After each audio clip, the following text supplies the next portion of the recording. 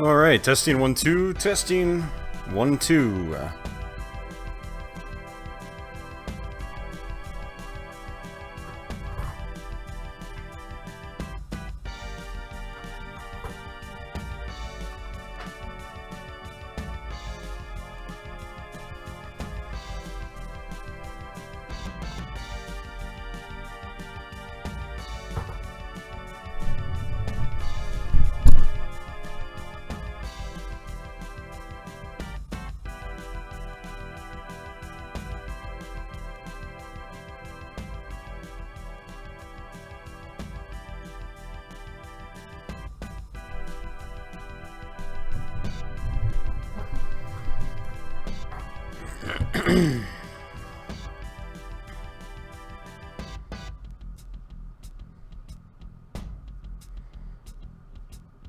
Alright, testing one last time. Just lower the music just a little bit. I think we're pretty much good to go.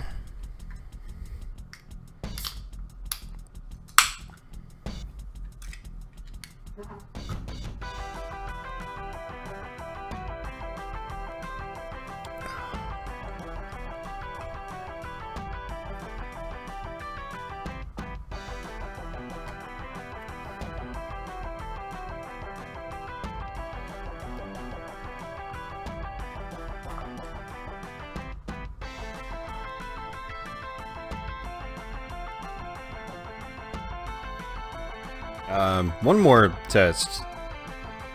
I didn't hear that last bit. And hey everybody, hey Mark, Marcelo, Miku, Laser Inc, Cat and Caboodle.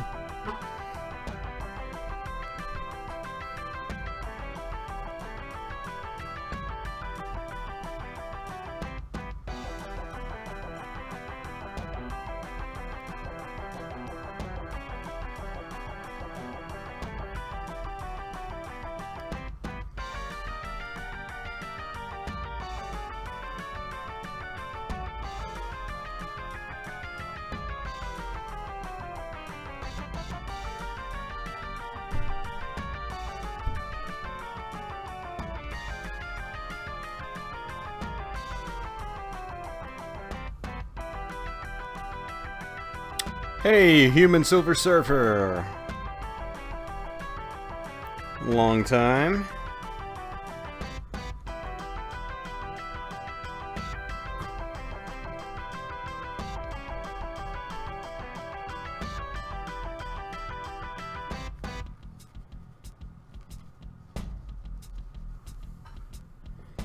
I think the stream keeps buffering on my end. Let's see. Wow. It's only playing at 480p and it's buffering. Maybe we got some dropped frames. Maybe.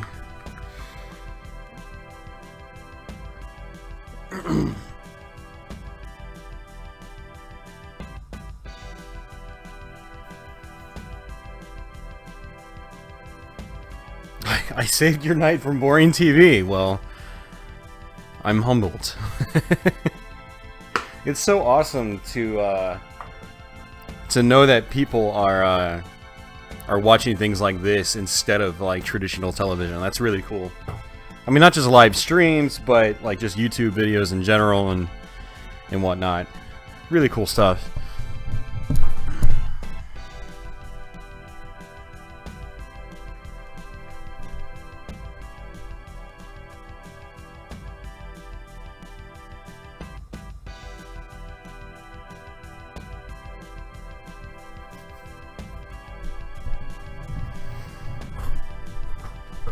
Alright, welcome everybody to the weekly stream. We're going to be playing some Doom 2, and just like the previous 2 weeks, we're going to be doing this on Xbox One through Xbox 360 backwards compatibility. So, Ultimate Doom was actually a pretty early Xbox Live Arcade release. And then a few years later, they released Doom 2 on it. And these are pretty good versions of the game. you know, if they're your only way to play these games, they're not bad at all, actually. So because I'm lazy, we're going to be playing these versions, or this version. One thing that's cool about Doom 2, though, is that it comes with a then new episode called No Rest for the Living.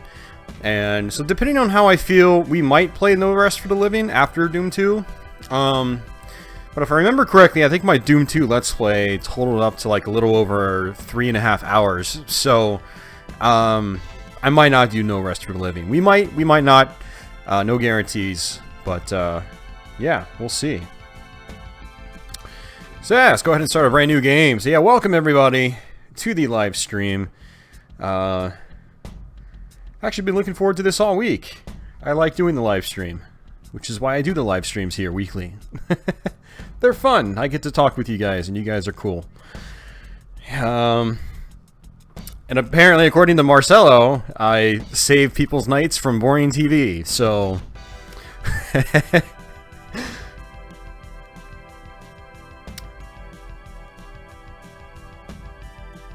Yeah, the darkened YouTube gaming theme is much nicer. I totally agree, Zerto. And, yeah, definitely. If any of you guys are watching from the main YouTube page, you can click on the chat box. I guess I forgot where the button is, but you can choose to watch in YouTube Gaming, or watch on night mode in YouTube Gaming, and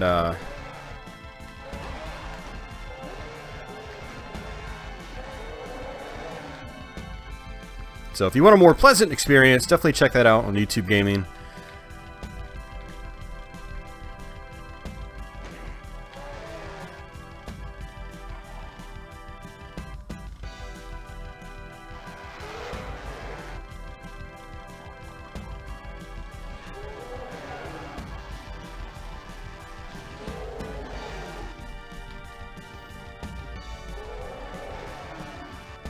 Hey, Andy Author. Wow, you weren't already subscribed. You've been in the stream the last couple of weeks. I just figured you were subscribed. That's awesome. Thanks for subbing, man. I appreciate it. I've seen your various comments. I hope you enjoy the videos. And same goes for everybody else or anyone else that's watching. Yeah, it's actually interesting that it seems like some of my more recent subscribers have actually found me through the live stream here on YouTube, which is odd to me because I just don't ever hear people talking about like using YouTube Gaming. Like, there's obviously people on it, you know, any gaming channel that streams is pretty much automatically on YouTube Gaming. But I just don't hear people talk about like actively using that specific, you know, sub YouTube site and actually finding stuff through it. I think it's really cool that people do. I think discovering new channels and whatnot is one of the most enjoyable things about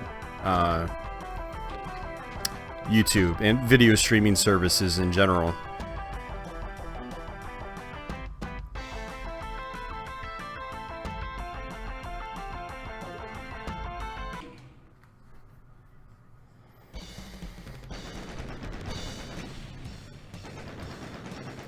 Cat, that might be on your end. I had a couple of dropped frames, but not that many. It looks like it's working fine on my end.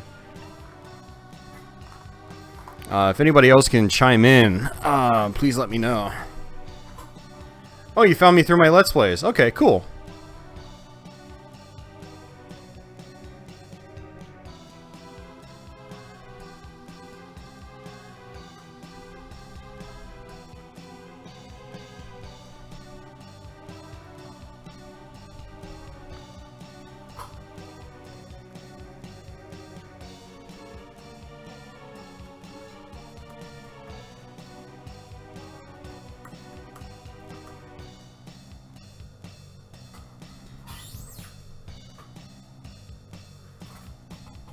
Yeah, unfortunately, I'm not quite as close to my laptop as I normally am, so I can't actually see if we've dropped, how many frames we've dropped.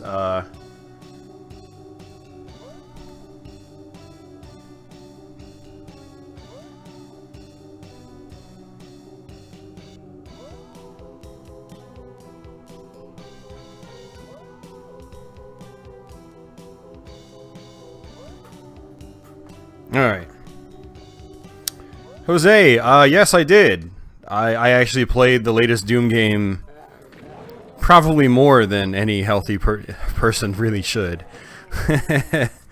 I really enjoyed the new Doom game. I had a ton of fun with it, and yeah, just thoroughly enjoyed that game. I had a blast with it, and currently in the process of building a new computer, and once that is finally put together, I actually received a replacement motherboard today, and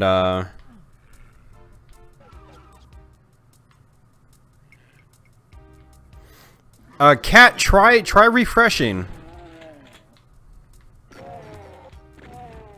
Try refreshing, see if that works.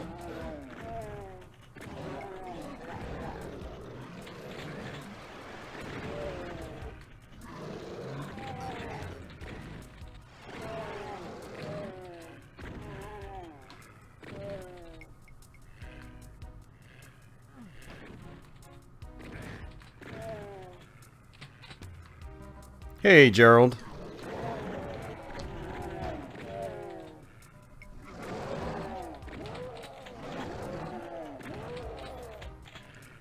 Yeah, I'm not, I don't know about this elusive map. I know one of you guys mentioned it briefly last stream, and I don't even know if the thing exists, so I'm not going to be searching for it or anything like that. This is going to be a long session with Doom 2. We're going to go through the entire game, and so I don't want to be messing around too much in these levels, trying to find every little secret and nook and cranny and stuff like that.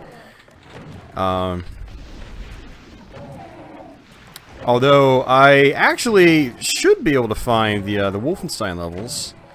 Last time I played through this on Twitch, I actually did find those, and I had never up to that point actually figured out where they were, but I managed to figure them out on my own.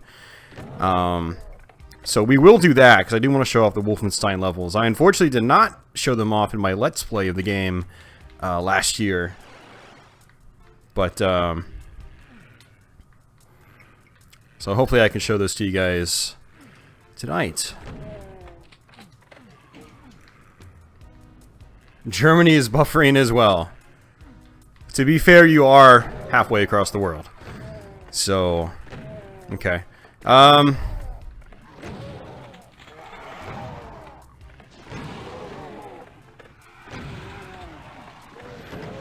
Yeah, it just started buffering again on my chat laptop. It could be YouTube servers. It might not be me. It could just be YouTube servers. Oh.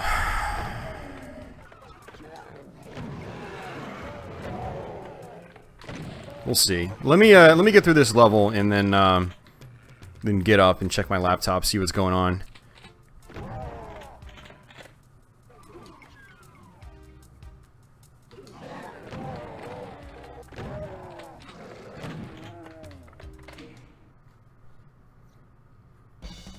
It's skipping for Wayne too.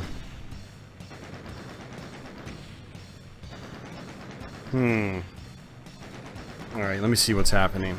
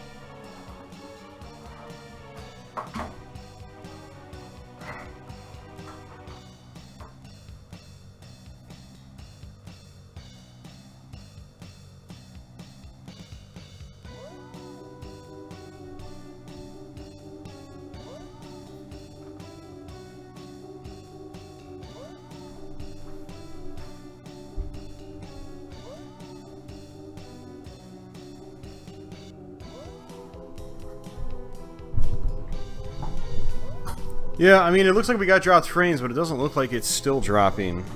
I need to move my setup closer to my laptop so I can monitor that while I am playing.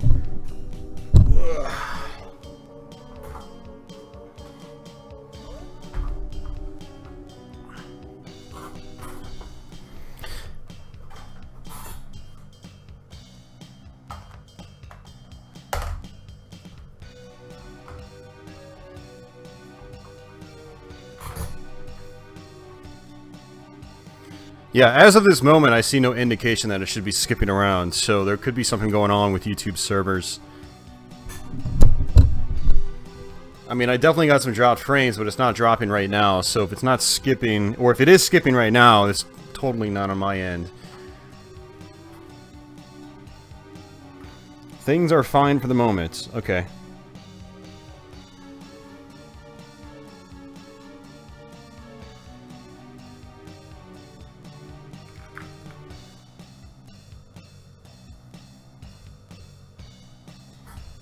Alright, let's try this again. But Marcelo, I have not read Console Wars, no.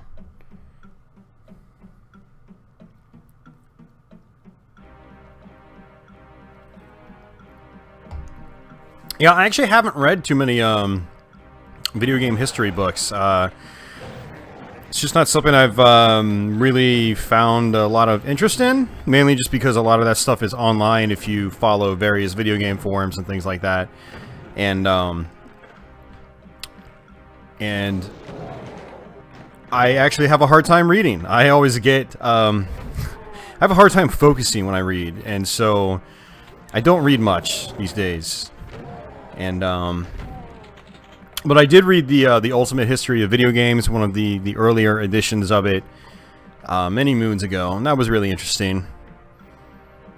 But I haven't really read too much else. Alright, so I'm going to need to switch out, not switch out, but I'm going to need to plug in my controller charger. Because on Xbox 360, sorry, Xbox One, when it says your controller batteries are low, they are deathly low. It's not like a Wii, where when it says your batteries are low, it lasts for like another 20 hours. It's probably a little bit of an exaggeration, but I remember a long time ago, I was playing through Super Mario Galaxy, and it gave me the low battery warning, and I just kept ignoring it, and I swear it felt like an eternity before the controller actually finally died. You know, with the Wii, you're using actual batteries in those controllers, so, you know, you wanted to let them, you know, stretch out as long as you possibly could. I never really used rechargeable batteries in the current generation. On platforms like the Wii, where, you know, they take, you know, batteries by default, AA batteries. But in the case of the Xbox One, I got the Play and Charge kit, so I can just charge it on up. Let me go ahead and plug my controller in real quick. Yeah, I thought to myself, actually, before starting the stream, I was like, you know, I've played at least 10 hours of Xbox in the last, you know, 2 weeks. Not to mention, like, you know, using the controller for usual stuff like Netflix and Twitch and whatnot. So I actually prepped my charging cable. Because I had a feeling the batteries were going to die during this stream, and it just happened. So I just plugged my charger in.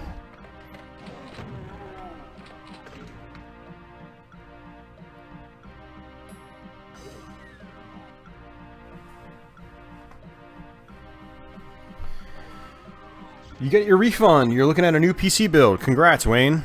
Let me know, and I'm sure you will, once you get it built, but let me know when you get it built, what it is, and how well it works for you. But yeah, speaking of computer builds, I actually just got my replacement motherboard in the mail today. So, cross your fingers for me that that works. Oops.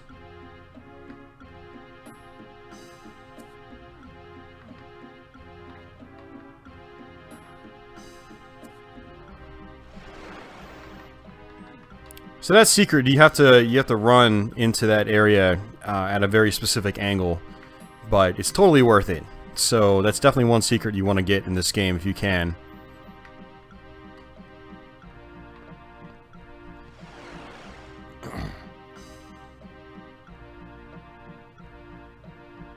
Thanks, Zerdo. Thanks for the heads up.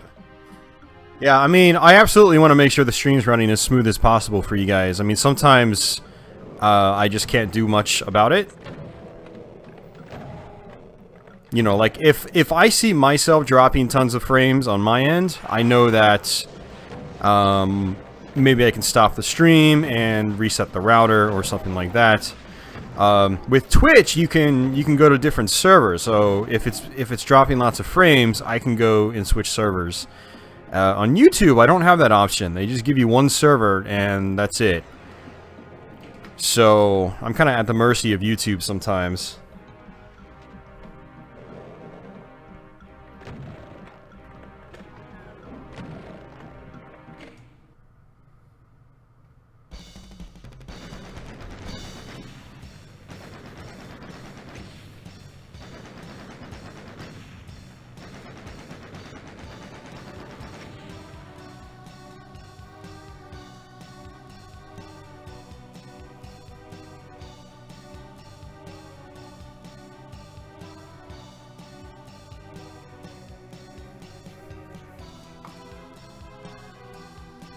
Hey, no problem, Ronnie. Anytime, man. Glad I could help. You know. Glad I can help burn your hands and probably your house down at the same time.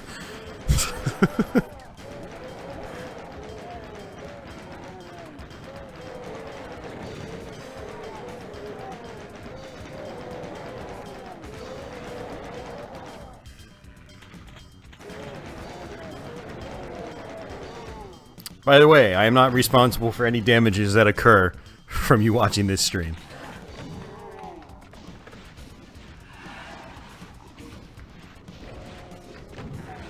Awesome, Cat. Yeah, I think it was just the dropped frames I got earlier was just really causing things to act up for some people. I mean, it was definitely buffering on my end too on my preview laptop. So hopefully it just is a non-issue for the rest of the stream.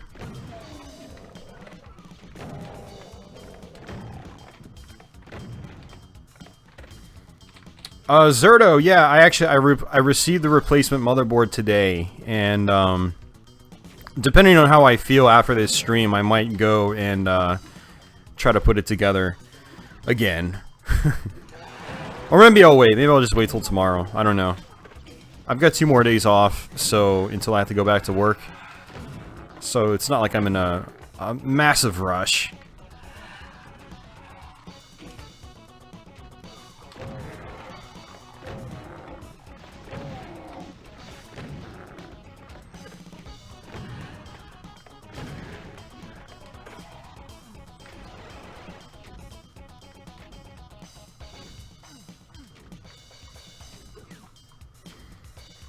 Yeah, streaming on YouTube is fun for me because, and, I love streaming on Twitch as well, but I feel like on YouTube, I get more of a consistent, user base every week. So, people start to, get to know each other, which is really cool.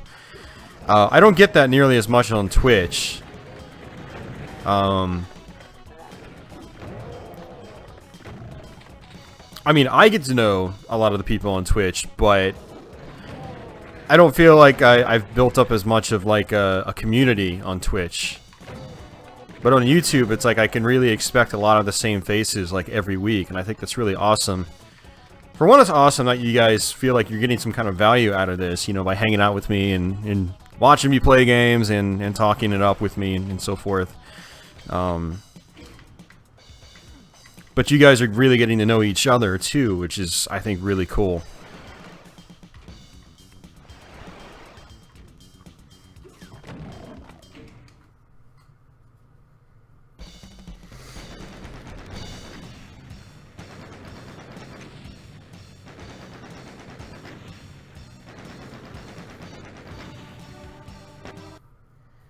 Sounds good, Wayne. I mean, the 1080 is pretty much one of the best cards out right now. So congrats, man. Yeah, I went with the 1060. Figured I didn't really need any more based on, I was factoring in cost, basically. A 1080 would have been considerably more expensive than the 1060. And I'm also considering, what I'm currently upgrading from. And so, almost anything's going to be, night and day compared to what I currently have. But being a production rig, first and foremost, I don't think the GPU actually mattered as much as, you know, upgrading my CPU and RAM and all that good stuff.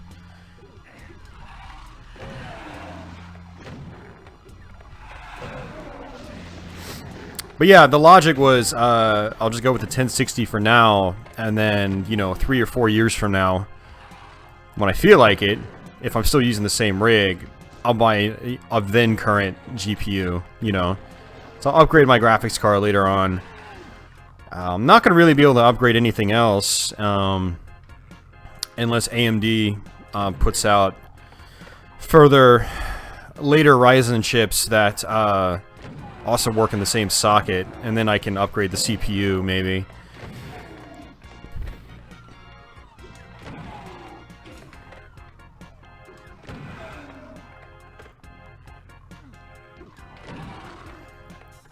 Oh, so Wayne, you currently only stream on your PS4? I did not know that.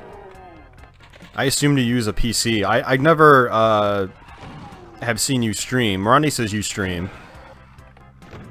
I just assumed you streamed on PC. But that's cool, man.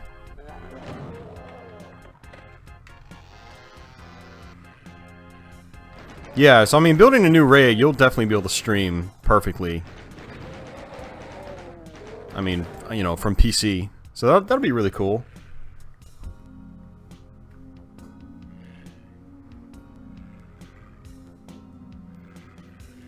Hey, Joshua, John Dingley. Have I ever played Blood on stream? I have not played Blood on stream, but I have played lots of Blood.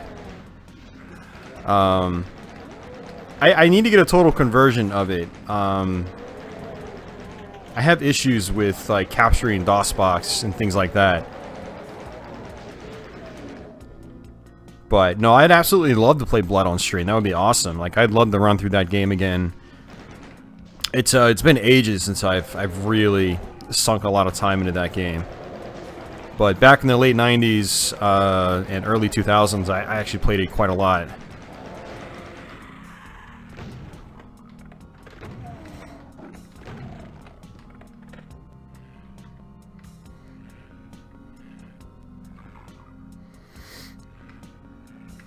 Wayne, I mean, yeah, for retro stuff, dude, just, either use emulation or get a capture card, you know? You can get an older capture card that has, you know, composite and component, like the original Elgato Game Capture HD. And you can just plug your systems into that. You know, that's what I used for a long time here on YouTube. It's not the best quality, you know. Getting an upscaler and going through HDMI is your best bet, but that's more expensive.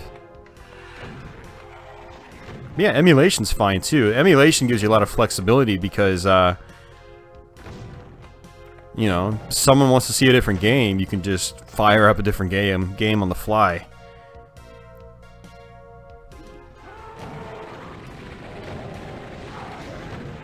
Thanks, Chain Gunner.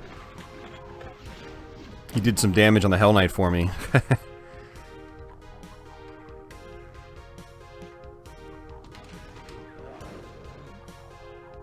Got it.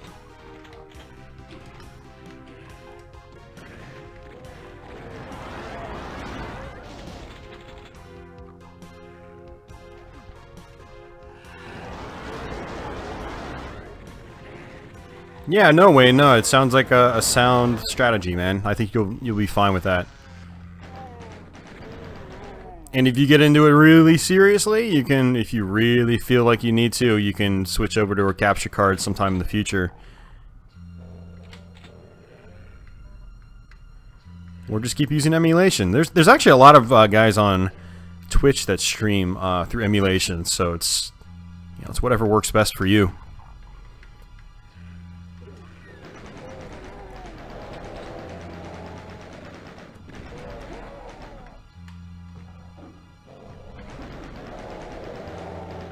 Z-Blood looks pretty cool.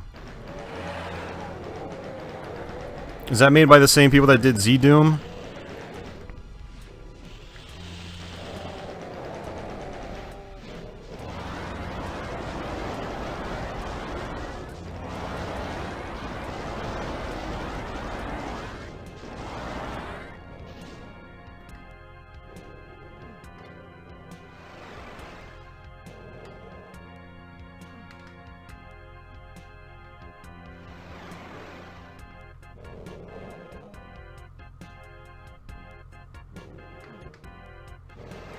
Well, I mean, just keep in mind, Wayne, that, you know, emulation does have all that good input lag, so, you know, if you find yourself doing a lot of retro stuff, you might get the urge to go more traditional.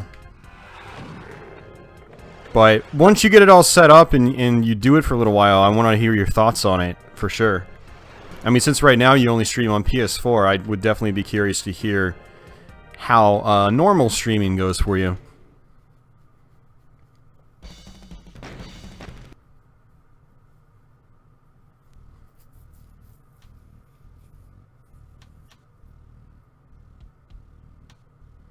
Oh, never mind, Mark. Yeah, no, I know exactly what you're talking about. Yeah, no, that's different. Yeah, I thought.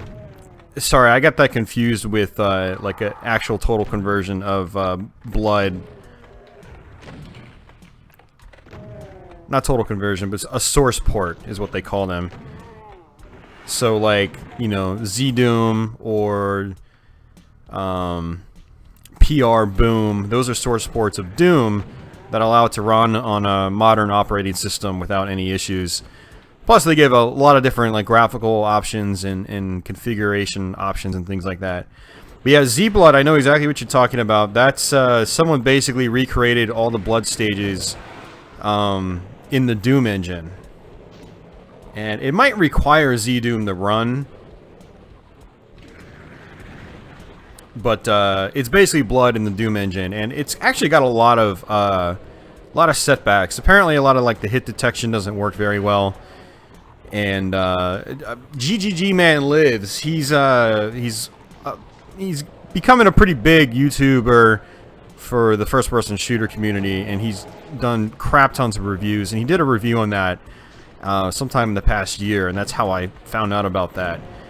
And when I first saw, like, the first few, you know, gameplay clips on his review, I was like, oh, that looks awesome. And then as he started explaining things, and the more I saw the gameplay, I was like, oh, that's actually not that awesome. It's one of those things where it seems really cool on paper, but then once you see how it's executed and, you know, the limitations of the Doom engine versus the build engine, it starts to become not as cool as you originally thought.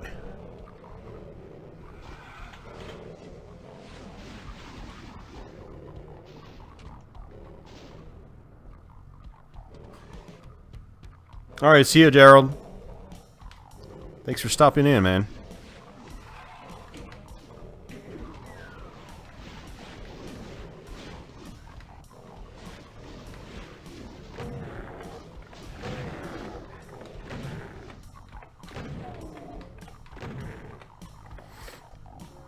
One thing I look forward to on my getting my computer up and running is that I'll be able to play with headphones again, so I'll actually be able to hear the games I'm playing.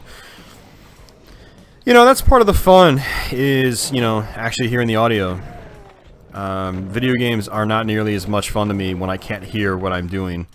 And same for any other, like, interactive form of entertainment like this, you know, be it video games or pinball or arcade machines. You know, if I can't hear them, a lot of the enjoyment is lost.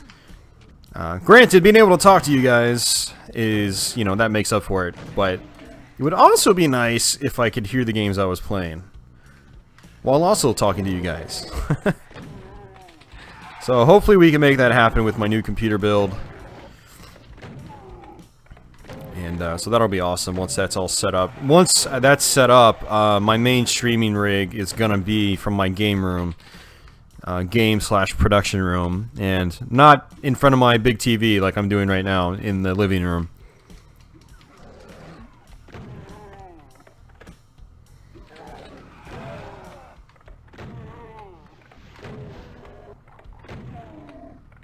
Hey Michael, how are you doing?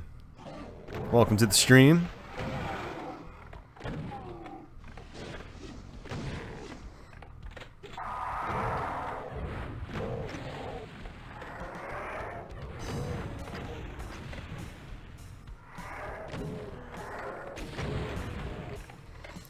So again, for anybody that doesn't know, we're playing Doom 2 via the Xbox One. And technically it's the Xbox 360 version, but it's backwards compatible on Xbox One.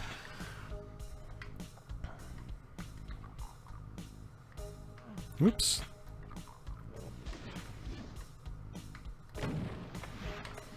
And we did this last week with Ultimate Doom, and it seemed to work out really well, so I figured we would just do Doom 2. Unfortunately, that'll probably be the last id Software game we play for a little while. Unless I fire up the Jaguar and we do Jaguar Doom next week. I don't know. But yeah, it's fun being able to play it through the Xbox One. You know, it's nice and easy, basically.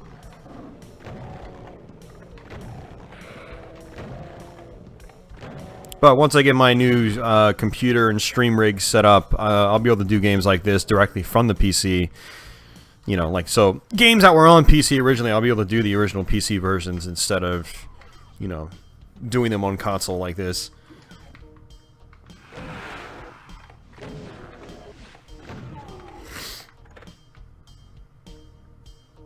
Hey, B-Token.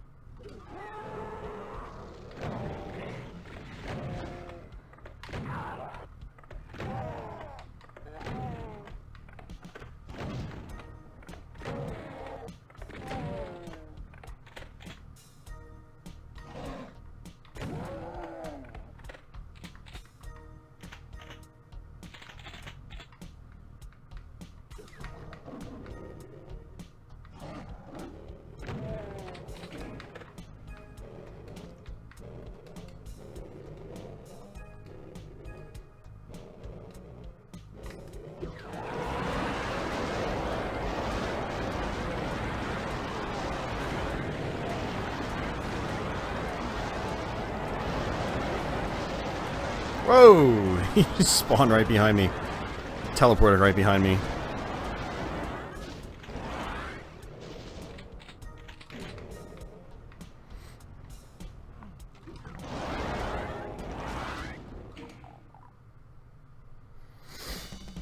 Yeah, no, totally, Wayne. I mean, I'm gonna be able to even stream like Dune 2016 on the new computer. Like, I've seen a friend do it on a weaker build, and so yeah, it's gonna be great being able to play some of the newer Steam games on stream as well.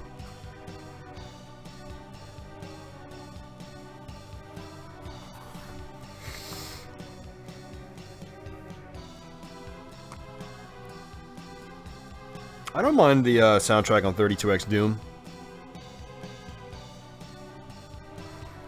I mean, it's comparable to playing PC Doom with the ad-lib soundtrack, so I don't mind it.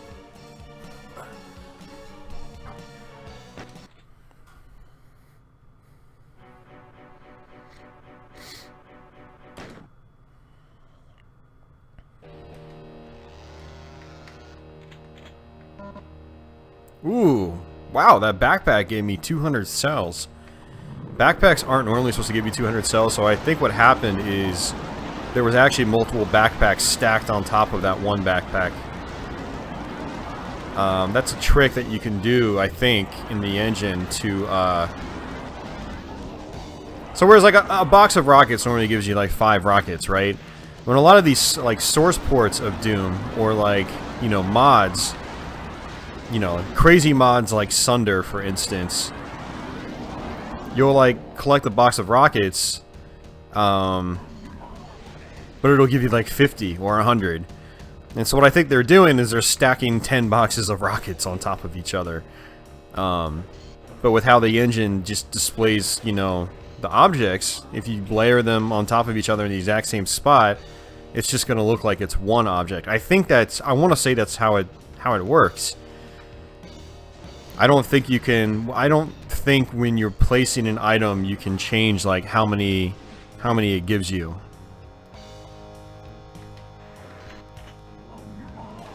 Maybe there is, but back when I was using like Doom Ed a long time ago, which is an old Doom level editor, I don't remember there being an option to set the amount of ammunition in a box. So I'm pretty sure what they're doing is just stacking multiple items on top of each other. It's like a backpack's normally only supposed to give you like, I think you get like 20 cells or something like that. Maybe you get enough.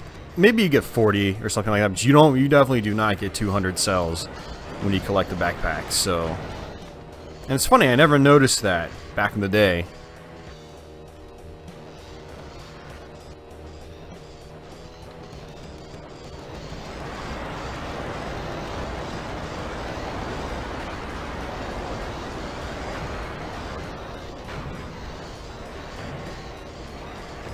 Oh, I love this game.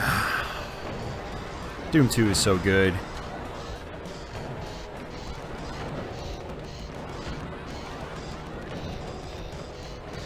I mean, Doom and Doom 2. Kind of like I said last week, it almost doesn't even feel like a separate game from the first Doom.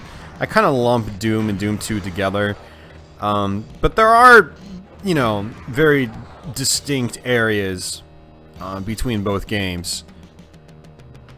So, like, certain levels you play in Doom 2, you're like, yeah, this definitely isn't Doom 1. Like, this level just gets really crazy.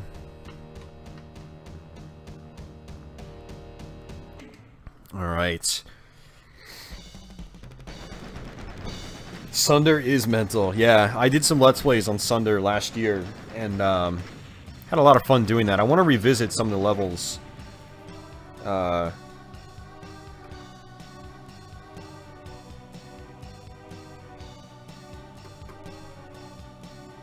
weird. My mouse just like completely glitched out on my laptop here. Okay, it's back to working.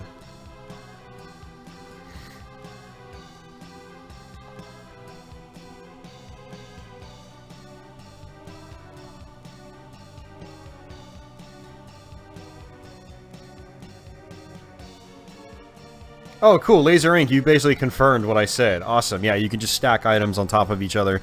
That's what, like I said, that's what I had a feeling they were doing. I mean, because when I edited levels like 20 years ago, I don't remember there being an option to change the amount of ammunition.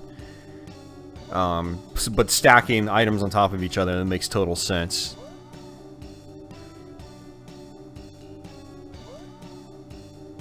Do I enjoy playing classics like Doom in full 3D renders, such as in the GZ Doom? And do I enjoy playing with full mouse look? Yeah, I like playing like that. When I play crazy mods like Sunder, like, I turn mouse look on, basically. Traditional Doom, when I play it, I generally turn the mouse look off, but it is still fun to play it with mouse look on. But yeah, no, like Z-Doom and stuff like that is great. I love playing through Z-Doom. That's my preferred way to play classic Doom, is through a source port like that.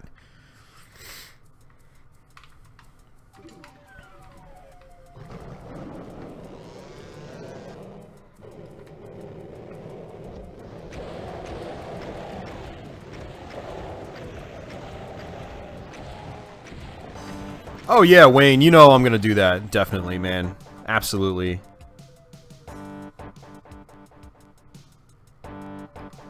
Yeah, Laser Ink, I kind of hear you, man. They both have their ups and downs, but together it's just like one ultimate experience. It's like, it's hard to imagine one without the other, basically.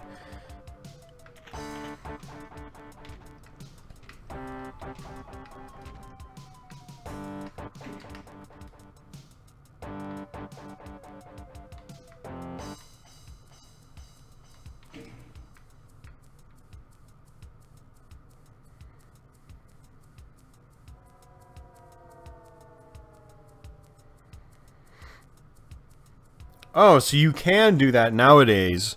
Okay, cool.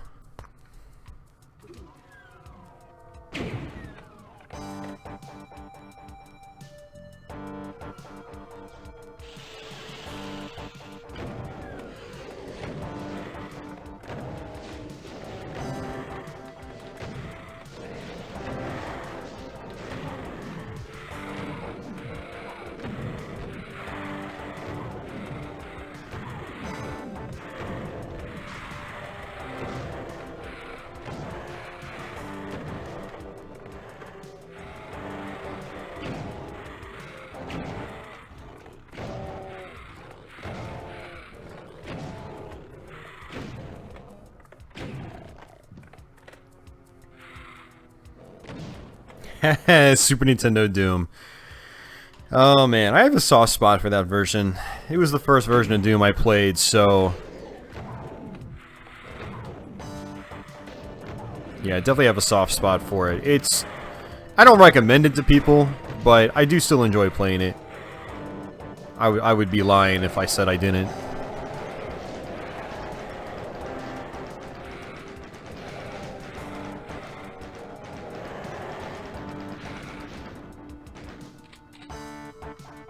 Yeah, on the Sega Saturn one with that awful frame rate. You know what? One thing that's cool is in the Game Boy Advance version of Doom, Doom 2, I mean, they actually put a teleporter on that exit room. So if you fail, and you're pretty much guaranteed to fail in the Game Boy Advance version because it's got a wonky frame rate. It's not like instant death. It's not instant game over. So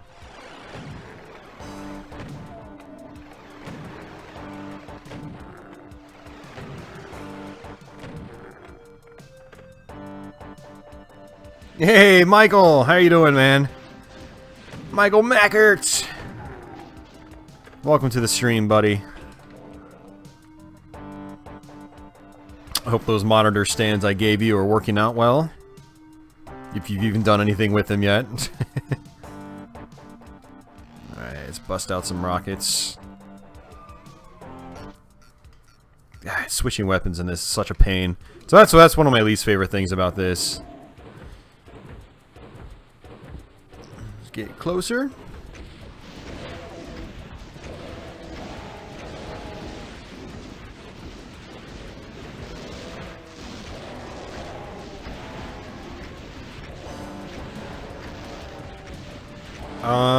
That's the first I've ever heard that Saturn Doom uses keyboard and mouse. Whoa there, Haas.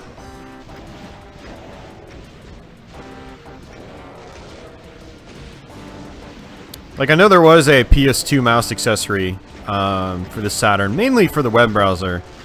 Or if you wanted to type to people when you were using the X-band part of the Netlink. And there is a Saturn mouse as well. I've never heard that Saturn Doom takes advantage of those, though.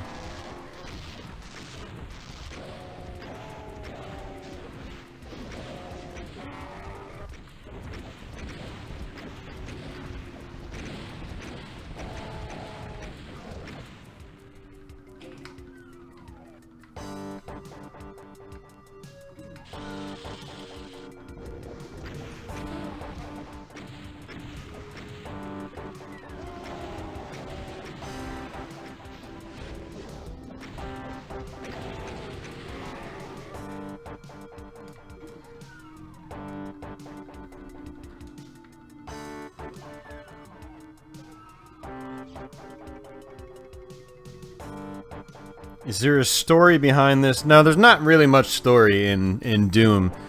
The story is, from the development standpoint, is they probably wanted to demonstrate the monster infighting. So what happens is, in Doom, if an enemy of a different type attacks another enemy, those enemies will start fighting each other. Pretty much guaranteed. So the Cyber Demon's the biggest and toughest enemy in the game, but he's surrounded by all these Barons of Hell. And so what you're supposed to do, if you want to treat this room as more like a puzzle, you have the Cyber Demon see you, then he starts shooting at you, but because he's surrounded by Barons, he shoots the Barons get pissed off and they go attack the Cyber Demon. They basically deal damage to the Cyber Demon for you. That's the point, basically. Like, there's no... I wouldn't recommend overanalyzing, like, rooms and stuff in Doom. It's usually just a level design thing, and it's not like they're trying to tell a story or something like that. I mean, I think even the developers themselves are just like, it's just all about shooting stuff. Shooting stuff and having fun. But there is totally rhythm and rhyme to, like, the level designs and things like that, you know. It's really interesting hearing people like John Romero talk about level structure and stuff like that in interviews and things like that. That's one of the most interesting things for me as a player when I hear development interviews, is when they talk about the actual design process and what was going through their heads as they were putting these levels together.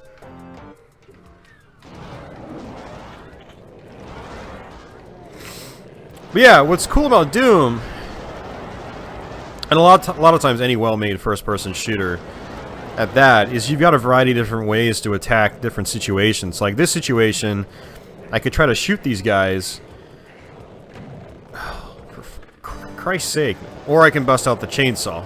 If this was the PC version, I would have busted out the chainsaw without taking any damage, but that's what I used to do when I was a kid. Is not even just when I was a kid, but you know, in the past, I would just shoot all these pinkies. But pinkies pose little risk with melee combat because they don't shoot projectiles at you. So you can bust out the chainsaw and chainsaw them without using any ammunition. So, you know, the rooms are designed in a lot of cases in Doom, and it's just brilliant, you know, level design. They're designed in a way to where you can tackle each room differently in different playthroughs. You know, you can go all out and just shoot these guys and waste ammo, or you can try to chainsaw them, which is riskier, but you know, the reward is higher. You don't waste your ammo, and so you've got your good ammo when you really need it later on.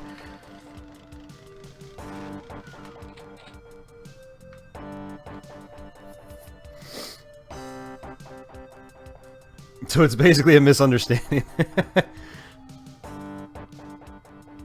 One of your favorite quotes was the Carmack one. Yeah, story in a video game is like story in a porn movie. It's expected to be there, but it's not that important. I wouldn't use that as like a blanket statement, personally, myself, because there are genres of video games where the story makes the game, like role-playing games, you know.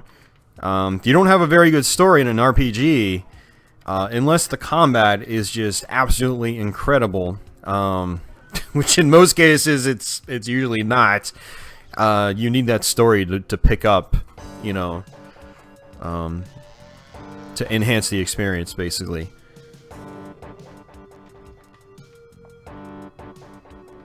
Oh, Zerto, I was a kid too, man. We were both kids.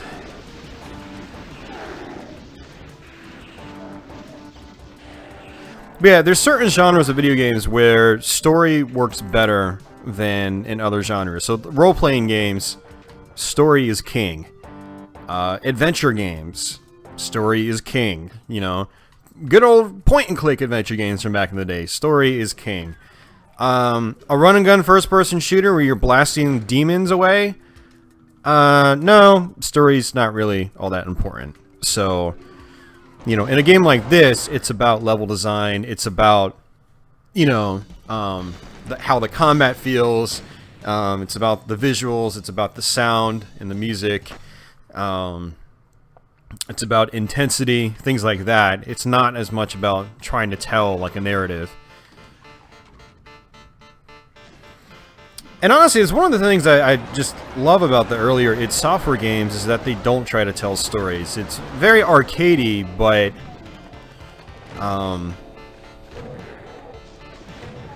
they're just fun, you know? And that's what video games should be. They should just be fun, first and foremost. Particularly, you know, genres like this. And, yeah.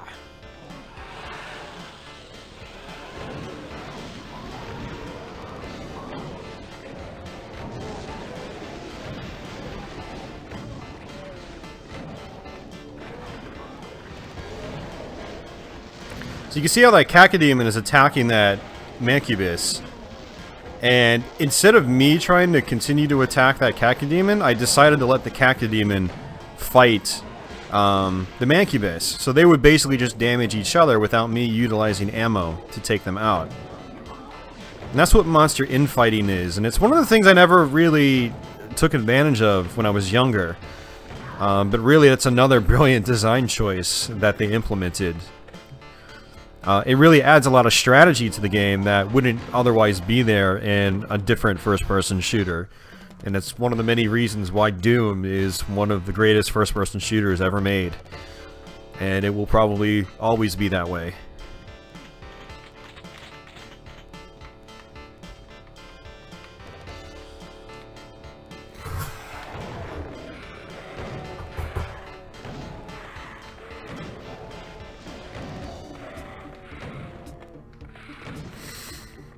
It's a series that doesn't have to be played in one way. Well, unless you're playing Doom 3. Still love Doom 3 though, but it's not quite as flexible as the original Dooms. Yeah, it's still not quite as flexible as Doom 2016. I do still like the game though.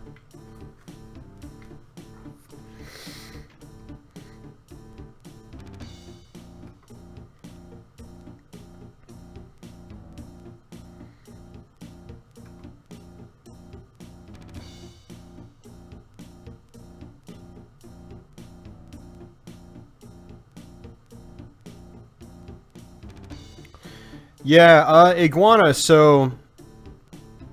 Yeah, it depends on how enemies are set. So in Doom... Well, actually... In Doom, enemies can be triggered by sight. They can also be triggered by sound. And I think that's like... That was a configuration option you could set as, you know, as you were designing stages.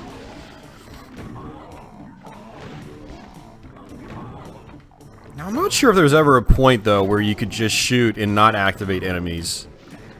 I don't know. I'm kind of talking out of my rear end right now, so... I'm just gonna stop talking.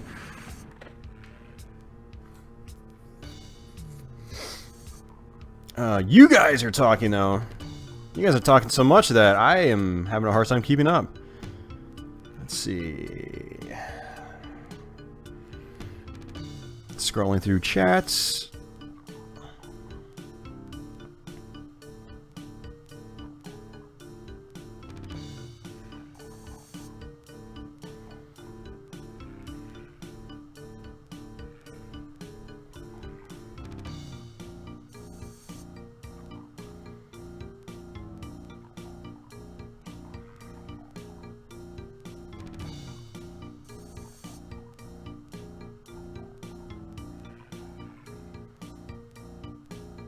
Oh, there's some Sega Saturn talk in there. Yeah, the Saturn did get a rough start. It was just poor management at Sega. The hardware definitely wasn't as capable as the PlayStation when it came to 3D. And it's just so easy to see that nowadays. I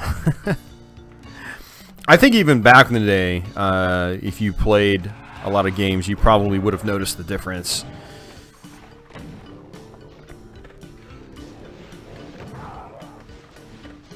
But Saturn is a great system, though.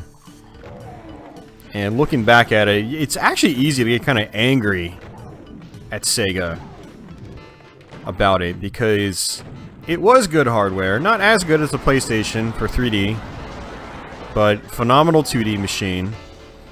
And 3D was... 3D was still fine for the time on Saturn. Like, for the time, it was still fine. It would have been just fine. Systems like the Jaguar, on the other hand, you want some bad 3D, you know, you could play the Jaguar. Or even the 3DO couldn't quite keep up as much as the PS1 and Saturn in 3D. So it's not like the Saturn was the worst at 3D at the time. It just wasn't the best. And being better than it was probably wouldn't have hurt. But with the Saturn, it was one of the situations where Sega just really kind of doomed themselves from the beginning. You know, mediocre software library in the beginning, for the most part. I mean, like Bug, Cyber Speedway, you know, even Clockwork Knight. I like Clockwork Knight, but it's just not, it's not really what the Saturn needed at the time, I think. I think that needed to be fleshed out more than it was. Alright, there we go, finally. I mean, it has some great arcade ports, though. I mean, it did have Virtua Fighter in the beginning, even though that was actually kind of not really a fantastic port now that I think about it. But Virtua Fighter 2 eventually was amazing. But even by then, I think that was still too little, too late. You know, you really need to make an impact with your consoles right from the beginning. And Sega wasn't able to do that with the Saturn because they just shoved it out the door to get a head start on Sony, and it backfired. It also doesn't help that their advertising was actually literally scary, and I don't think it was intended to be so, but if you guys go and watch old Sega Saturn commercials, it makes you want to vomit. They're so bad. Talk about, like, killing your product, like, in the most obscene ways. Like, Sega really shot themselves in the foot, and it's depressing to talk about. And, you know, I didn't really see it back in the day because I had a Saturn. I just went to the game stores, saw games, bought games that way. I didn't really see too many Saturn ads on TV, but now that I, you know, have all this access to the internet and review shows and, you know, YouTube, I see those things and I just shake my head in awe that it was really that bad back in the day. For the Saturn.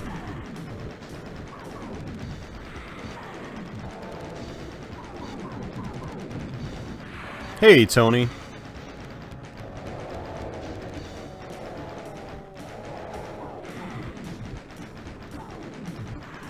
Yeah, and it's such a shame because the Saturn was good hardware, you know. Like, again, sounding like a broken record, it wasn't as good as the PlayStation when it came to 3D. But it was still good hardware. It was a step above things like the Jaguar and 3DO and whatnot. It had good enough hardware to be able to compete. And it had some phenomenal games eventually. And even in the beginning, it still had some good games. Panzer Dragoon's an amazing game. But it also had a lot of mediocre software in the beginning. But it's just so easy to get angry about it now because, like, you know that it had lots of great games. And it deserved to do better than it did. You know, it was really nice little piece of kit. I have many, many fond memories of the Saturn. And I could just, you know, I could talk about it all night, basically.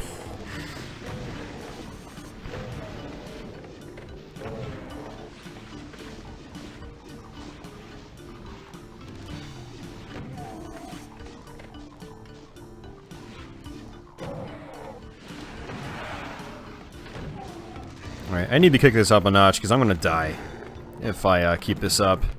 Taking lots of damage unnecessarily, so...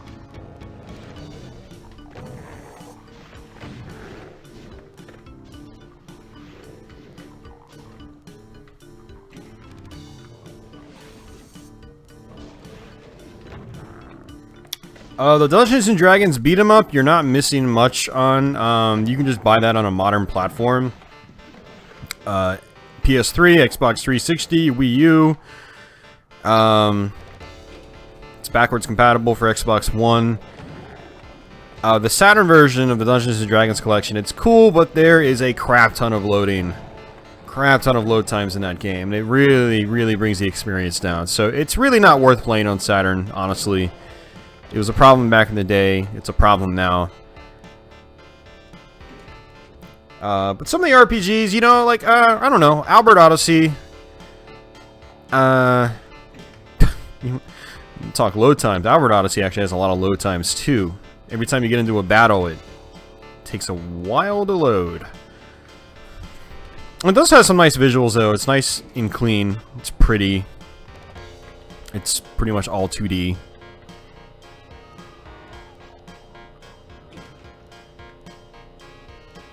Panzer Dragoon Saga. Quite an awesome game. Quite an awesome game. Ray Earth is alright. We actually bought Ray Earth right when it came out. It was, you know, the last Saturn release in North Americas. And so Michael Macker there in the chat and we got to play it.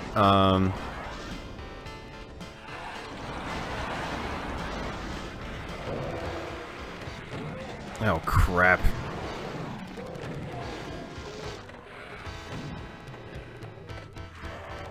Yeah, this isn't good.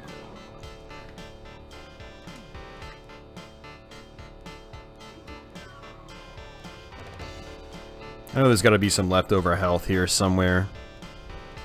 Yep, there's one. Oops.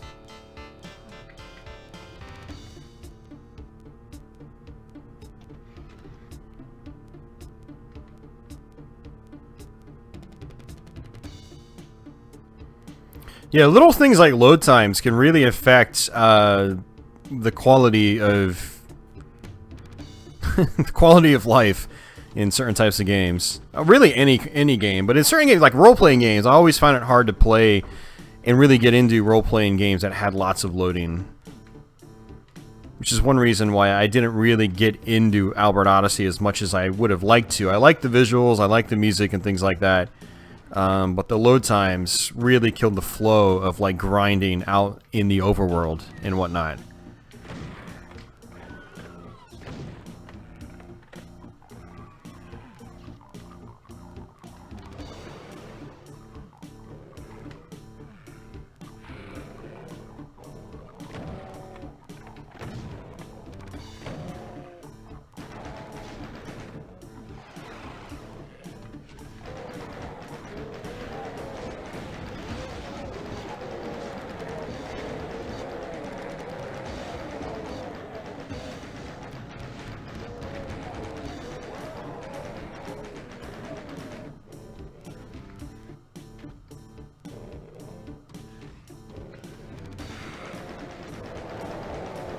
Yeah, so this part right here is actually... I don't even think it's mandatory. I just think it's kind of optional. But it's got some good power-ups at the end, which is why it's worth doing. Yeah, not mandatory at all, you can see. But 200 health, 200 armor. And a Berserk power-up. Yeah, so we can actually go ahead and exit.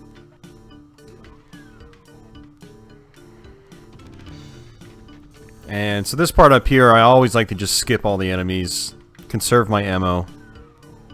See ya! And just run here and exit. Knights was awesome! Virtua Cop was funny. The one guy throwing the car in the end. Yeah, that's the first boss.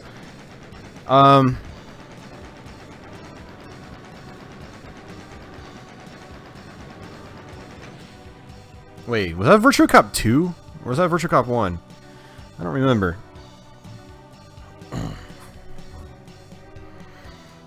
Saturn Symphony of the Night had Maria. Yeah, it did. And yeah, she's broken from a speedrunning perspective.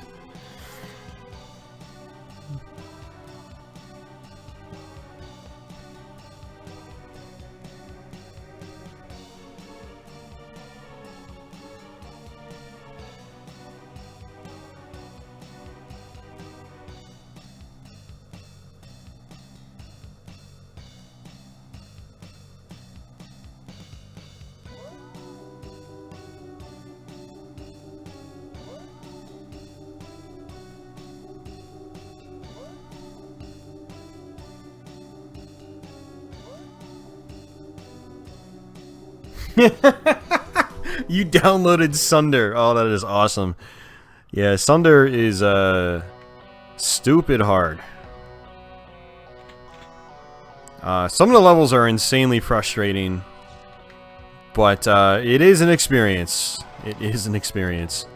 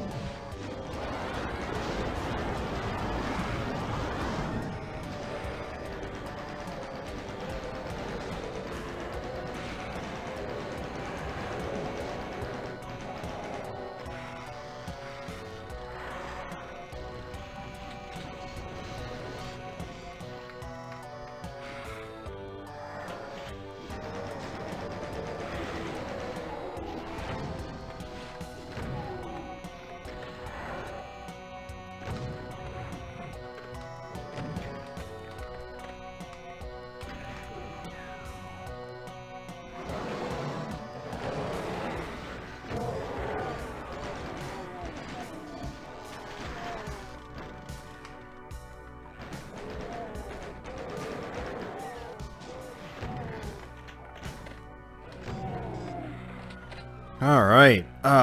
So one of the things about this level is that, at least when I get to it, I'm usually pretty low on ammo, so, you know, it can be pretty tough to get through this early part of the stage. Once you start getting beefy again with the ammunition, it's not as bad.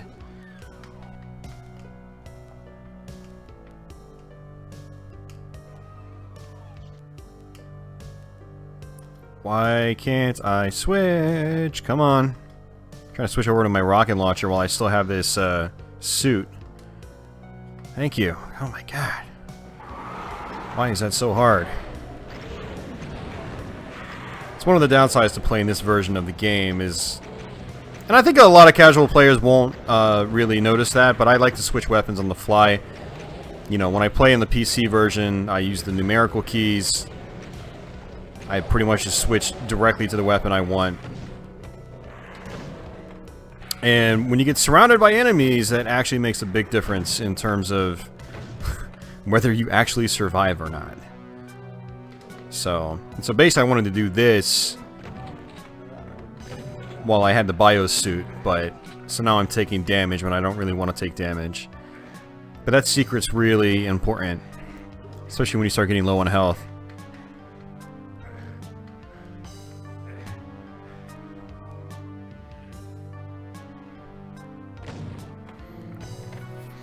What are you guys saying? B Token still loves 9 Inch Nails. Nice. Me too.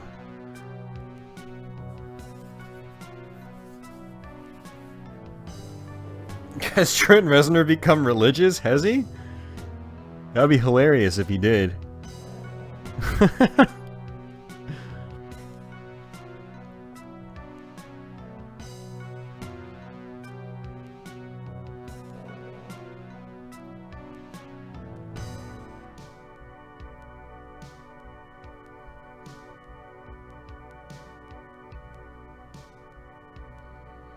Nuts.wad. Nuts.wad actually isn't that hard, believe it or not. They give you like a crazy amount of invulnerability spheres. We actually played that on stream sometimes towards the end of last year. We played Nuts.wad. It was actually kind of hilarious. I have a highlight of it on my Twitch channel. But yeah, once you figure it out, you can actually just go straight through it. Hell Revealed 2. Yeah, I think I played Hell Revealed 1. No, Sunder is ridiculously hard though, man. Like, ridiculously. Some of the levels are just really, well, really unfair. Really unfair.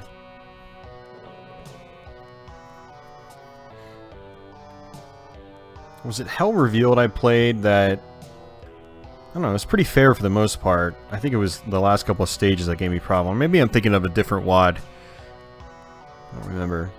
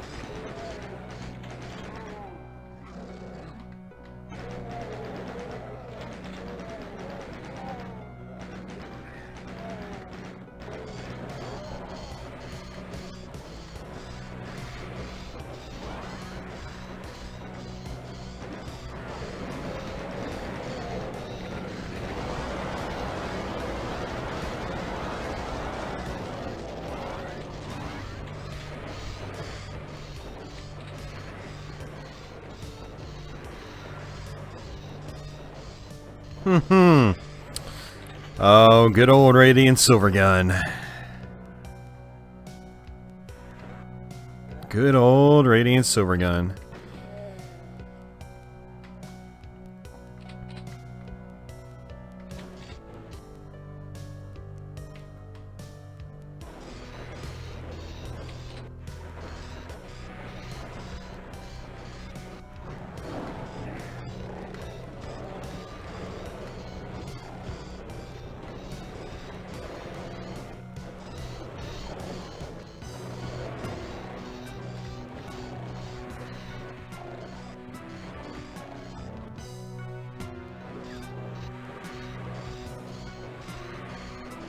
Yoshi rules. We're playing this on the Xbox One. Technically, it's the Xbox 360 version, but it's backwards compatible.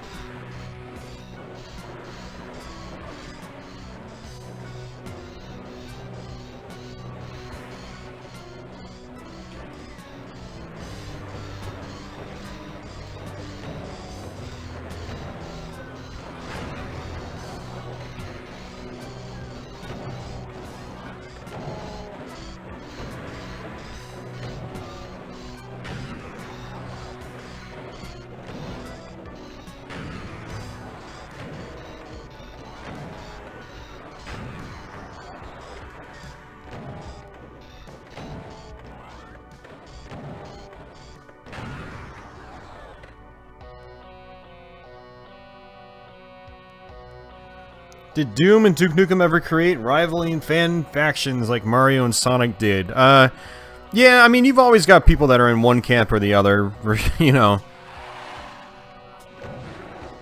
really regardless of topic. Yeah, no, I knew people that were just all about Duke Nukem. They just didn't like Doom for some reason. One of my best friends at the time just would give me total crap for enjoying Doom. And what's actually kind of ironic is, you know, probably 10 years later, as he got older, started just playing a lot of games by himself, playing games more often, he revisited Doom, I think, on Xbox 360, and he ended up really enjoying it. So I think it was just a case of, like, he refused to try it, and he was one of those cocky dudes that, you know, would just make fun of something and then feel mature about it for some reason, even though he was being the exact opposite. But it's why you don't knock things until you try them. My friend there is a shining example of that. And the truth is, I don't think he really ever played Doom back in the day. It's also one of those things where it's like, if something's popular, some people are just really hesitant to open up to it. But the way I see it is, sometimes things are popular for a really good reason. Sometimes things are just a fad. But other times, like in the case of Doom, it's popular because it's a really damn good game, you know? And of course not everybody's gonna like it, still. But there are people who dislike things for sort of like asinine reasons.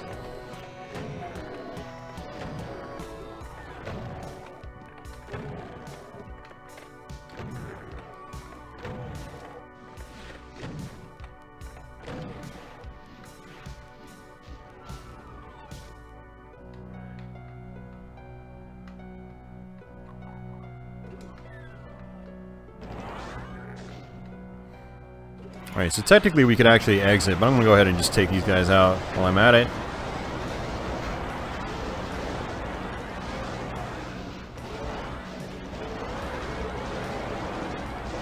Usually I'm pretty conservative with using things like the plasma gun, but, you know, when I'm trying to go through a game relatively quickly, it just helps me clear out certain rooms just almost instantly.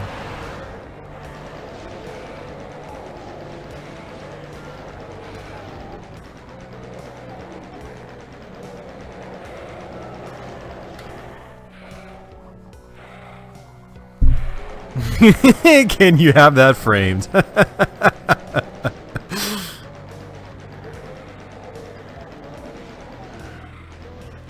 If I could frame it, I totally would, man. I would send it to you, framed.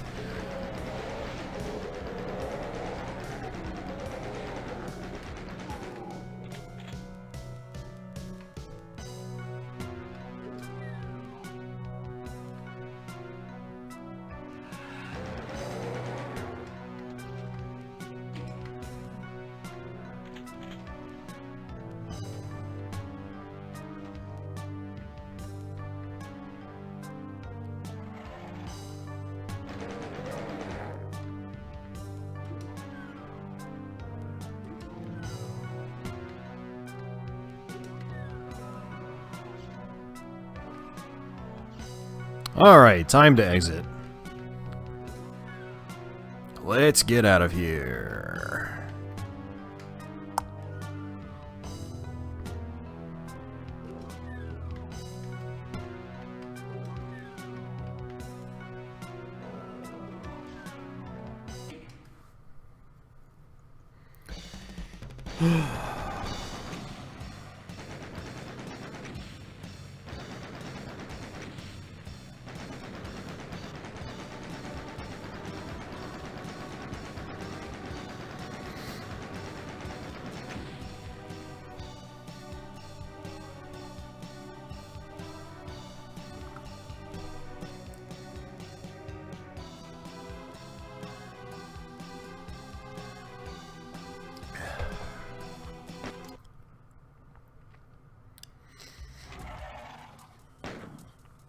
You know, I just realized we might actually be overcropping the game. I might check on that.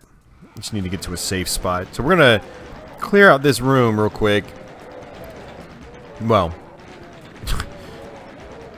yeah. Well, this area I'm gonna clear out, and I'm gonna go to a room where I know there's not gonna be any enemies. And I don't want to pause it because that overlay comes up, which makes it a little bit difficult to work with. Alright, some more... Oops.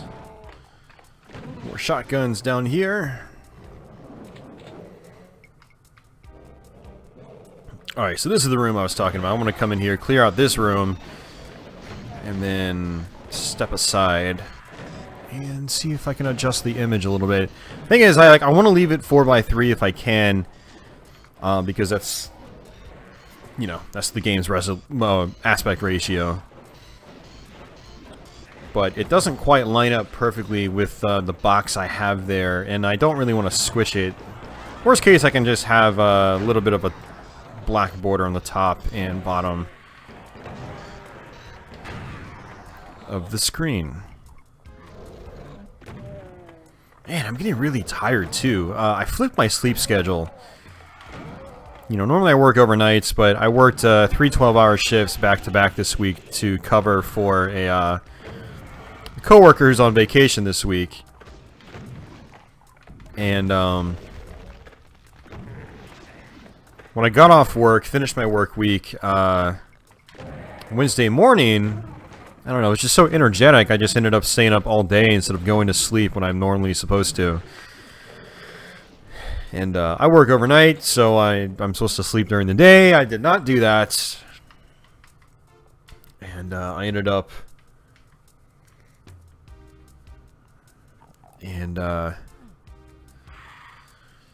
Sorry, I ended up falling asleep, I think, at like 2 a.m. last night. Waking up around 10 in the morning. 10 in the morning is normally when I'm supposed to be going to bed.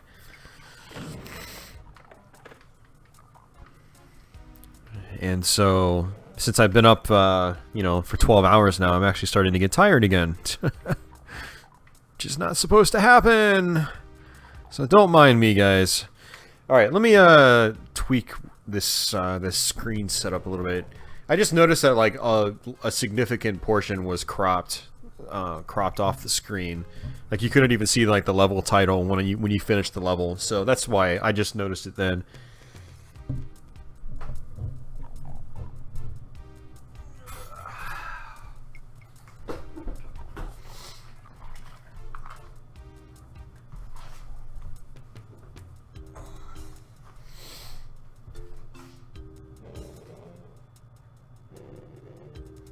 night, cat. Take care.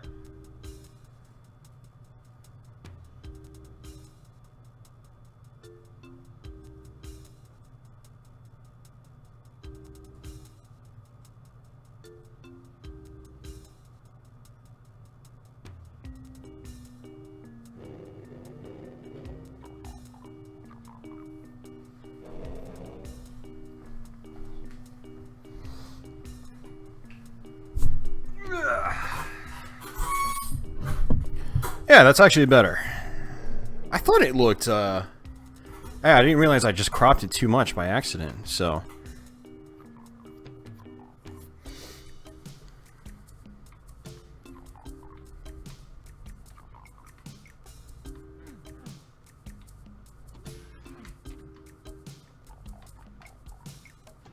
Hey, Carl Jr., how are you doing?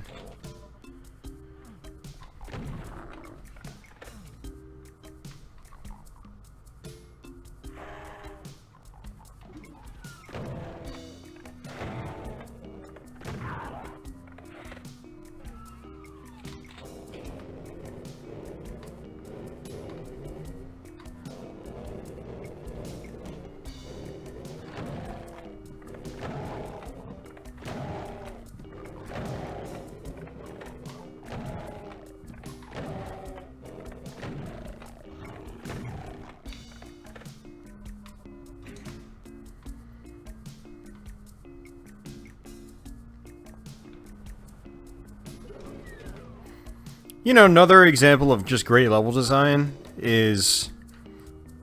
So, you know, I flip this switch, right? And the idea is to go all the way back and backtrack and hit this door and exit. Okay, I'm back.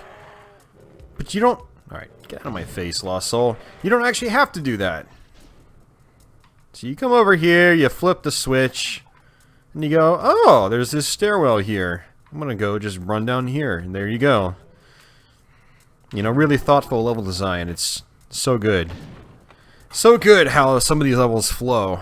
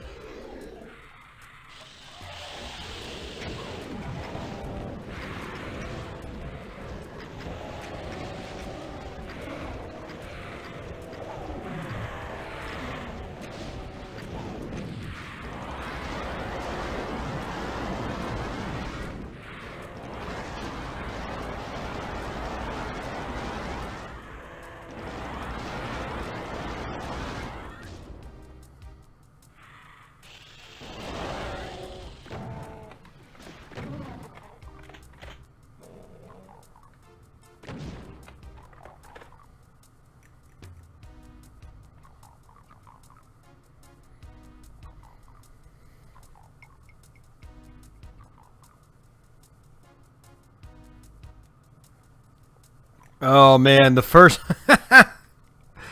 yeah, no, Laser Inc., you're going to start to curse Sunder pretty early on. Even level 2, that Revenant part, which is the end, by the way. But there's so many Revenants, I don't know. Sunder is a learning experience. I never played a WOD like that until Sunder. I saw somebody playing it on Twitch, and I was like, I have to play that. And I did, and it was just a major learning experience. Like, you have to use monster infighting if you want to have an easier time with things. You have to do crazy types of dodging that you don't ever have to do in Classic Doom. You have to really learn the levels. That's another thing. You really have to learn the levels and, you know exactly the best way to tackle each section. If you want to, have a good chance of surviving without, quick saving too much. But you're going to quick save a lot regardless, because it's, it is what it is. Some of those levels are just ridiculous. Total trial and error as well.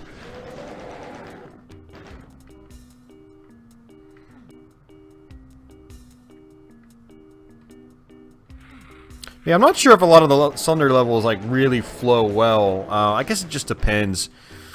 Some of them actually start to feel kind of clunky later on, where they force you to do like some really awful platforming. Yeah, no, you're right. Yeah, I mean, Sunder is basically, I guess, what they would call a slaughter map, or a slaughter map pack, and slaughter map style maps, and no, it definitely teaches you the ropes for that. And I think Sunder is actually a really good building block if you want to play more of those. I've seen some slaughter maps that aren't nearly as devious as Sunder. They just have tons of enemies, So...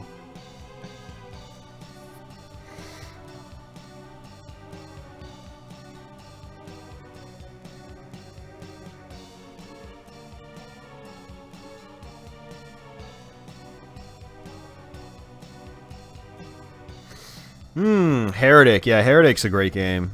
We actually played through that, did a Let's Play of that last summer. And that was really cool to go through again. I did play it on Twitch a few weeks back as well. So it was fun to revisit that again.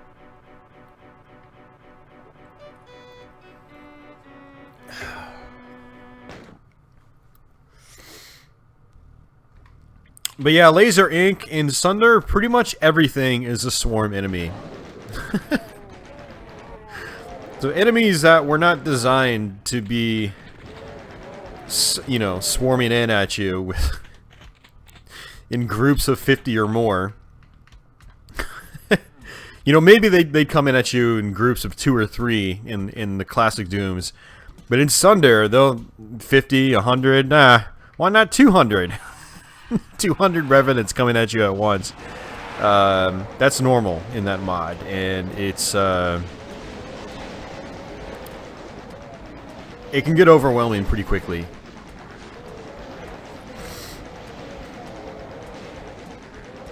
There's quite a few sections in Sunder though that have like invincibility power-ups, and you really need to know when to grab them, when to use them. So there's definitely some puzzle elements to Sunder as well. Like, you'll have hundreds of enemies coming at you at once, but if you use your invincibility just right, they're actually not that hard to get through. But there's... oh man, wait till you get to map 6, Precarious. Oh, you're gonna be tearing your hair out if you have any. It's just... yeah. No, it's not map 6, it's... map 5? 5 might be Precarious. I think it's map 5 actually. Map 6 is the grinder, I think, and I actually like that map. But holy hell, man! What's funny about Sunder 2? When I first went through it, I think each map took me like 5 hours to get through. Literally, no joke. And I had to quick save like crazy to get through them. This is Doom Guy! Wayne. Yeah, I've actually seen somebody play a little bit of Ancient Aliens, and I do want to try that actually myself. It seems like an okay WAD.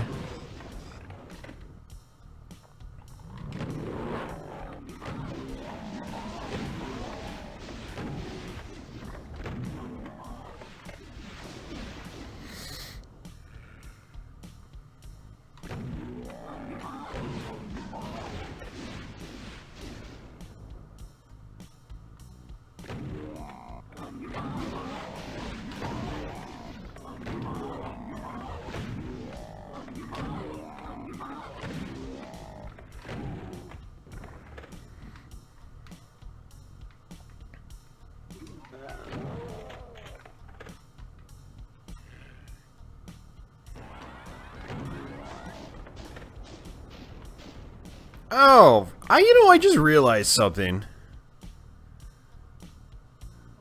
I never thought to try this. Is you can actually, you can use the Arachnotron.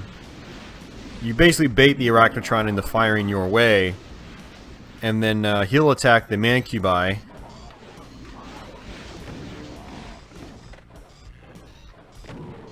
And do lots of damage to them. Never thought to try that.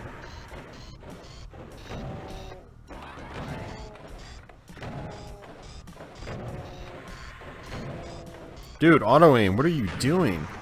That's weird. The Super Shotgun's Super Shotgun wasn't the spread wasn't attacking the Arachnotron like it was supposed to. Like only like a tiny percentage of the shotgun spread hit the Arachnotron.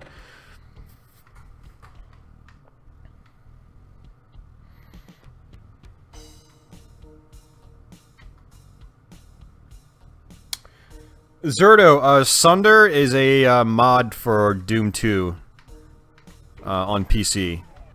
And it's insanely difficult. I actually have Let's Plays of it on my channel. So if you search for Sunder on my channel, you'll find, I think, 3 videos. And you can see how crazy it gets. So in Sunder, you know, it's not uncommon for but it's not uncommon for levels to have 2,000 plus enemies. I think one level even has 5,000 enemies in it.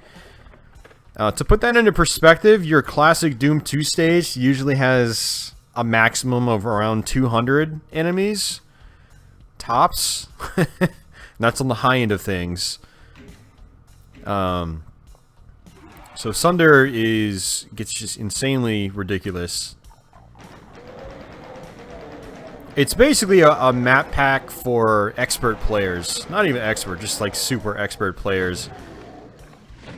Watching people get through the levels without dying is just insanity to me.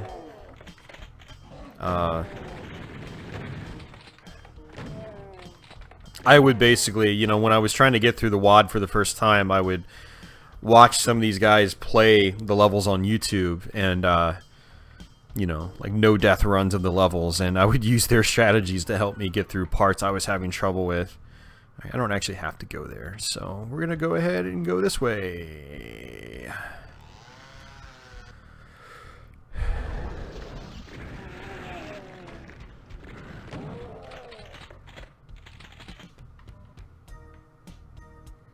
Hey, Ken. Nice, Brandon. Having a cold one and watching Doom 2. Life is good, isn't it? Ugh.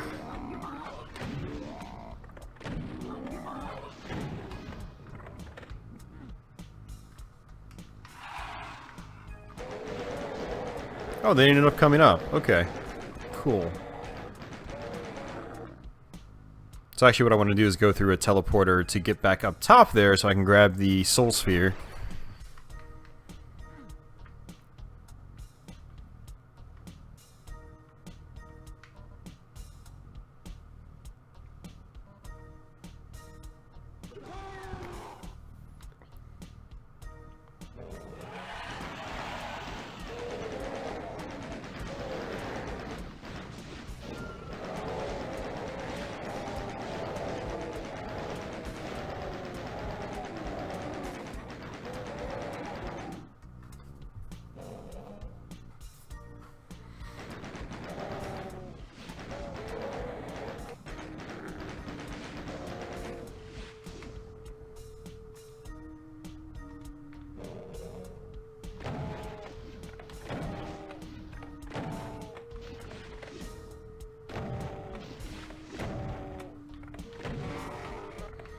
Are you and your bro going to do any more vids again anytime soon? I don't know.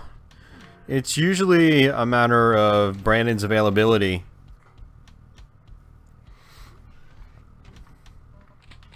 So we were talking a little while ago, we want to do GoldenEye for N64. Because that's a game that I've never finished. I don't know if I will ever finish it. But my brother's pretty good at it. he can just tear through most of the game. He's got it memorized pretty well, so I'd love to see him play through GoldenEye and do a Let's Play of that. And as far as other games, it's just, you know, it's all up to what he wants to do. I don't think we're going to do any more Donkey Kong playthroughs. Because I think he's like well out of practice on like DKC 2 and 3. Part 1 was like his jam, and that's what he was really good at. I know he's put time into the other ones, but he hasn't played them recently, so... And I'm not going to do a Let's Play of something where, like, we're not half decent at the games we play, you know. But Donkey Kong Country 1 was a no-brainer with him, because he was able to 101% it.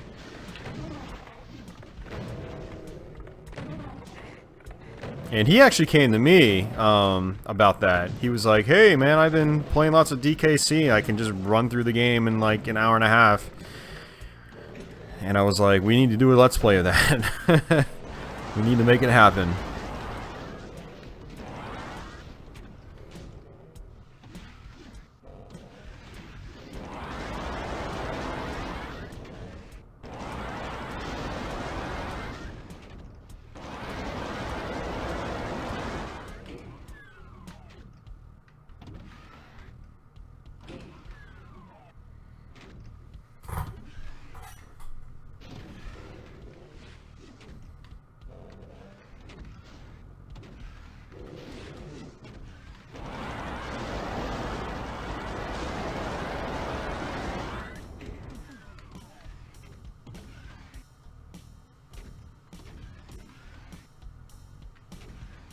I will probably not ever do the Immortal. I've seen people play that, and it doesn't really look like my cup of tea. I mean, maybe I'll give it a shot someday, but as a Let's Play, I'd say probably not. I mean, unless I play it like on Twitch or something, and I finish it, and I enjoy it. Especially if I enjoy it, I'm more likely to do a Let's Play on it, but... yeah, pretty low on the list of my priorities right now. But maybe I'll give it a shot sometime just for fun, like on Twitch, like I said. I know there's also an NES version of it.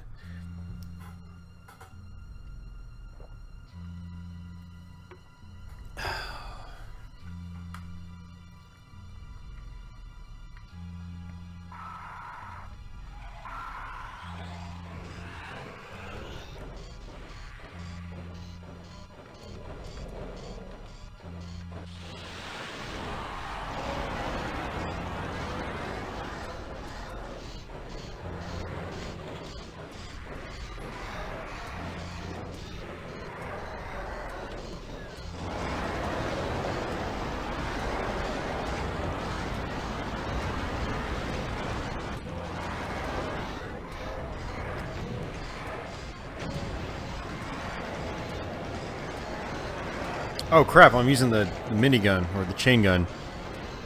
I thought I was using the shotgun, but of course, you know, since I can't really hear what I'm doing, I can't use the audio cues I normally would. And the thing is, picked up the partial invisibility power-up, so I wasn't able to actually see my weapon very well. I thought I was using the super shotgun, but apparently I wasn't.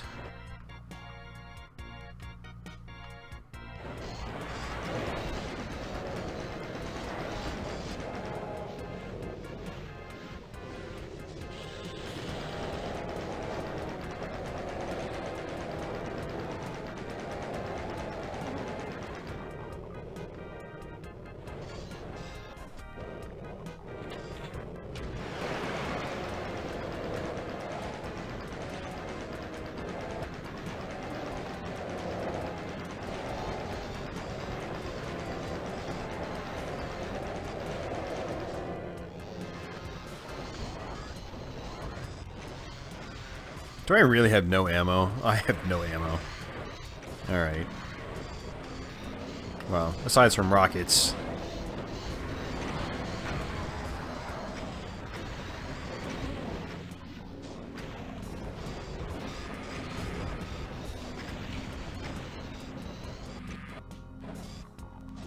Alright, all the revenants are dead.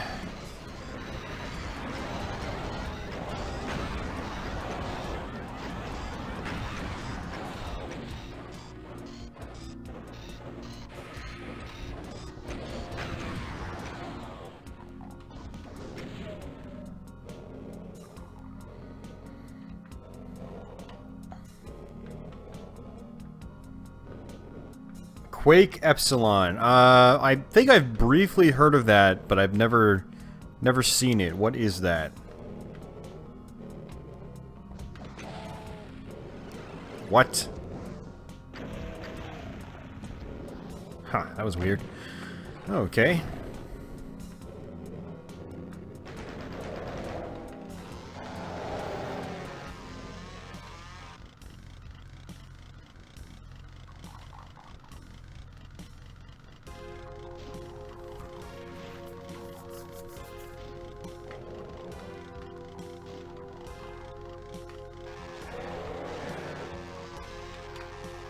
So one of the downsides of Doom 2 is there are some levels that are just a little too open-ended for my taste. Like this level, once I get to this level, I usually start losing interest in the game.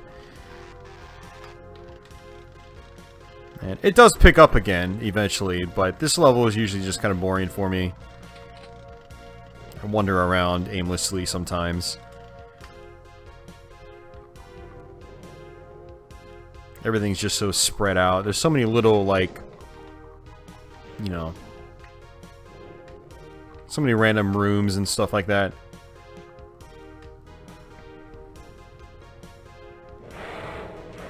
Hey, see ya, Marcelo. Take care, man.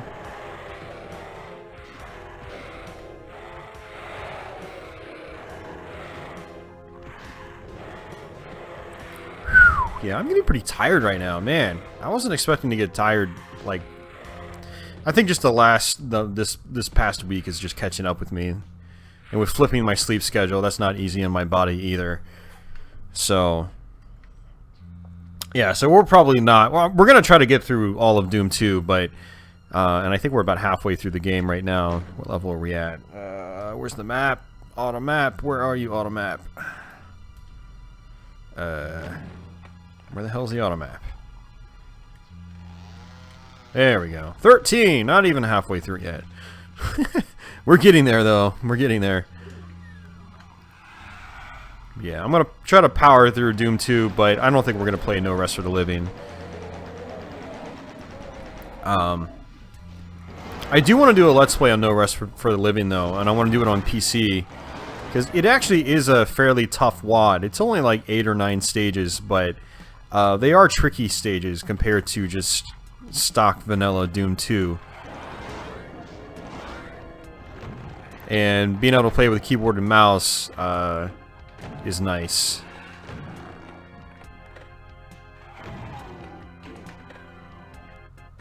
So the WAD actually originally wasn't available on PC, but it did somehow get leaked at one point in time, and so you were able to download it and play it through a source port. Actually, you might have been able to play it through the old traditional means from back in the day as well, but, you know, command prompting the WAD to play it.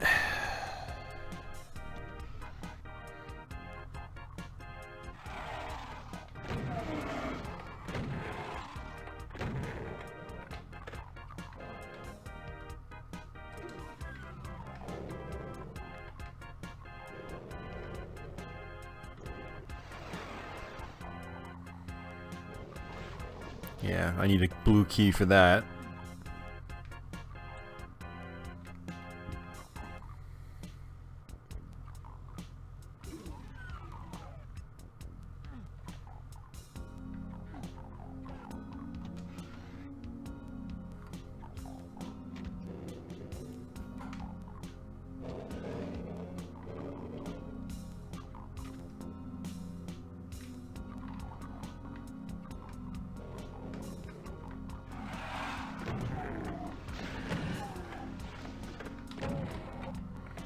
Yeah, and it's like every time I play this level, I have to relearn the flow of it. It's one of the things I don't like about this stage. And it's a personal problem more than it is a game problem.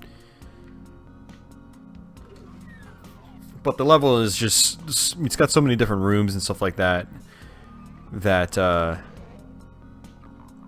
always forget where, like, certain teleporters take you, or which teleporter I should take, you know, to get the keys I need to actually progress. So, like, now I need to come down here. That sucked.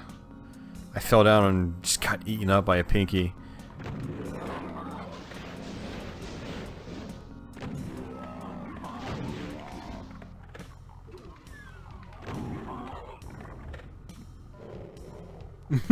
He goes, gosh, this level is a downer. Going to take a shower and grab a fruit snack. I'm sorry, guys.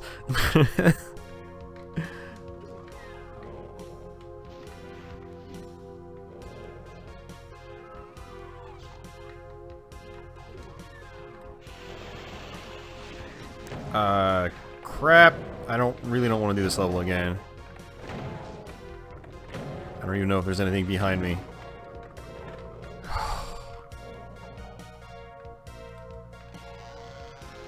Shoot. So Quake Epsilon. Quake Epsilon looks great, but the geometry is the problem.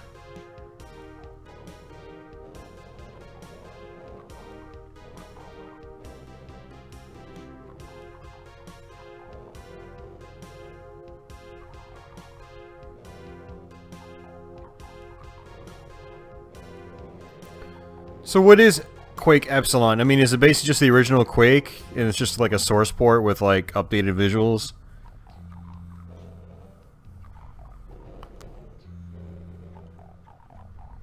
Okay, I'll have to look into it. I'll see what it's all about.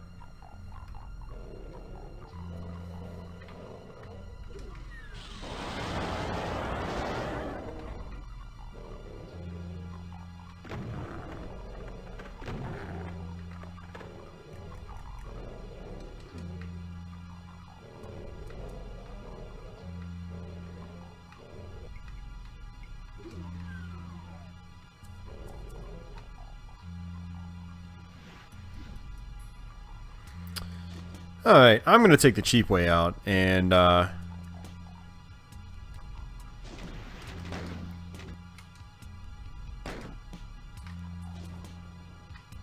quick save it just in case I do die.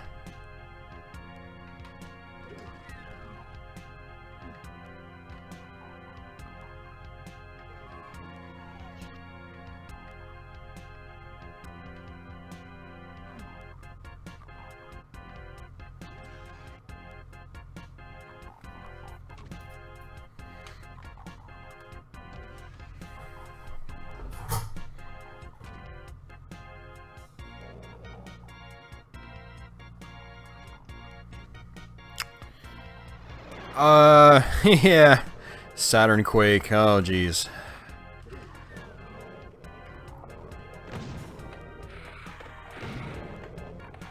Yeah, Saturn Quake is, and I think I offend some people with this opinion, but Saturn Quake is, very technically impressive, but it's not very much fun to actually play. Particularly if you're trying to play in the hardest skill mode. It feels like half your bullets just go right through the enemies much of the time. Interesting technical showpiece, great lighting, things like that. Pretty awful gameplay, though. It's really a far cry from the original PC Quake in terms of gameplay. So, I like to give it praise for its technical achievement, but as a game itself, it's not very good. It's not very enjoyable.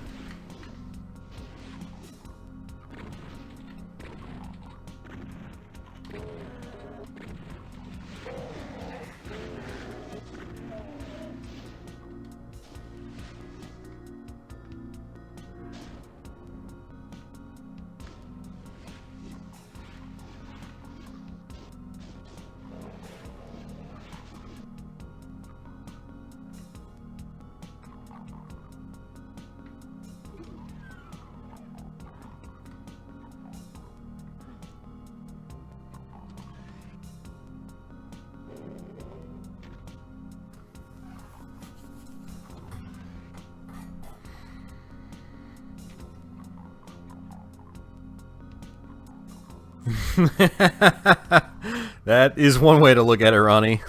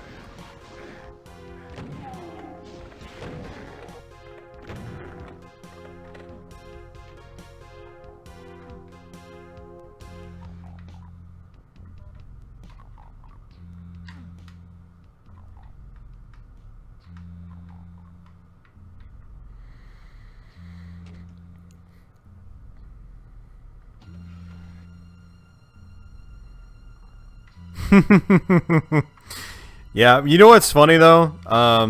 I'd actually rather play Saturn Doom than play Saturn Quake. At least in Saturn Doom, you know, your shots actually make contact with your enemies when they're supposed to.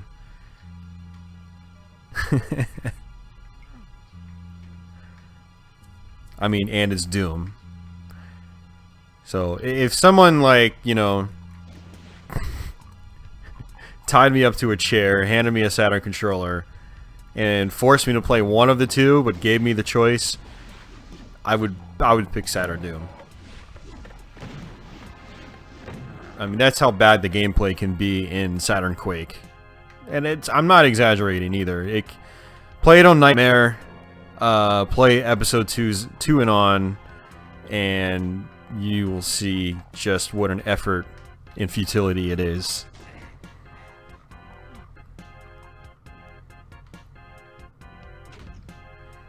But yeah, I love the, you know, for a Saturn game, I love like the geometry, I love the lighting effects, you know, and Quake is one of my favorite games of all time, so seeing it on the Saturn is, you know, it always gives me a nice little fuzzy, warm feeling for a little bit, just seeing it, you know, firing it up on the Saturn.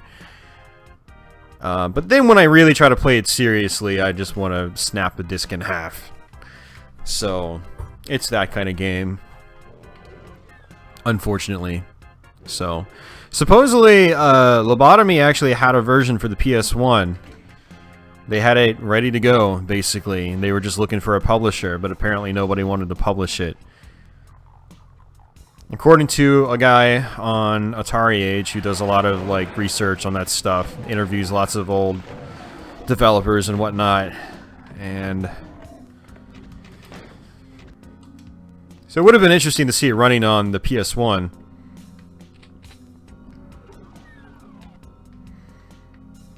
Although it doesn't necessarily mean the PS1 version would have been better if Power Slave was anything to go by. The Saturn version was actually better.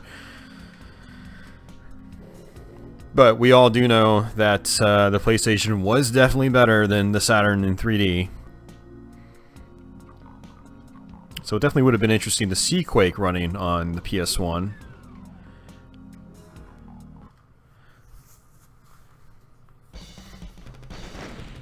But would they have fixed a lot of like the hit detection issues and stuff like that?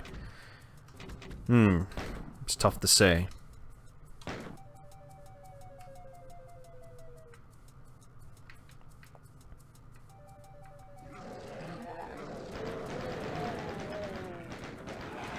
But yeah, first-person shooters on Saturn. Unfortunately, the Saturn wasn't really a first-person shooter beast, unfortunately. But if you do want to play good FPSs on it, Power Slave and Duke Nukem 3D are your best bets. Duke Nukem 3D is actually one that gets kind of like unfairly knocked on the Saturn, I think. Which is weird because it plays a hell of a lot better than Quake. Yet Quake is the one that gets all the praise. Again, because it's a technical achievement. But Duke Nukem actually does play well on Saturn. And it's Duke Nukem freaking 3D. So, yeah, Power Slave and Duke Nukem 3D are your best bets. Some people like Alien Trilogy. If that's your cup of tea, that's another decent option, apparently. That's one I never really got into, either on PS1 or Saturn. So one of these days on Twitch, I'm going to have to try to go through that game. Games like Gen War are kind of mediocre. Congo is pretty terrible. Doom obviously has its issues. Not really worth playing on Saturn, unfortunately.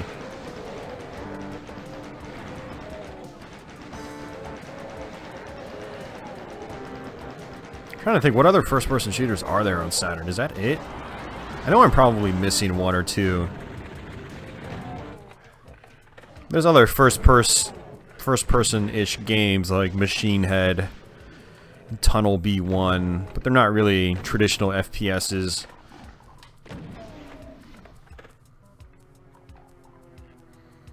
PS1 Quake 2 was pretty cool, Ronnie. I agree, man. I played that a little bit on Twitch a couple months ago, and it was fun revisiting that.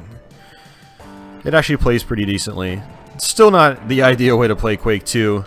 You know, you're best off playing it on PC, naturally. And it hasn't aged the best on PS1.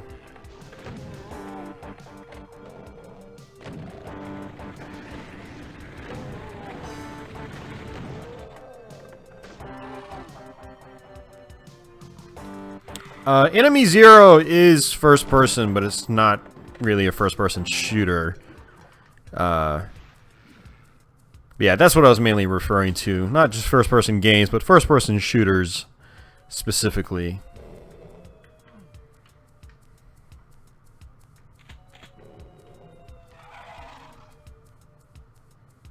Oh yeah, Hexen. That's right, Hexen was on Saturn.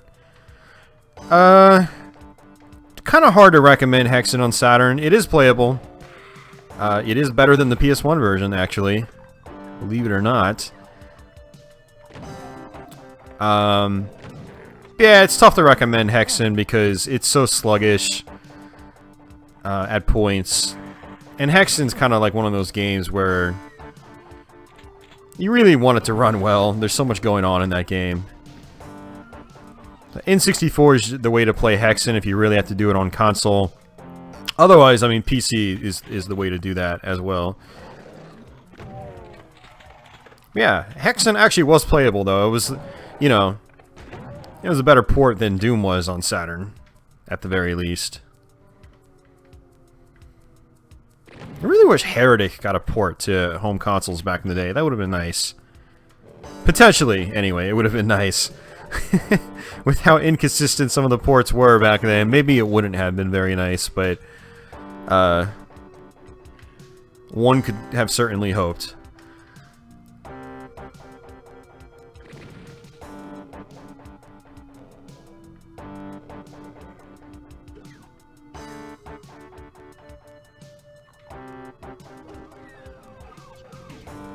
See ya, Brandon. Take care, man. Thanks. Always great to see you here, dude.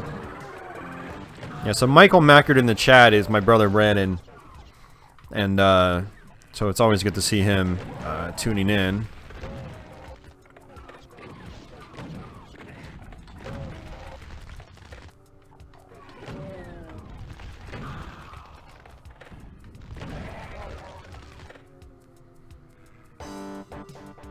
Hexen uses the mouse. I never heard of Saturn Hexen using the mouse.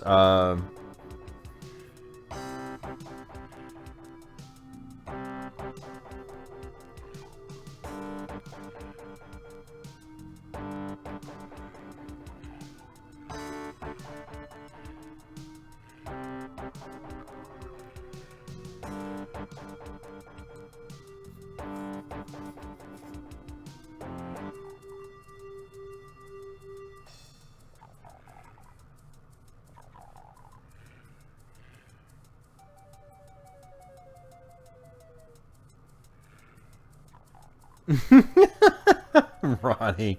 Bernie Stolar didn't kill Sega. Sega killed Sega. Oh, man. Sorry, I'm just scrolling out through the chat. Seeing what you guys were saying.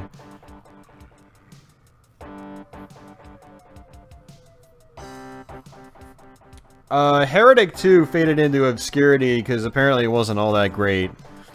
And Hexen 2, doubly so. Hexen 2 just was not all that great. If the game isn't that good, or doesn't really resonate with people, it fades into obscurity, so... And a lot of actually PC games from that time period, you know, Heretic 2 era especially, have faded into relative obscurity.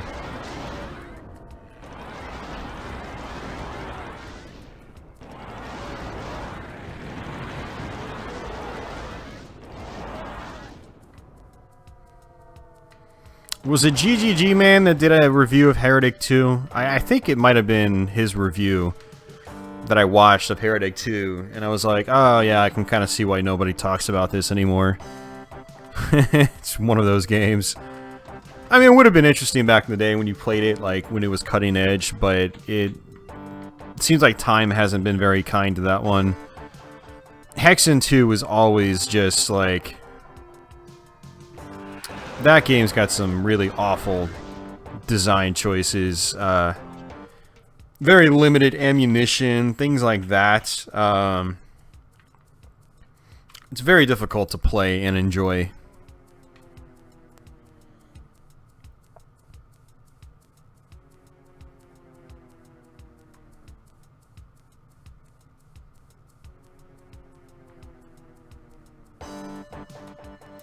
Yeah, Ronnie, you like Hexen 2, but how far did you actually get into Hexen 2? Just out of curiosity. I know you like to play games, but I also know you like to play games for like 5 minutes and then never play them again.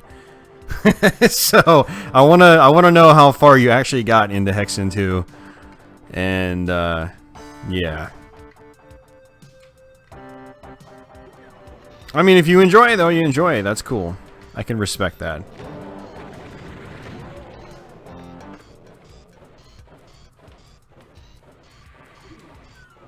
GGG Man did do a review of Heretic 2. Yeah, okay, that's where I saw the review of Heretic 2 then. Because I know I didn't seek out a review of Heretic 2, but when I found GGG Man's channel, thanks to Ronnie, I pretty much binge watched like most of his videos up to that point.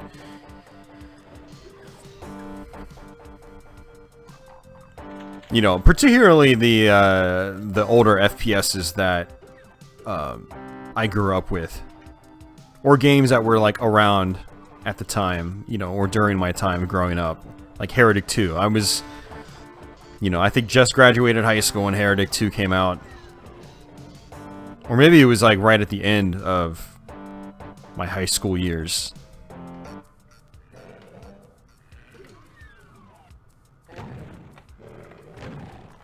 And I'm really not focusing on this game, by the way. That often happens when I play Doom 2, and I get to these levels. I'm not the biggest fan of these later, like these mid-level levels, mid-area levels, midpoint levels. Yeah, we'll call them that. You did not get very far. Don't judge me, you fiend. Hey, Ronnie, I'm just saying, man. I know how you work, dude. I know how you work.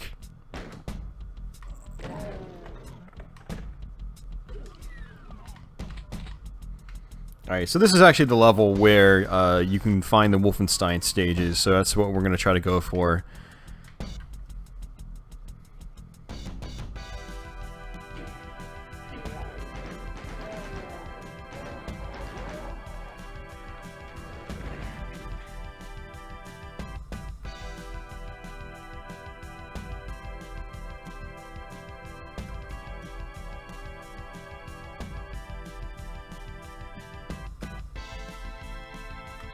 Thanks, Ronnie. I appreciate that.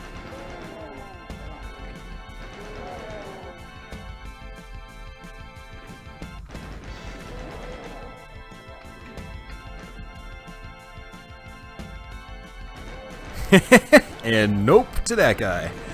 Thanks again, dude. I appreciate it. You beat me to it, man. I was like right on that trigger, and but the message got blown away before I was even able to touch it.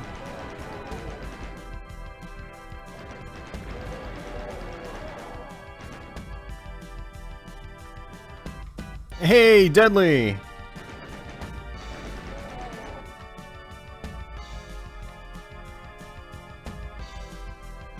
How's Deadly doing tonight?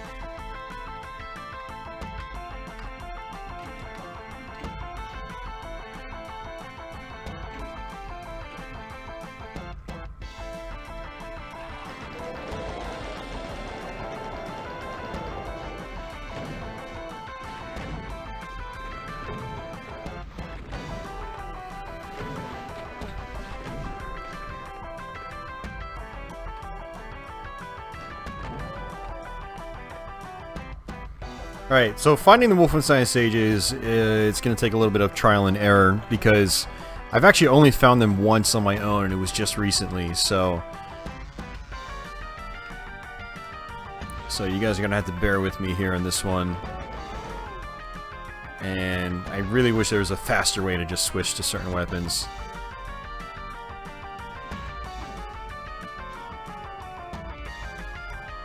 There we go. Just trying to switch to my regular shotgun because it's better for picking enemies off at a longer distance. The super shotgun's not very good for that, unfortunately. But the regular shotty is still decent for that.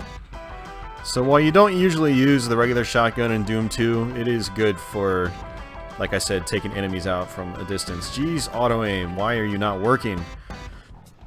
So Doom has auto-aim, so enemies higher than you, your bullets will go in that general direction. But in this Xbox version, it just feels like it doesn't want to work as well as it's supposed to.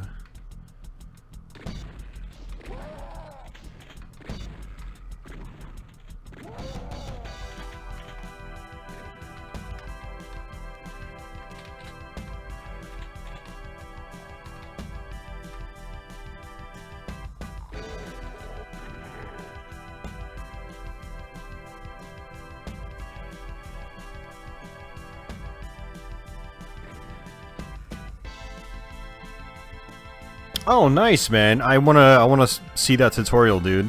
Thanks for the heads up on that. Once I get my new PC up and running, I wanna, be messing around more with Z-Doom and stuff like that, streaming more Doom on PC.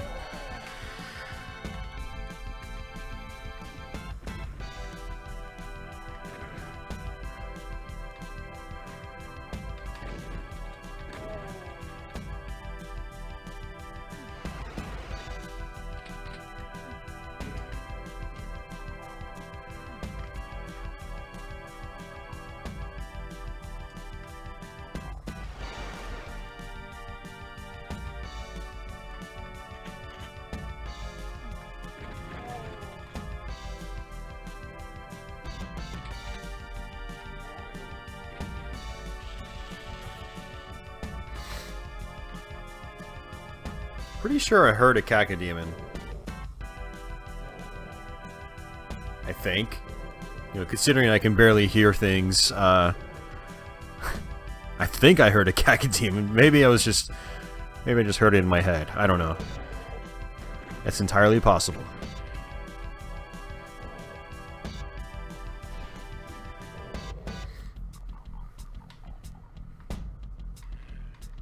Yeah, the Burger Becky stuff is really interesting.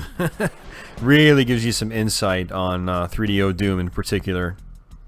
But other stuff is interesting to hear her talk about as well.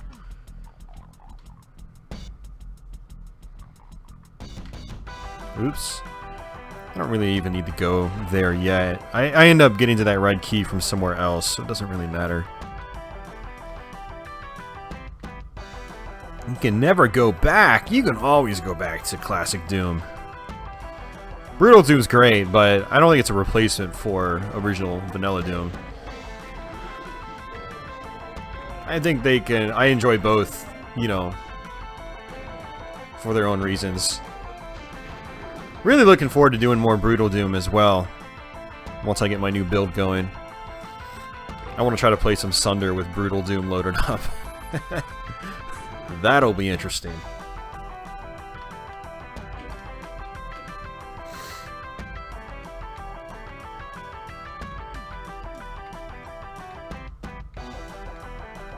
The original Doom 2 was this clean, yes. This is pretty much the exact same thing.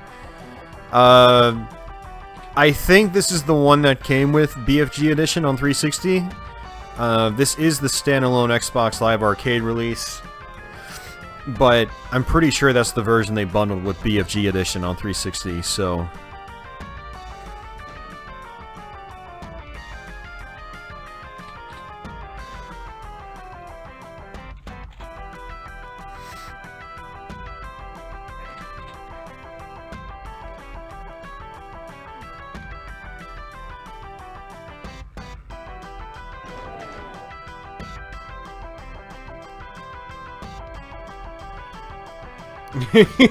You like your 8 FPS Doom. Yeah, well, that's one of the problems I have with Sunder right now, is the later stages on that mod, my PC just can't handle them. But I'm building a new rig. I just got the replacement motherboard today, and it should be able to handle it, no problem. Absolutely no problem. Alright, I'm going to switch over to the BFG.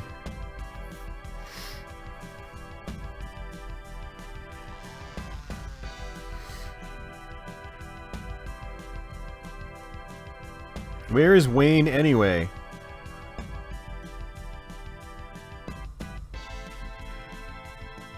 We talking Insane Wayne or the Wayne channel? He was here earlier. Or are we talking about a different Wayne? Zerto, yeah, the level has changed.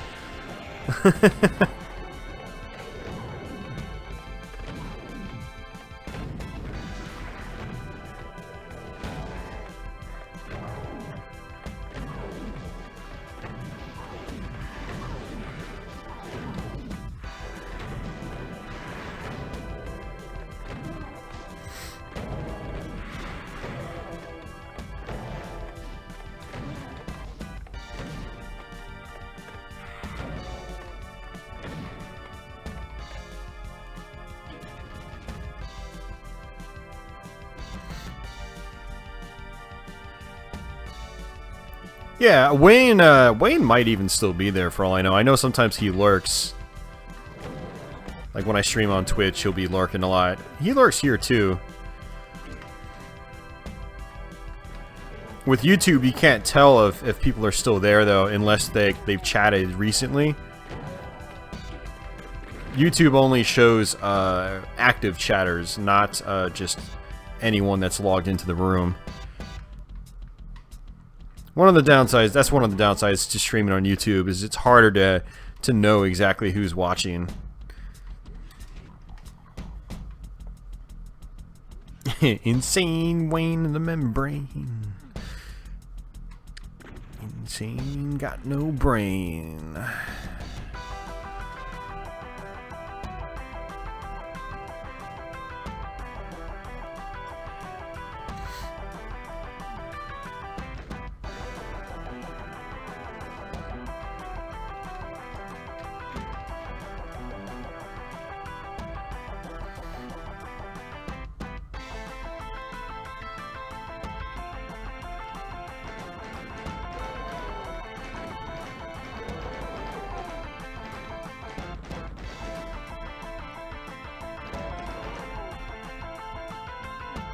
Oops. Why did I do that? Yellow key for the yellow door on the other side. I need that red key though. Crap.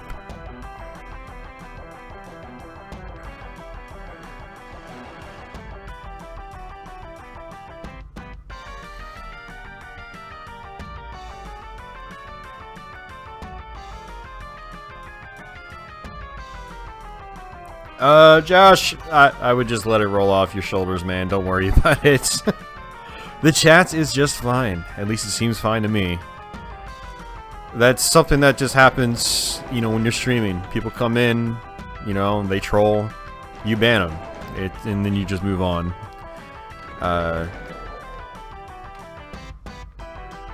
It's when streamers like let the trolls get out of hand and just let them egg on the other, you know, the other viewers.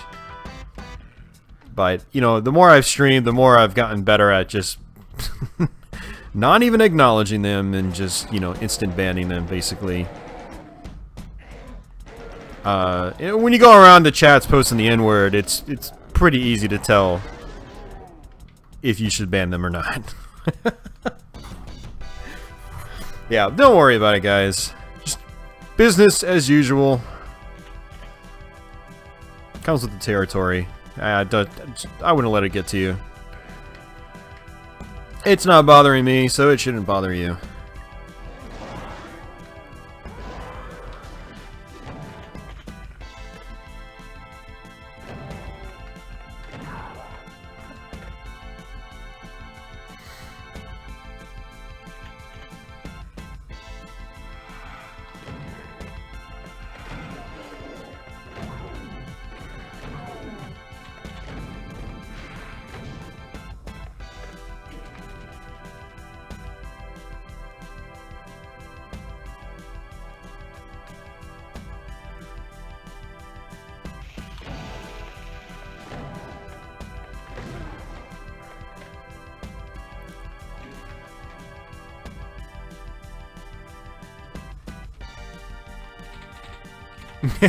Yeah, pretty much, Ronnie.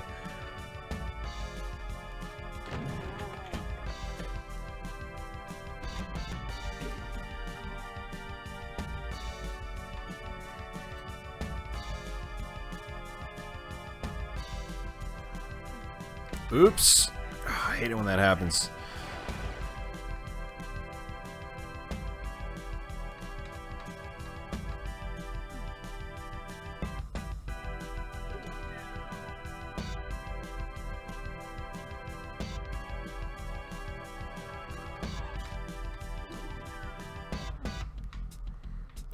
Alright, so the Wolfenstein level might actually be there. So there's another switch I have to flick. See, what I actually wanted to do is get the biosuit first.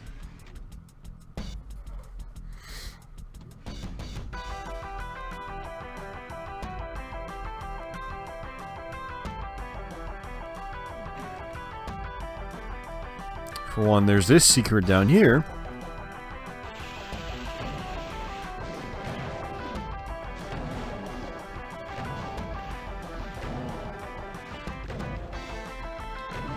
And there's good old invincibility too, which isn't going to do me a whole lot of good right now, actually, but it is something.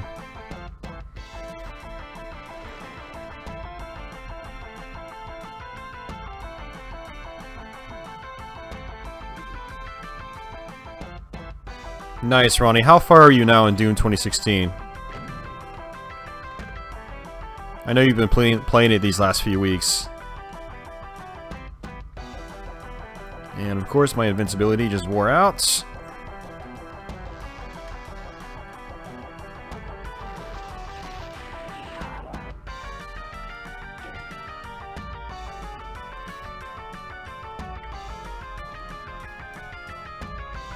Alright, so did that switch do anything?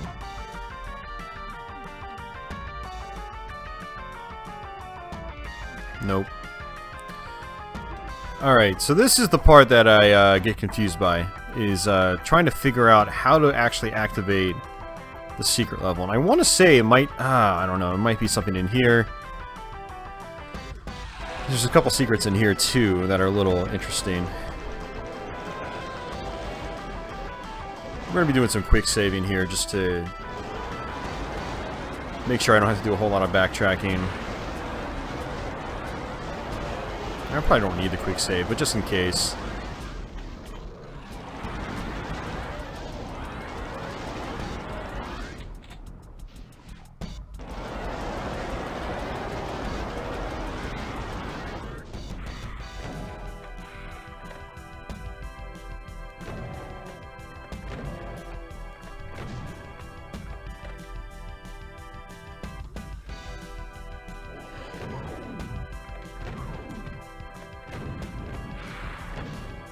Yeah, somebody actually posted a tip earlier saying painting elementals can't hurt you if you get right up to them, and I just tested that and it looks like it does work. Can't believe I'm still learning stuff about Doom. Like I keep thinking I know everything about it, and then a little trick like that is revealed to me, and it actually kind of changes things quite a bit. It's nice.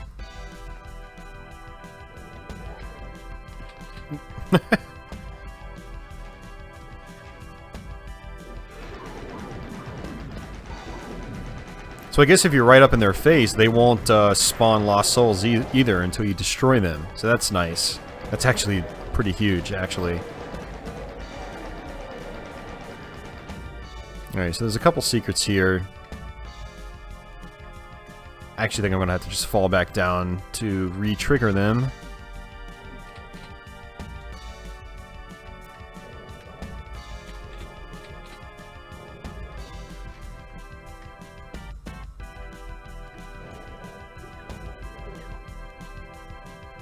Yeah, there's that secret. And there's this one. That's right. Can't you fall down? I wonder if that's what activates the hidden level. Yeah, like I said, this is the I've only found this the hidden stages once.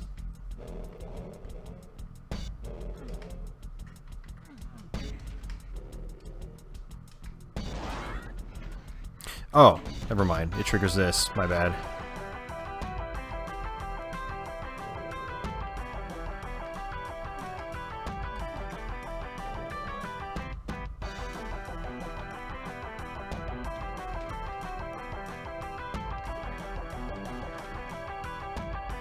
What the hell? Huh, that was weird.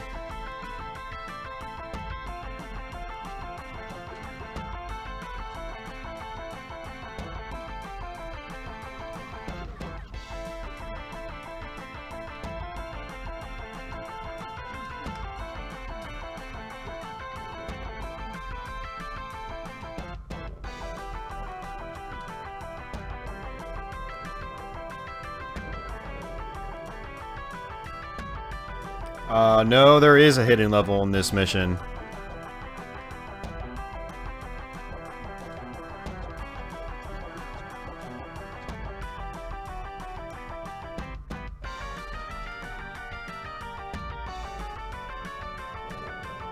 It's the level where you find the Wolfenstein stages.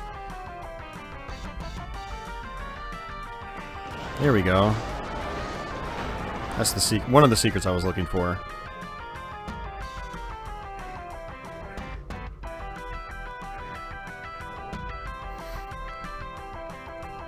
Alright, let's see. Yeah, see, I don't think any of that did anything.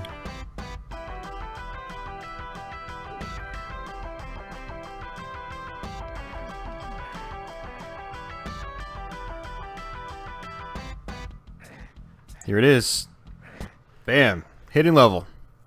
2 levels, actually.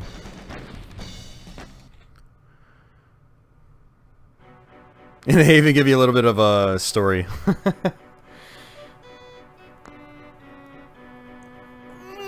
You found the... Look! It even tells you! You found the freaking secret level! So don't tell me there's no hidden level in this mission.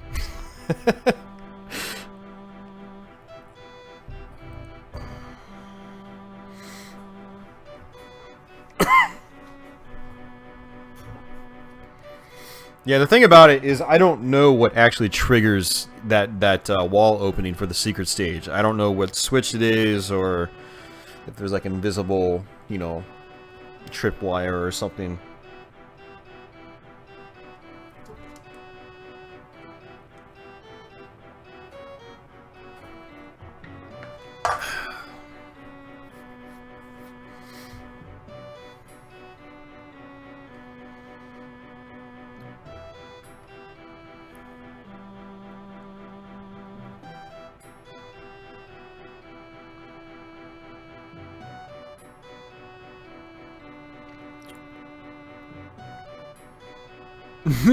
Have you hugged your pain elemental today?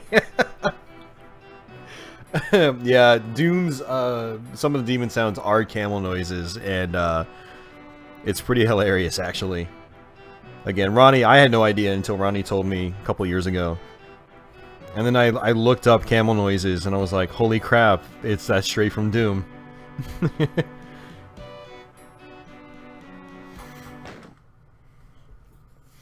Alright. So that's actually pretty cool we got this, because I did not find it in my Let's Play.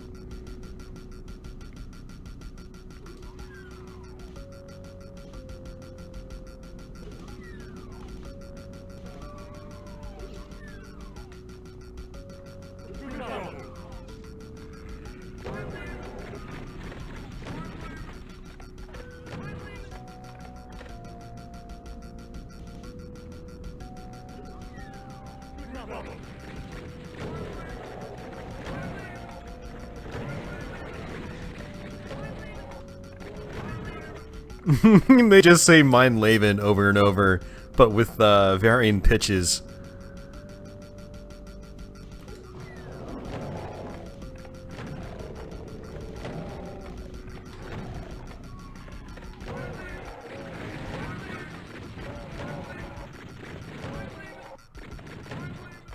Mein Leben, mein Leben, mein Leben, mein Leben, mein Leben, mein Leben. This map is hard with Brutal Doom.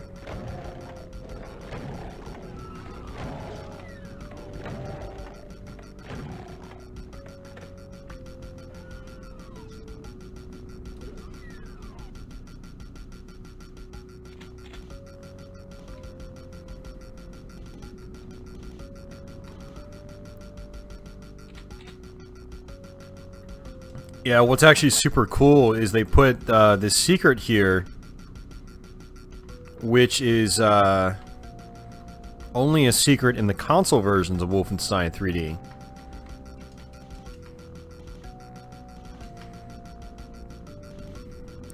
So like in the console versions, you can come over here, open up one of these walls, but not in the original PC version.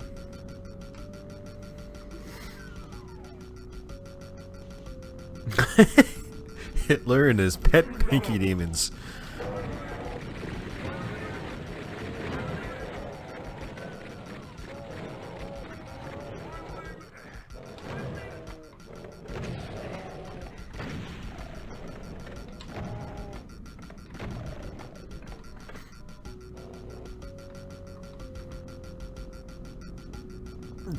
They can duck and roll in Brutal Doom? That's hilarious. I need to try that when I get my PC up and running. I definitely want to try that. I never even thought about the SS soldiers in Brutal Doom, because you only see them in 2 levels. So I just never even thought about that.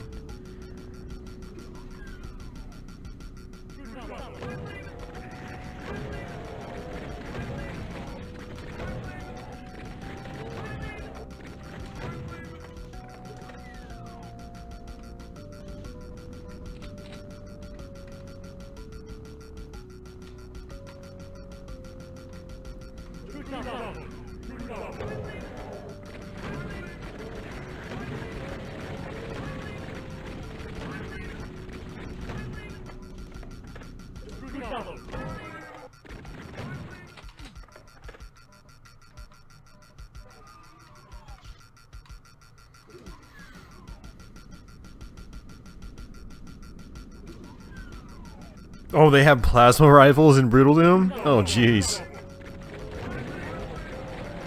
That actually sounds kind of awesome. I definitely want to see that now.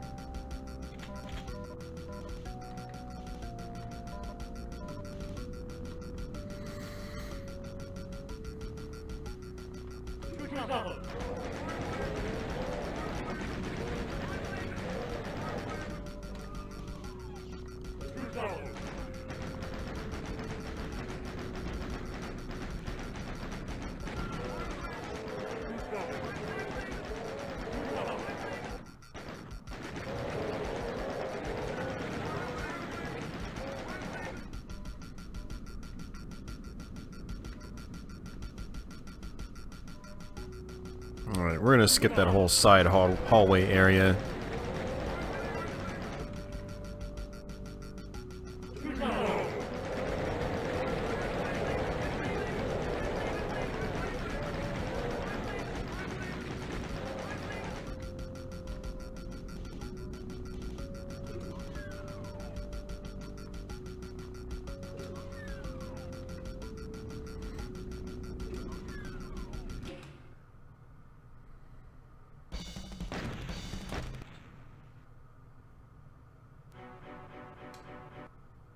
Oh, shoot, I wanted to read that. I didn't think I was going to skip through it. So we just found the secret level. The traditional Wolfenstein 3D secret stage.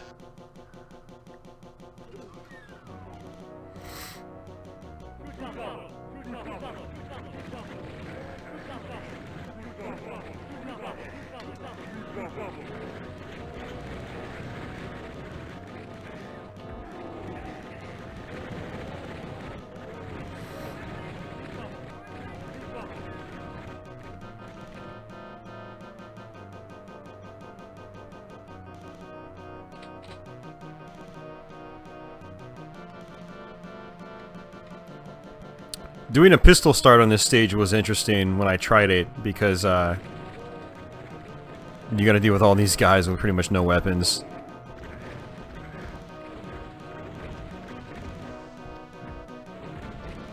Monster infighting for the win.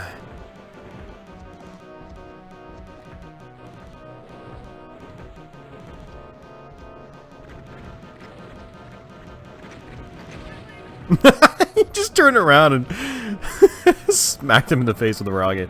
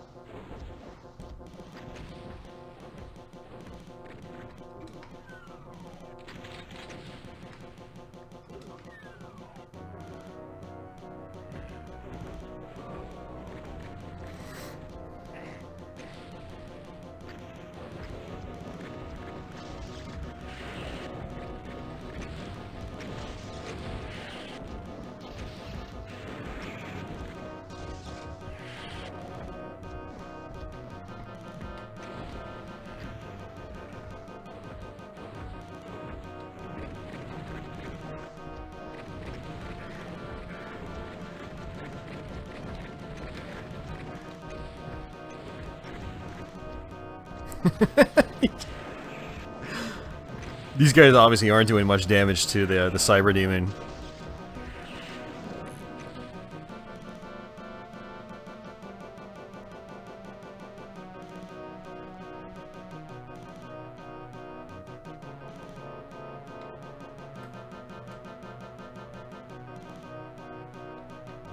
Zerto, no. So these pillars, they don't hurt you or hurt anything. They basically just act as doors. And if it comes back down, it just goes back up like it's a door. See? So that's what would happen if the Cyber Demon was under it. It doesn't... Yeah, these aren't crushing walls. They're just programmed to activate like a normal door does.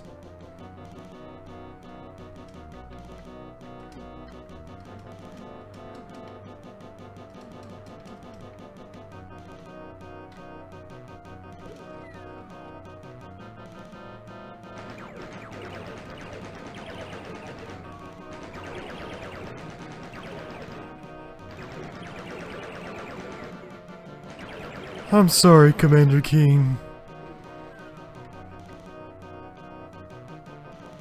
I feel bad every time I kill Commander Keen.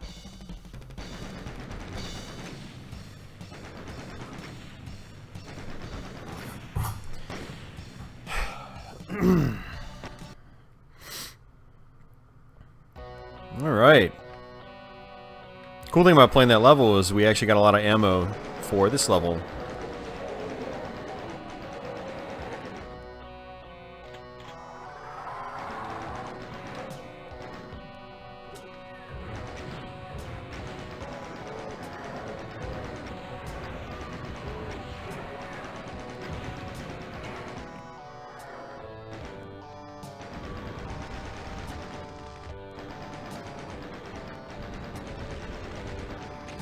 Oops.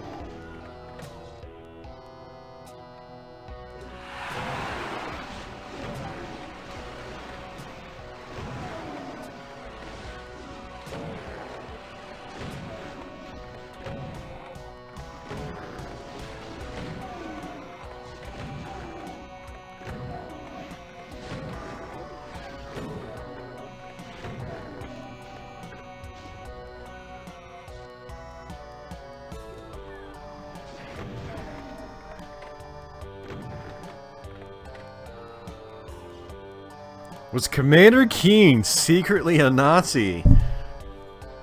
I think we are on to something.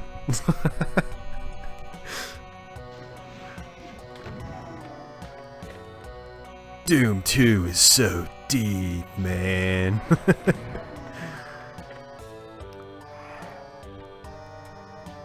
I think the general consensus is people feel that the developers put Keen in there on that stage because they were done with Commander Keen. You know, Doom was the future, Commander Keen was not.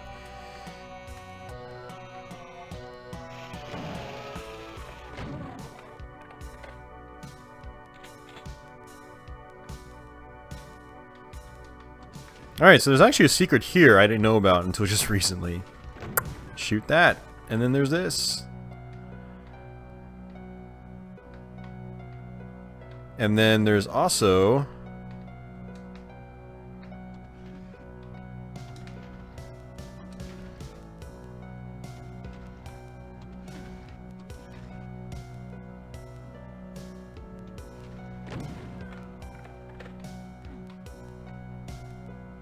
that.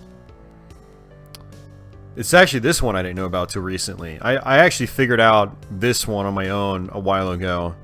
You shoot that little, you know, red texture area. But then there was this set of, like, eyes here I noticed. I was like, huh? What's the point of that? And sure enough, it opens up this little area for some ammo. So really good information to know on this stage because this is another one of those levels where when I get to it, I usually start running out of ammo by this point. You know, they start starving you of ammo more frequently.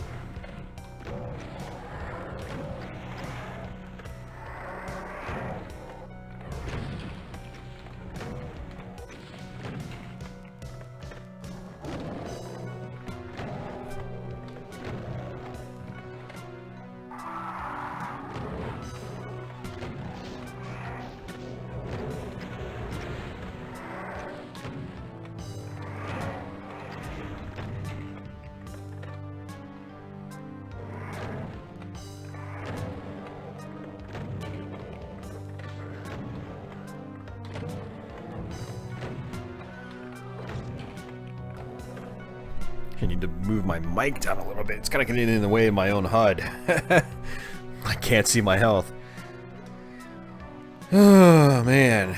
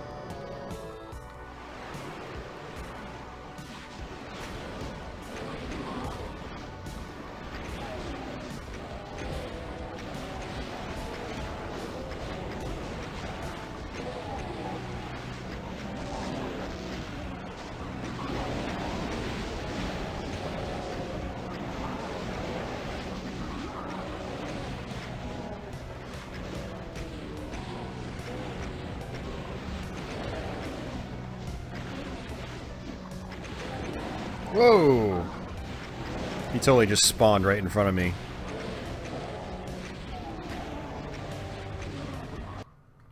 Oh my god, it happened again! Oh, that's just crap, man. Please tell me I saved it. I don't... That's not this level, is it? Let's see. Oh, shoot, man. I'm gonna do the whole level over again. Yeah, and we had the pistol started, too.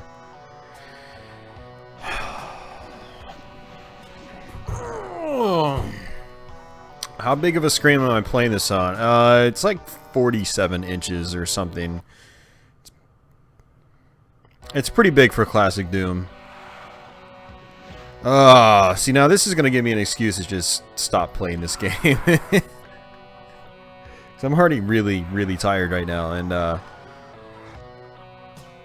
going to feel bad, like, ending the stream early. Because I did say that, like, we'd go through the whole game, but, I don't know. I'll try to tough it out. We'll see.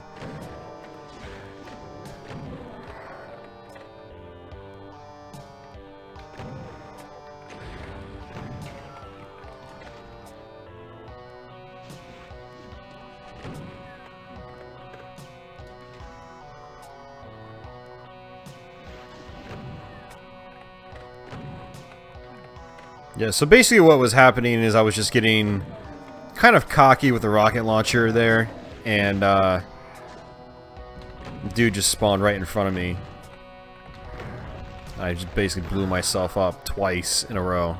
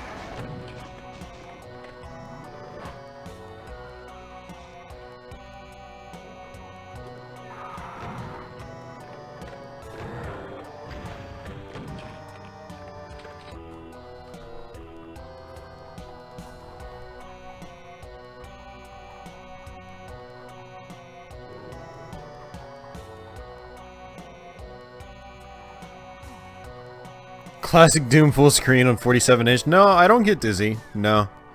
I don't usually have an issue with like motion sickness and first-person games.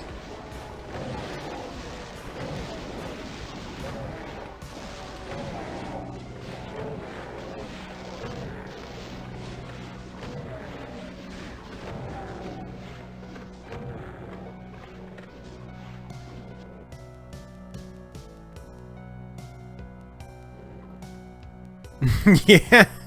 Yeah, the Archviles, indeed they are. Indeed they are.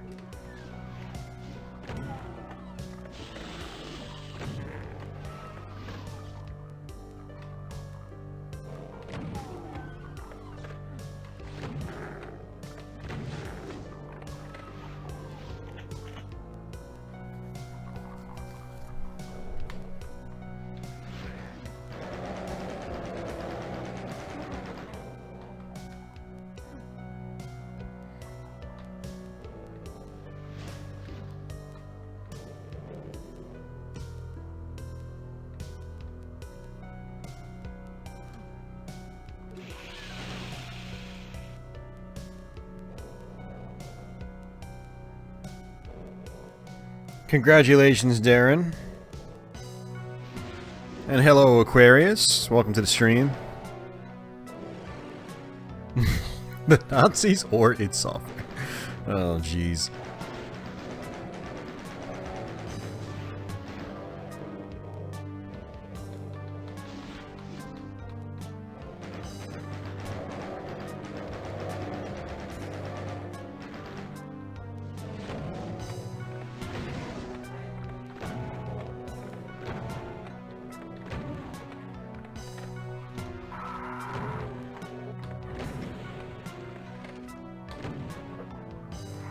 Whoa there, Hoss. Okay, maybe this wasn't such a good idea.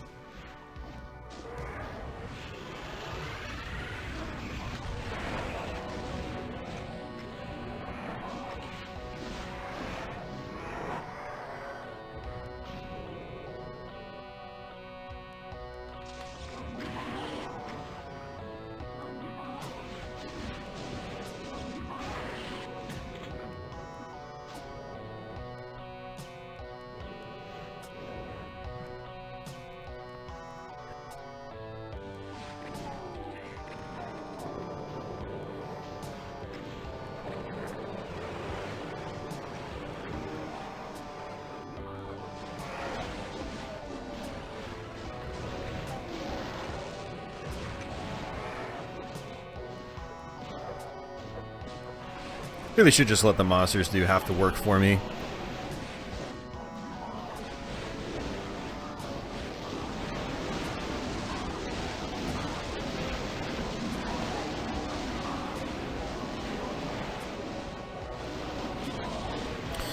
This is the old Xbox Live Arcade release of it, and I'm pretty sure that's the same version that was on the BFG edition.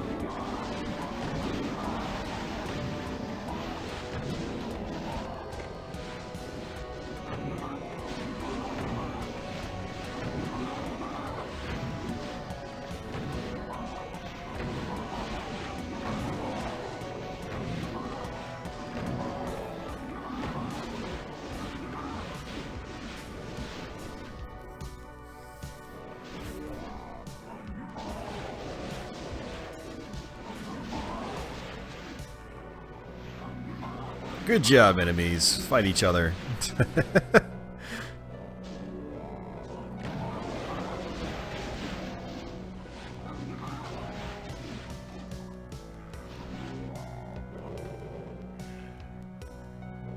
Is he gonna shoot? Come on, Mancubus.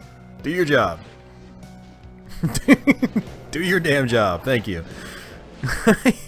I swear he walked like halfway across the map without firing. That's weird.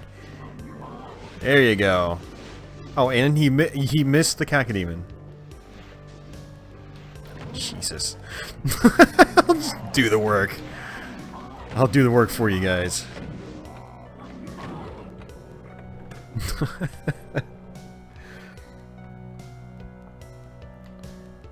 Yeah, and they changed the medicine capsules due to how the Red Cross apparently trademarked. Yeah. Yeah, can you believe that? That's just crazy.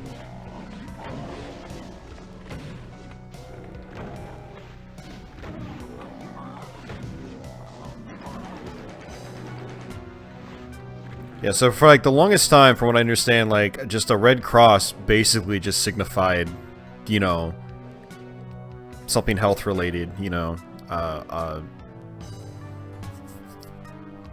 first aid kit or something like that, or an ambulance, or and the Red Cross freaking copyrights it, and so it gets chopped out of Doom and Wolfenstein, actually. Yeah, so Wolfenstein 3D, the same thing happened. They brought it over to Xbox Live Arcade, and the health kits were changed to like these little red pills or something like that.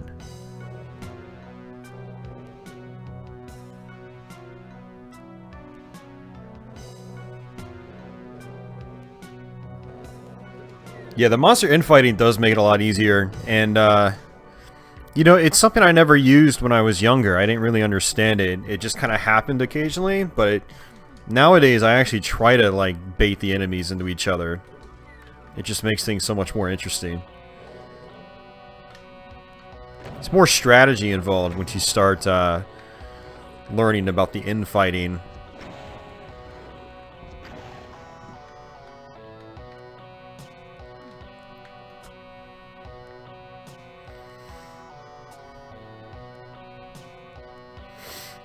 Yeah, it really sucks I died, because I had so much good ammunition, and now I'm kind of like, just skating by. I have no bullets, only 20 shells. So not a good position for the upcoming stages. I'll be fine, I'm sure, but I'm just a little disappointed that I kind of screwed up there.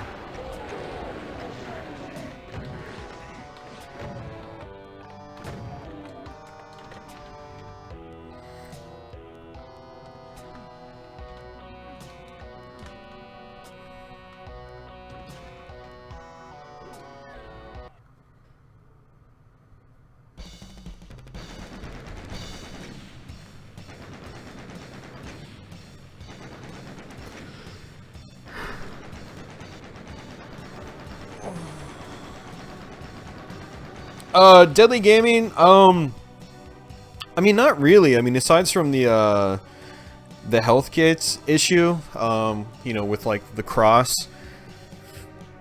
I mean, it's pretty faithful to the PC Doom 2.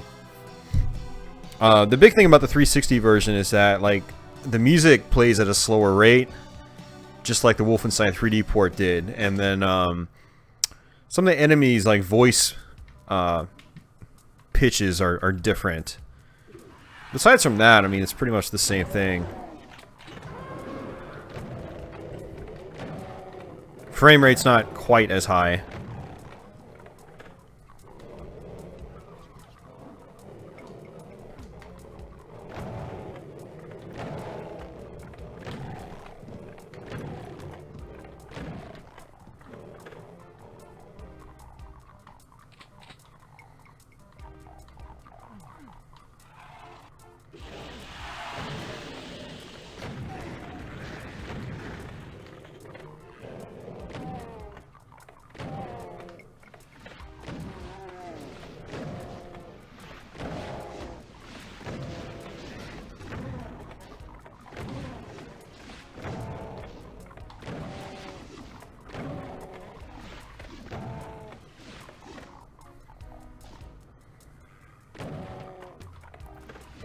What was that, Aquarius? Did you post a link or something?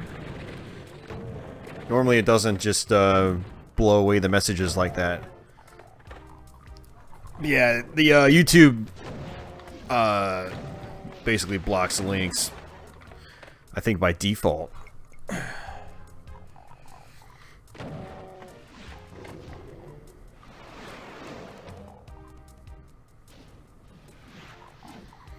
Aquarius, I did, yeah.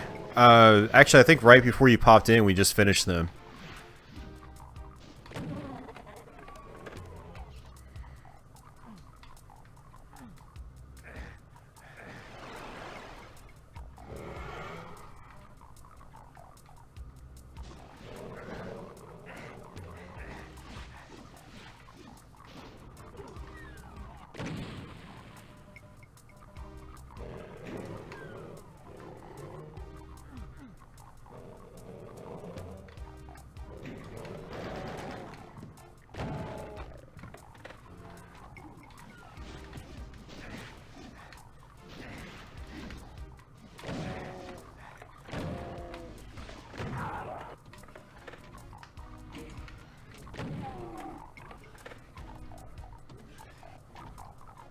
You think Doom 2 is probably the best game of all time.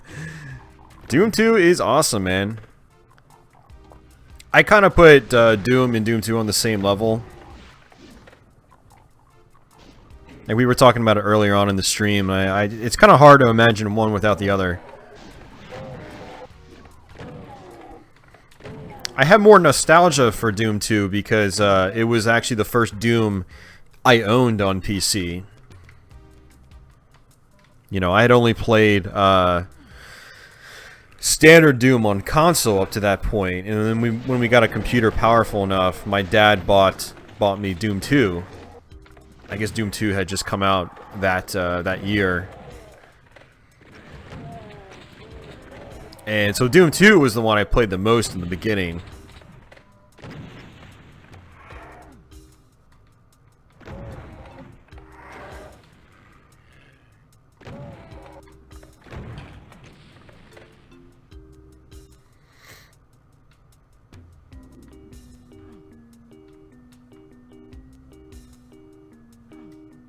Oh, you made a typo in the last message. Oh, okay. Gotcha. I was like, why was the message retracted? That's weird.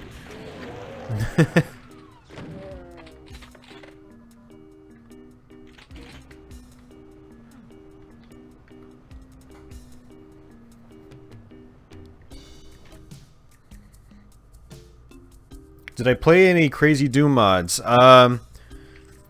In the past I've played a few. I got into Sunder about a year ago and played that a lot. I played a little bit of Valiant. Still need to go back and finish Valiant. I think I got about halfway through it. I attempted to play Swim with the Whales. Screw that wad. I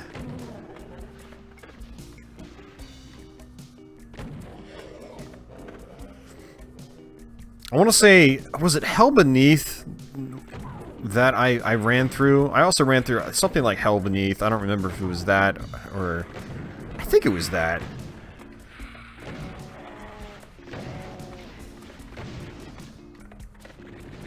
I think those were the main ones that I really played. I just got into, you know, playing Doom WODs just this past year. Up until then, I always mainly just played just like vanilla Doom or Doom 2.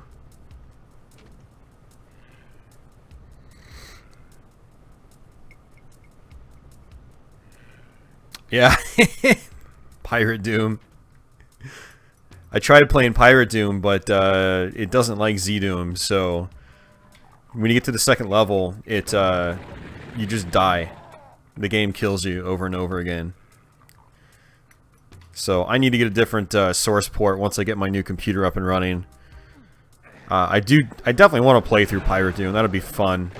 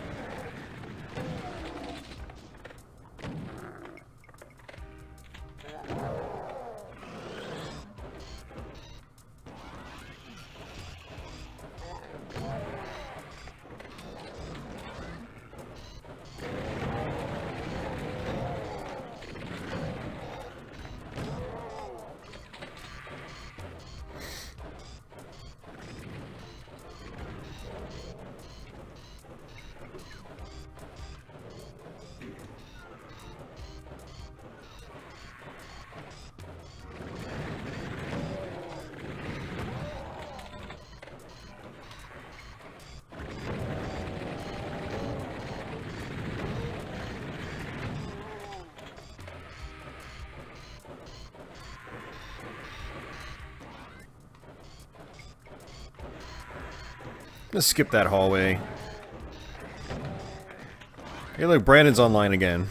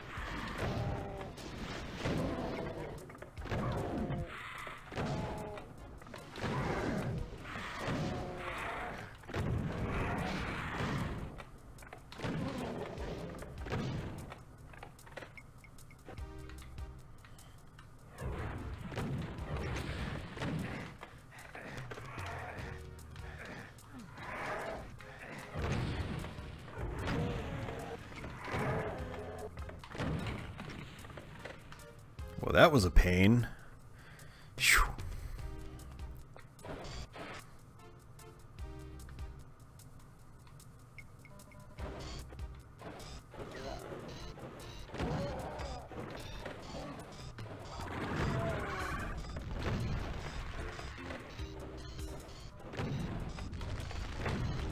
Oh, come on. It's like I got stuck on the wall or something.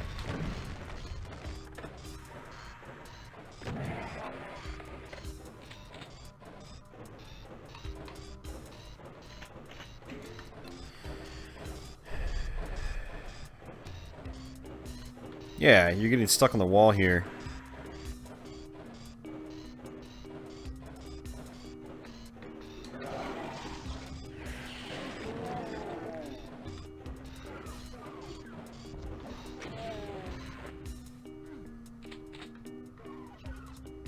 Really wish there was a better way to switch weapons in this version.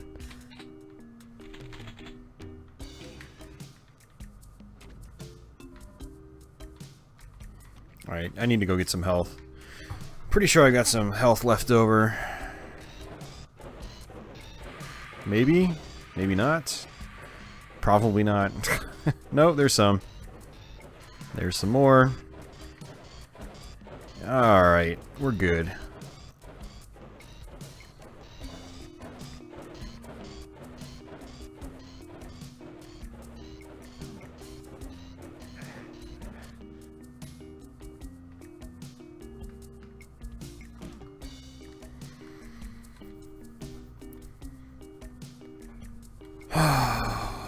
Switching weapons.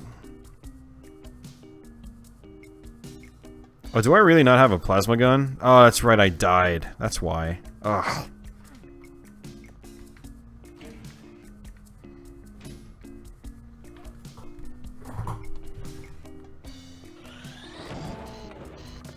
Speaking of which, there's one.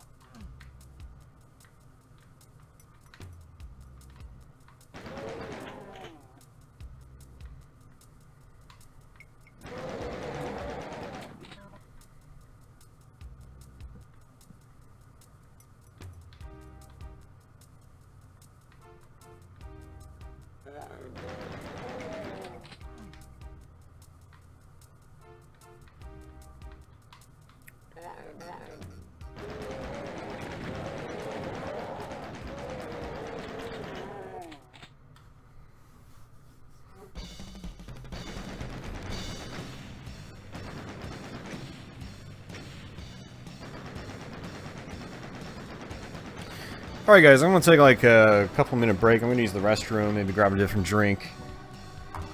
And so I'll be right back.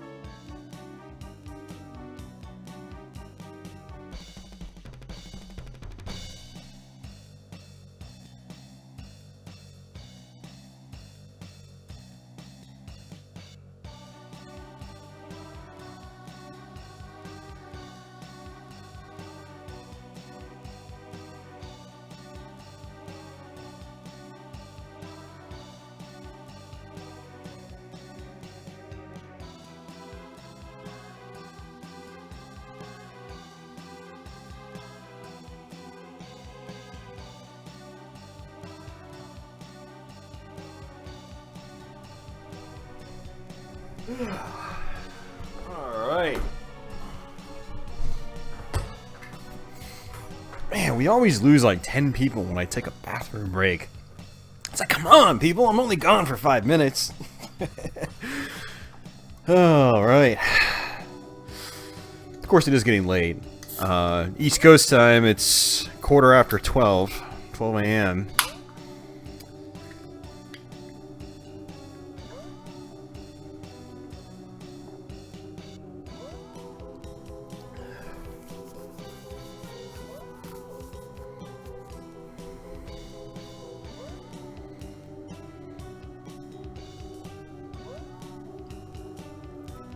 Hey, Tony.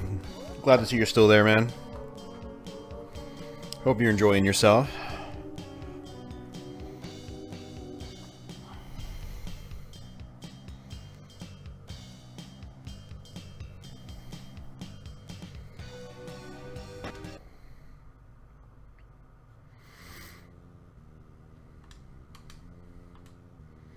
Level 18. We still have like 11 or 12 levels to go.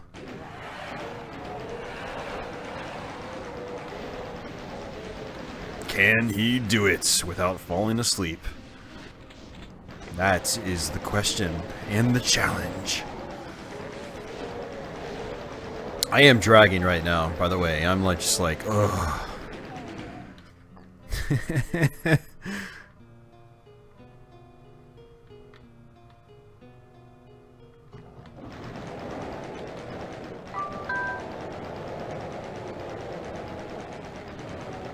You have received an email. Oh.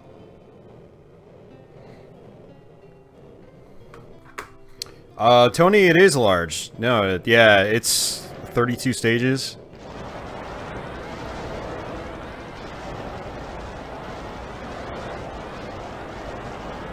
This is actually a section where I could have utilized monster infighting.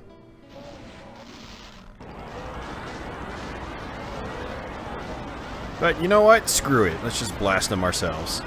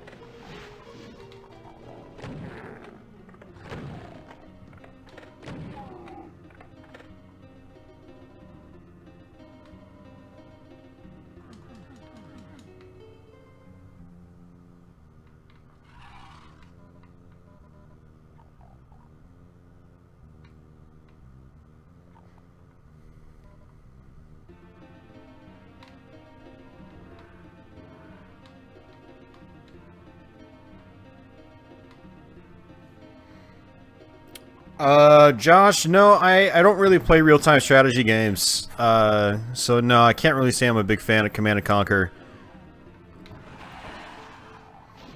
The only RTS I really played a lot of was the original StarCraft, and even then I just played multiplayer, and that was it. If it wasn't for the competitive aspects, I probably wouldn't have even played that game.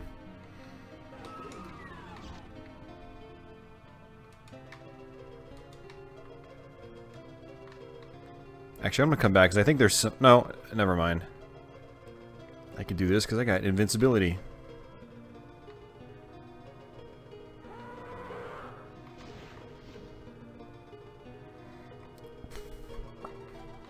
I think this is the one where I get teleported into a room surrounded by enemies. Oh, well, sort of. Not the room I was expecting. I'm thinking of a different level.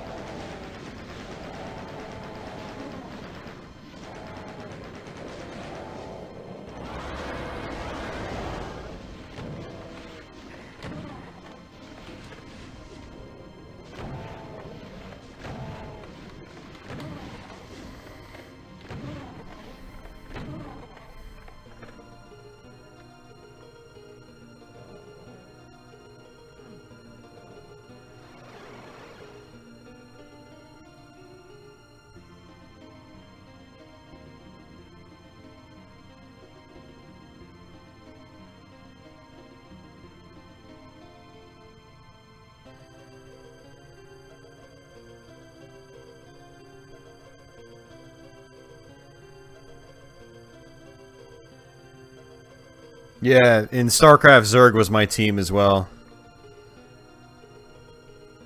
That's mainly who I focused on. So that's who I was good with. As far as energy drinks, yeah, I mean, I don't think they're really necessarily bad for you if you're drinking the ones that have no sugar in them. No sugar, no calories. Or very low calories.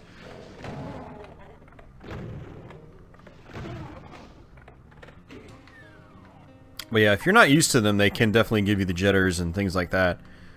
I definitely don't have that issue anymore.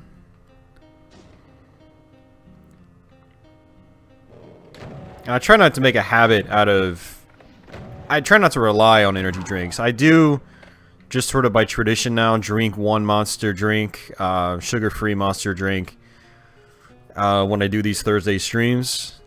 It's just kind of what I do. But other than that, I don't usually drink energy drinks either.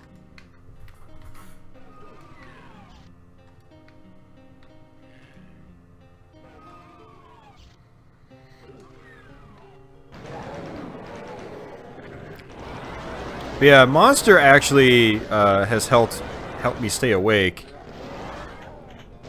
Although I think I've built up a tolerance because I've been drinking them weekly now for a while.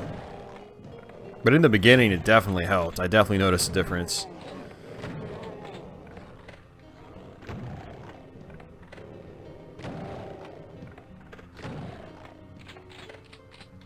Five-hour energy, kind of the same deal. I think I built up a tolerance.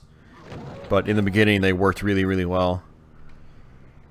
5-hour energy in particular, it's the sort of thing where if you're not used to it, you don't want to pound down the whole thing in one go. Otherwise, you are going to feel like you're on a drug of some kind. It's going to get that heart rate pumping, and you might even feel flustered physically, which is a weird feeling.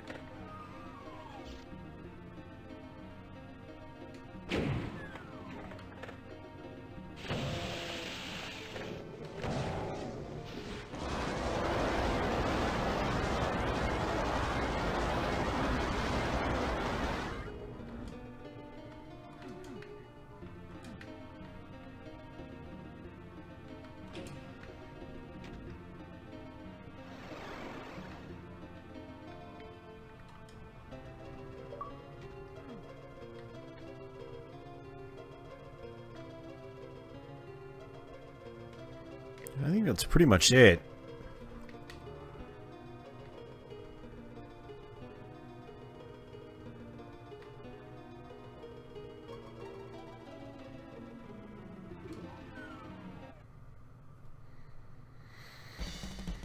Have I played much Donkey Kong Arcade? Yeah, I've played a little bit of the arcade game. Not enough to get, like, really good at it in point press or make it several rounds in. It's a very difficult game, but very fun. I like it.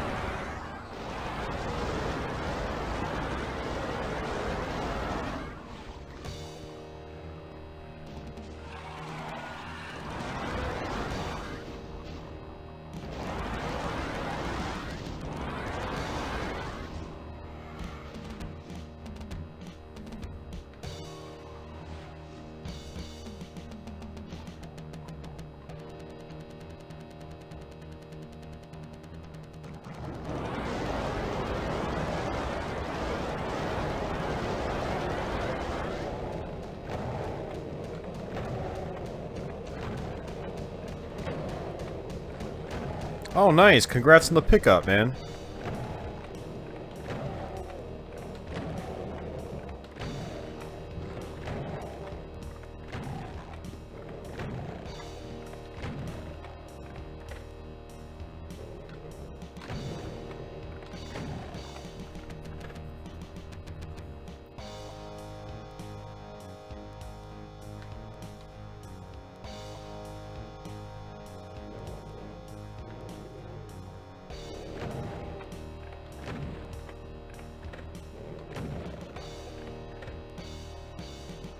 Hey, see ya, Aquarius. Thanks for stopping in.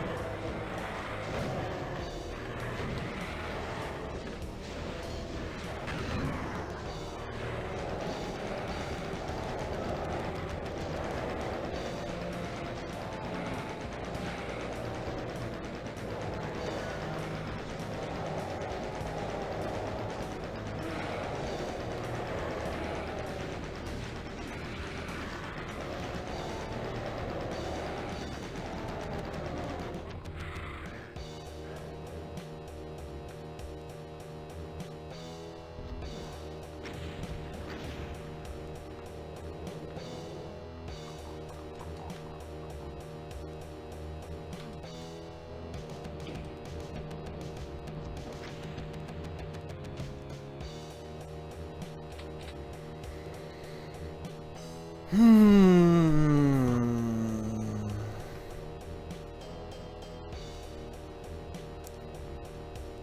have 2 arcade machines now, Galaga 88 and Donkey Kong. Huh. Interesting choices. Galaga 88 in particular. I've never actually seen a Galaga 88 in person. I've played a lot of the PC Engine version, but I've never played the arcade one.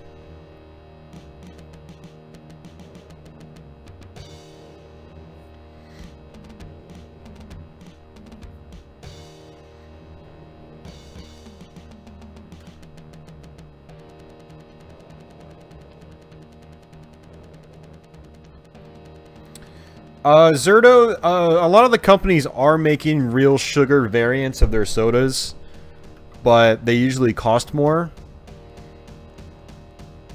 And yeah, everything else is pretty much just like chock full of high fructose corn syrup. At least like the stuff that's like got, you know, calories in it. The diet soda doesn't usually have, let me see, I'm looking at it right now.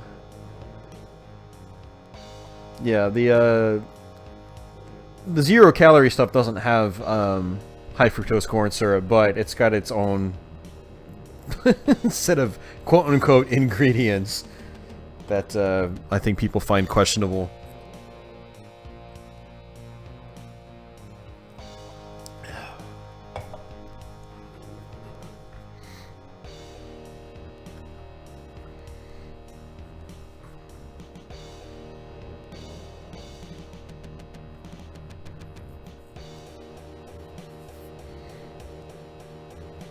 Yeah, diet's all artificial sweetener. Yep. I usually have a lot of diet sodas on hand for streaming and stuff like that, mainly just for the caffeine content.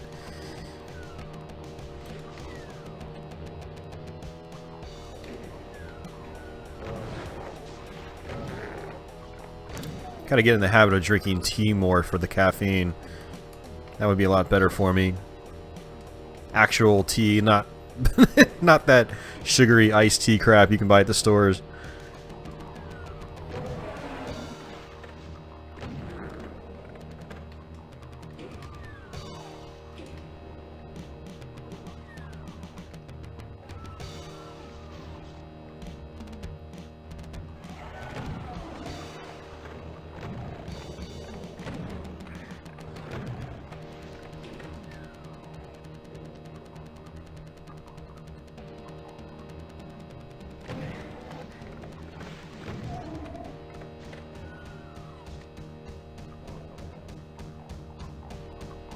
Greet tea? Or did you mean green tea?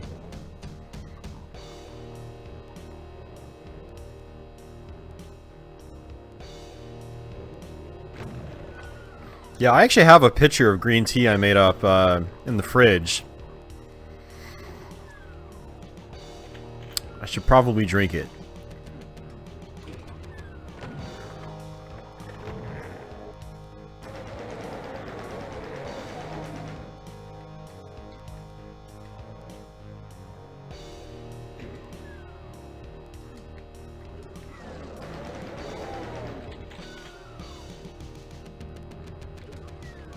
Green tea, okay. Yeah, no, I do drink green tea, so... Yeah, I buy a bunch of bags, and then I, you know... Probably put 6 or 8 bags in, like, a small pitcher. Let them sit for a day. And then I've got a pitcher of green tea.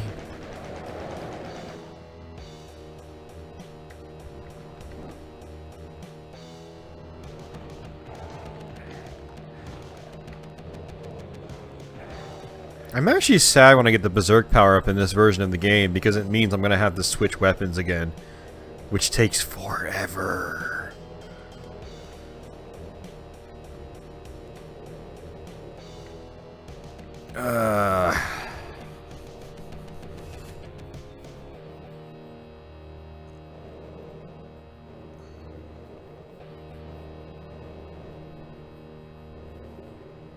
Oh, Millennium. I remember that show. What little I saw of it, it seemed like a pretty cool show.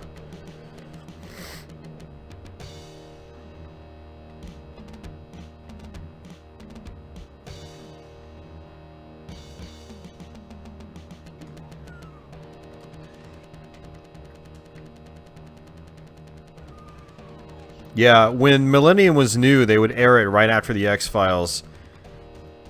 And that's how I found out about it. And my parents actually watched it.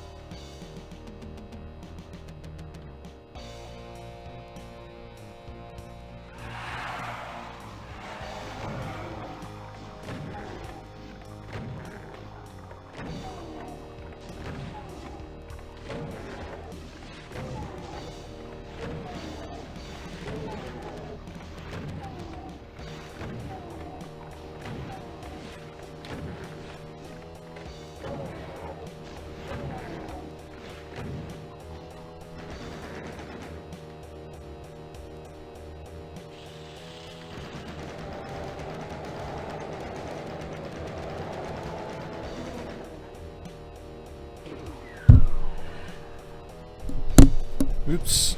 Keep smacking my pop filter into the mic.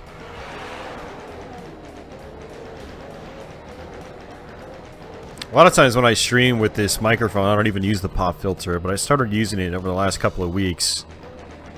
It seems to make things sound a little bit better. You don't hear the pops anymore, or not as frequently. Did a preview of one of my other streams from a few weeks ago. Might have been my Wolfenstein stream. You just heard pop, pop, pop on like everything I said. So I don't think it's as much of an issue now. But the issue with the pop filter is it makes the mic area larger in my vision. Oh my god! Why did I do that? I thought that was gonna go through the freaking window. Oh.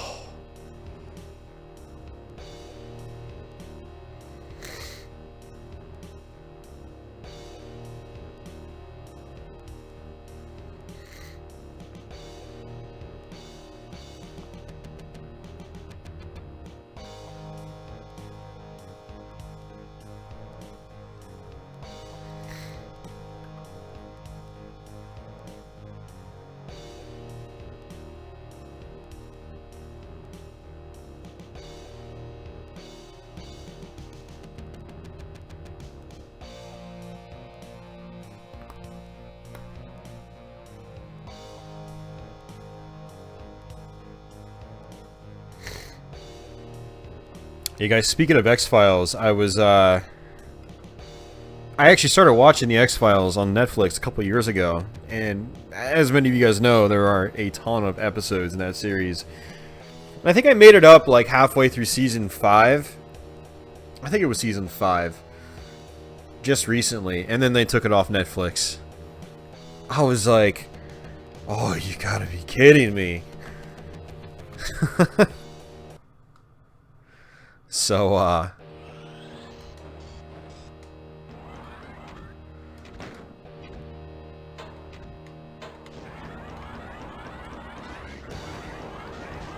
so yeah, I think my parents might actually have the entire series on DVD. So I'm gonna need to borrow that to continue watching that. But the great thing about, you know, watching on Netflix is that it was in HD. So...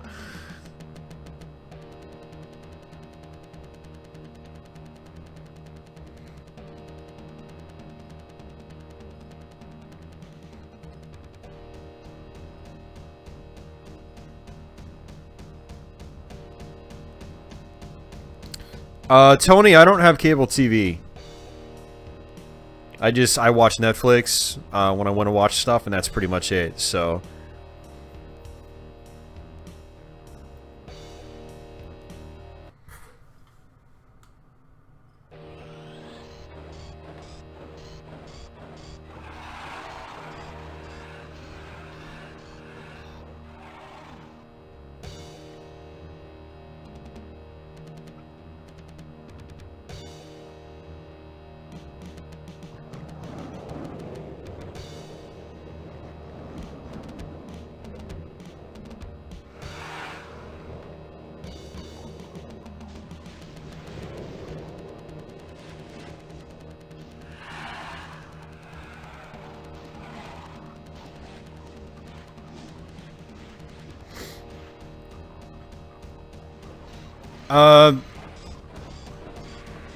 Depending on the film stock used,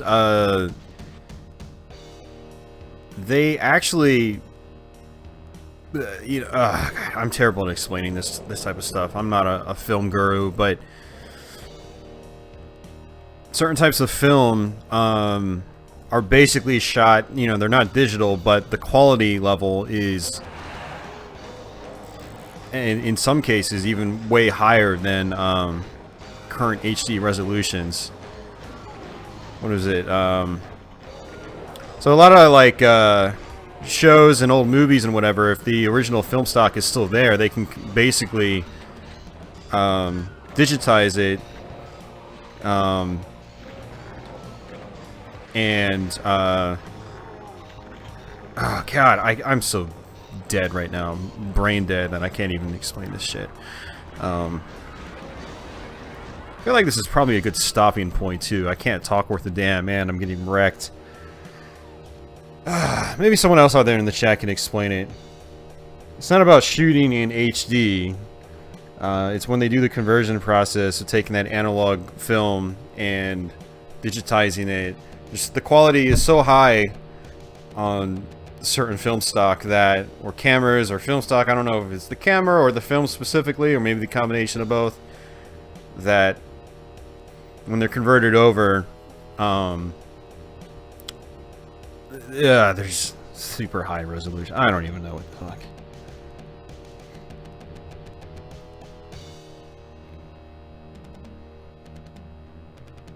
So what happens is sometimes when they go back and re-release some of this old content, if they have the original source material, they can bring it into the HD era. That's why you see a lot of like old classic movies re-released and remastered, basically.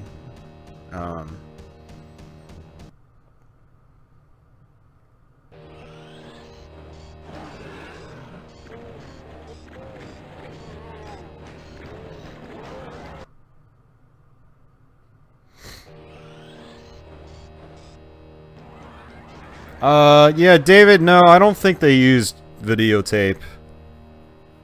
I mean, not for like a professional production like that. That videotape just seems really cheap.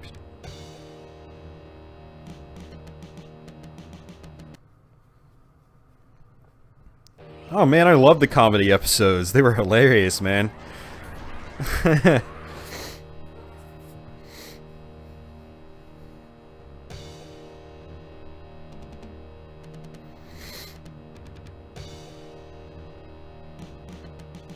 Yeah, Zerto. I really love going back and watching old movies I'm familiar with in their modern HD remasters. Like, some of them just look so good.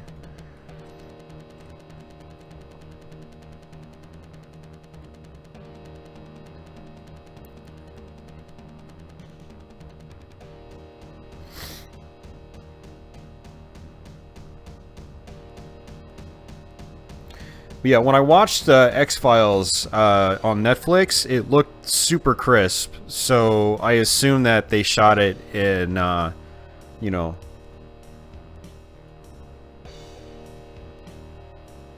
with decent cameras and film, which allowed them to convert it over, at a pretty high resolution for streaming.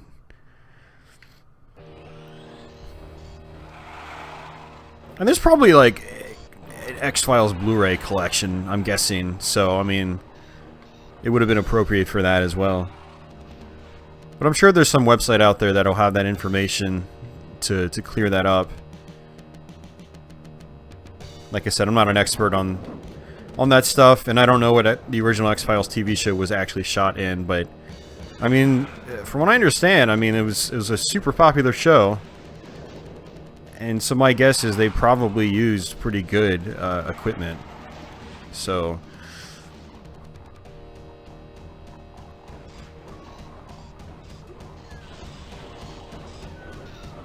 and you know what? I think when I was doing pistol start runs on Doom 2 a couple of months ago, and I want to say this was probably one of the harder levels for me to go through with just starting with the pistol. And I'm at that point where I don't even really feel like trying anymore. Pretty much 4 hours in. We should have actually completed the game already, but you know, I was taking my time, died a few times, and definitely wasn't really focusing too much on this stream.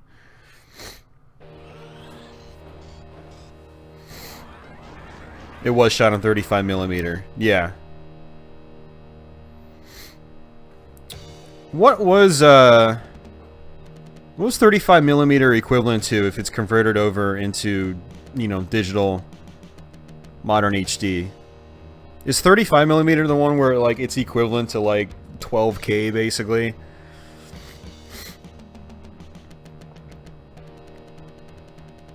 And then if you get like, was it like a 72mm or something like that, or 70mm, it's equivalent to like 20+K. It gets pretty insane, like how much detail that analog technology can grab and capture.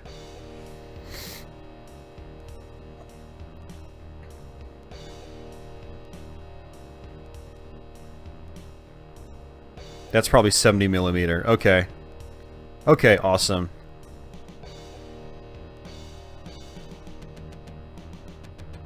Yeah, so you had me questioning my memory there for a minute. I was like, I really remember the X-Files being super crisp on Netflix. Which made me think it was one of those ones that was brought back and redone in 1080p.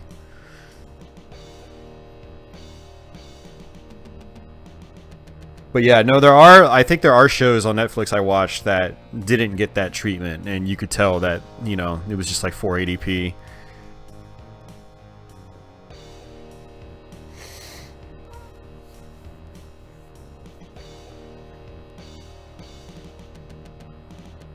Hateful Eight was on 70mm.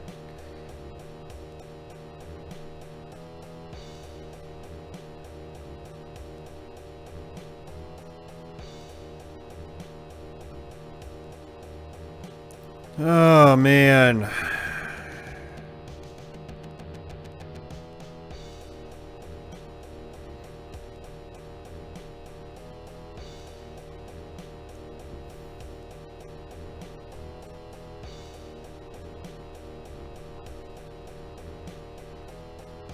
I don't really feel like progressing. You just really don't. Here, this is a part of the add-on.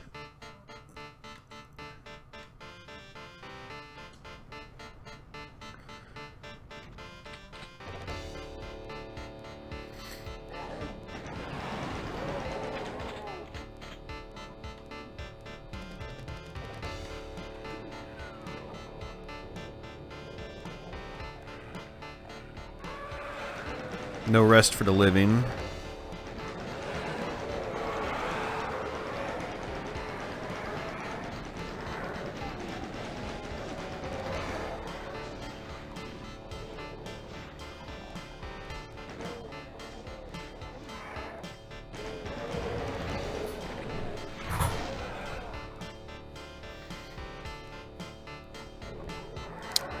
Zerto, I don't really collect games anymore, and I don't really have a whole lot of actual physical cartridges anymore, so I will say no to that. A lot of people have requested me to play the Firemen, and I still haven't really experienced the game. I think I have it on one of my flash carts, but I haven't really tried it. So maybe in the future I will. In Twin B, no, never really played Twin B on Super Nintendo.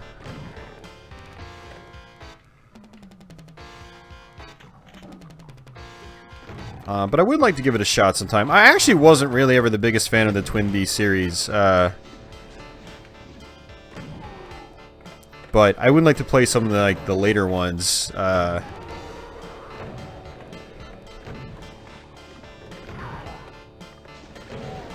Like PlayStation, Saturn era Twin B games would probably be interesting, based on what I've seen.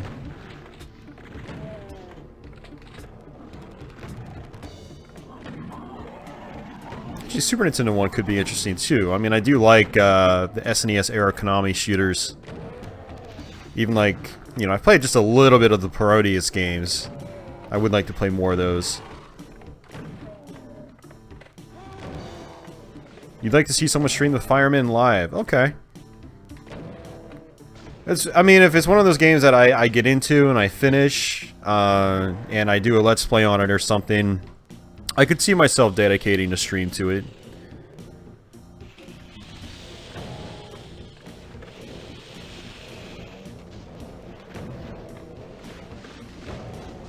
I mean, I definitely want to do more, like, dedicated single game streams like this. It's easier on me. I'm not bouncing from game to game in a single stream. Oh my god. I just got wrecked by cacodemons.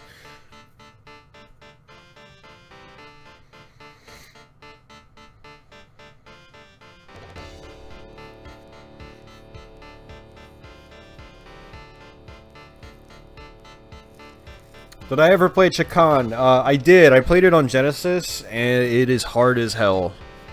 It is absolutely ridiculously difficult.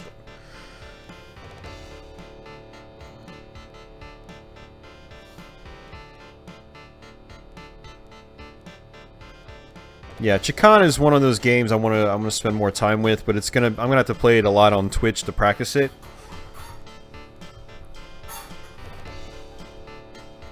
It's honestly not that much fun of a game because of how like stupidly hard it is. But I don't know, maybe I'll grow a greater appreciation for it if I learn how to finish the game.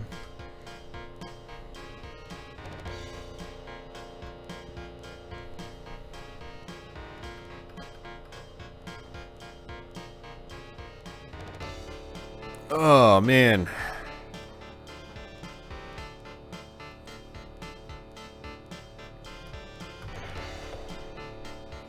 Can I play Harmony of Dissonance? Preferably not.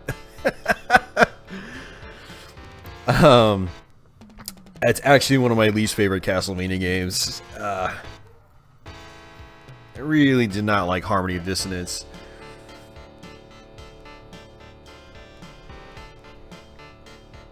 Oh, you get stream Let's Plays confused? Okay, yeah. Yeah, I typically separate them, you know, terminology-wise. So, like, this is a stream. I'm actually live streaming to you guys right now. In a Let's Play, I just look at as a dedicated upload. I mean, technically, you guys are still streaming the video data to your device. But generally, like, by stream, I mean live stream. So... but what I typically like to do on this channel is if I learn a game, I prefer to Let's Play it first and then live stream it, not the other way around. I'll live stream it on Twitch, but for YouTube, I want to make sure I get a Let's Play up before I live stream it. That's like the general process in my mind, anyway.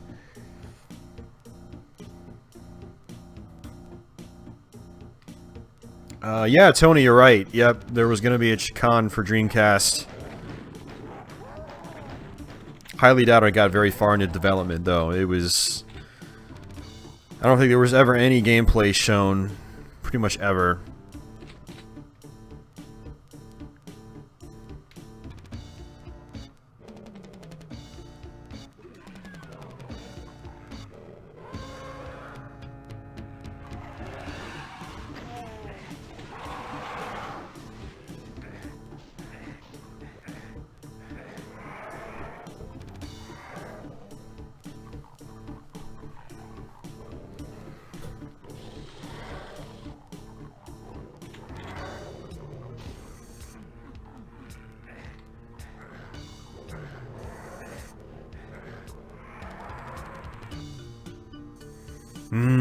Pixelated lava. I love it. Oh boy. Alright guys, well I think 4 hours in, I'm tired as hell. I think this is probably a good time to quit. Can I play 3DO games on live stream? Yeah, I've done it on Twitch. I'll probably eventually do a 3DO stream on YouTube. You know, when I do these live streams, I just have so many different options, and generally only one of those options, of those many, is chosen. And there's a lot of factors that go into it. So like these last few weeks, I've just been swamped with other stuff. So it's been nice just like firing up a single game on Xbox Live and you know, playing it. So I've got a lot of like stuff on my 360, you know, technically retro era or retro oriented stuff on my 360 and Xbox One, and so like when I don't have anything planned and I don't want to just hook a console up and play lots of different games, this is a nice easy solution for me, you know. So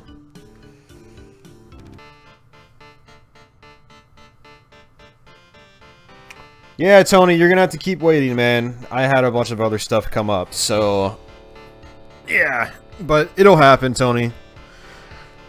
It'll definitely happen.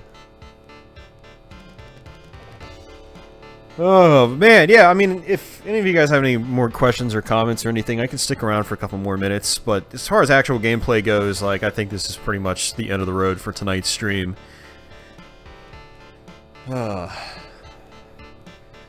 Will you buy PS4 Pro? Probably not. I don't, I spend so much time doing the YouTube channel and Twitch that, I don't have as much time for modern games. So, I can't justify having, you know, multiple modern systems. I have an Xbox One, I have a Wii U, and I'd like to get a Switch. But I can't justify a PlayStation 4.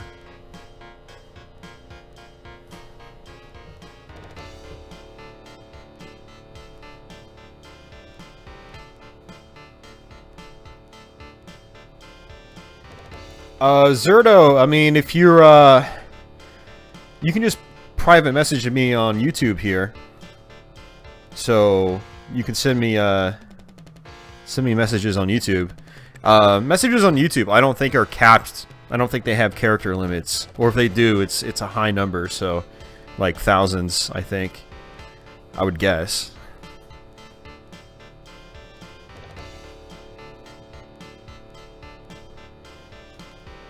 Yeah, if you want to reach out to me, you can always private message me. I've also got links to like Facebook and stuff like that. If you do that. Hey, Smoke.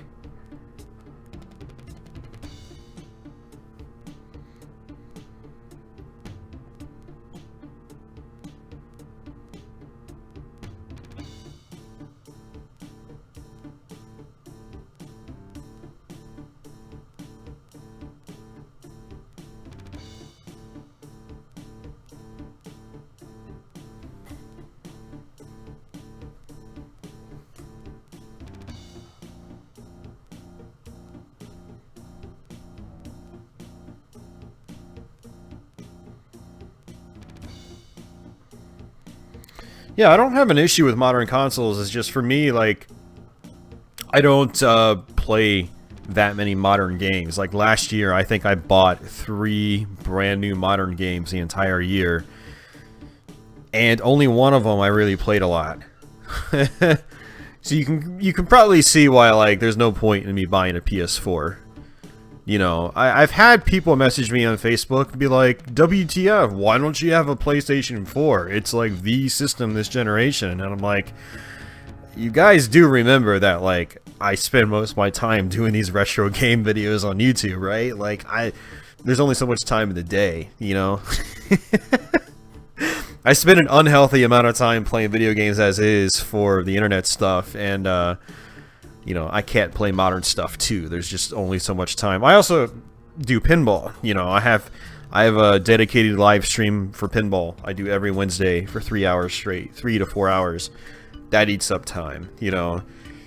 It's like I do other things too, or try to. But these days, it's mostly just been work, sleep, and retro gameplay for YouTube and Twitch.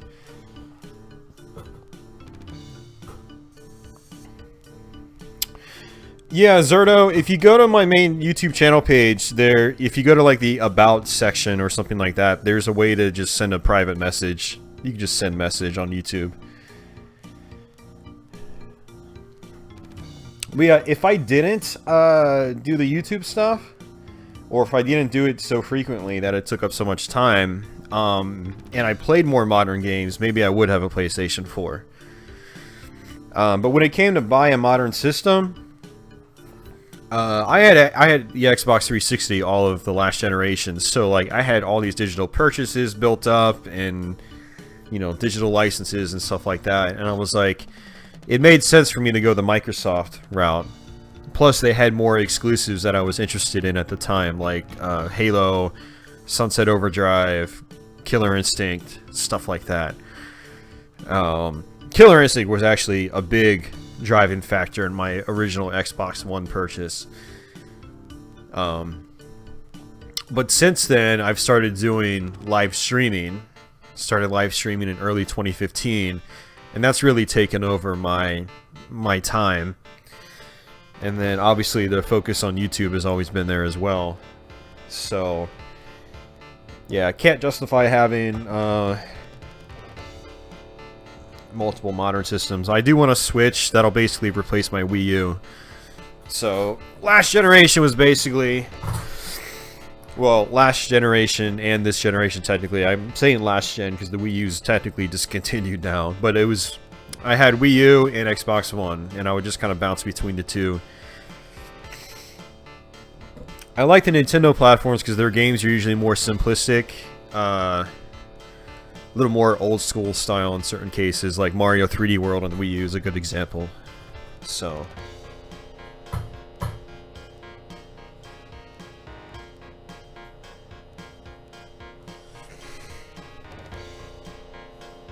what year did I start this channel? 2009. So 8 years ago.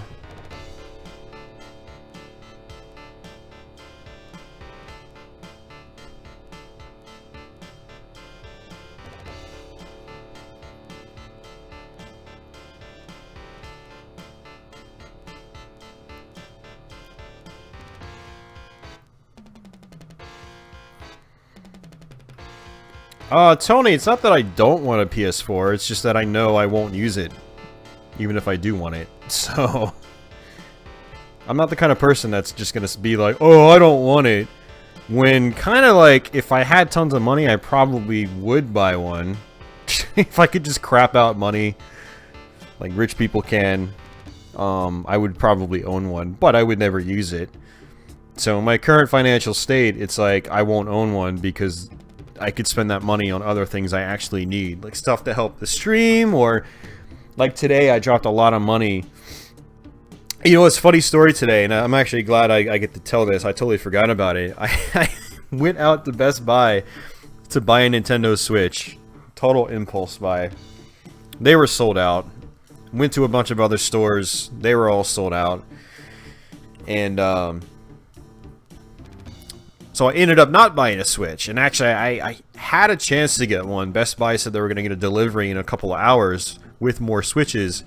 So I had the opportunity to go back and get one, but after I had gone to multiple stores, I was just kind of burnt out on the whole, you know, shopping thing, and I just went back home and instead bought a bunch of pinball stuff I needed. So it ended up working out. I needed that pinball stuff way more. So the point is, like, I could drop $400 on a PS4 Pro, or I could drop $400 on pinball stuff that's gonna, you know, have much more of an immediate purpose for me and use. Yeah, it's not that I don't want a PS4. It's just that I know with my schedule it won't get used, you know. So, and if it does get used, something else suffers from that, you know. I don't make YouTube videos and I get behind schedule on YouTube videos, and that's not good because then YouTube becomes stressful for me. and this whole YouTube thing becoming stressful is not good for you guys. Because then it backfires and I make less content, and yeah, I have to be pretty disciplined with the YouTube thing if I want it to not be stressful.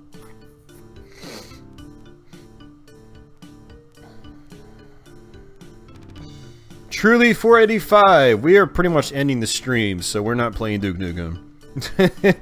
These streams I do, like in this format, is just, it's single game focused, so I don't switch games on these streams here on YouTube unless it's like a console oriented stream. I basically have two different types of streams. I have a single game focused stream, and then I have the single console multi-game focused, where I'll play a single console for the night and I'll just bounce from game to game. And you can tell what kind of stream it's going to be based on the thumbnail. So the current thumbnail on the top left hand portion of the screen, if you guys are ever curious if I'm going to bounce around from game to game, you can just look at the thumbnail. If it says gameplay and talk live stream Doom 2, we are only playing Doom 2. I of course made an exception in my Castlevania 3 live stream like a month ago, but yeah, generally single game streams are just going to be a single game. You know, they're going to be a little bit shorter. They're going to be 3 to 4 hours as opposed to 8 to 10 hours. But tonight is not one of those streams where I am bouncing from game to game. So, what is the least liked game console I own? It would not be the Jaguar. I actually like the Jaguar a lot.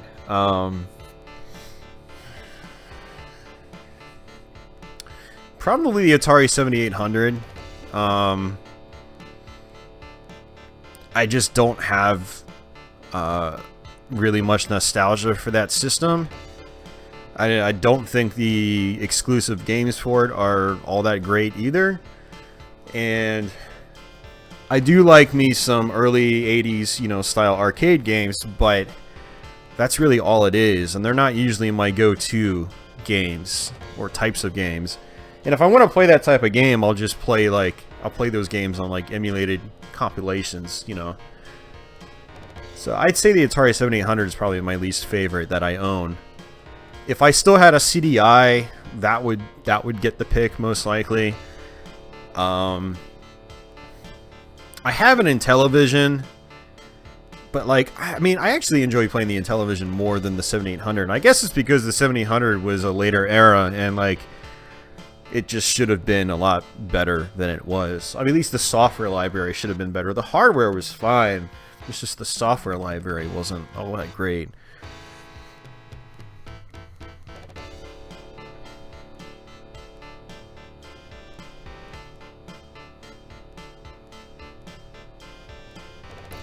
Adrian, I think you're asking too many questions. Once you start getting into stuff like, where did you graduate from? What do you do? You make me think like you're trying to like probe me for information, and then you're gonna show up at my front door, and that'll be kind of scary.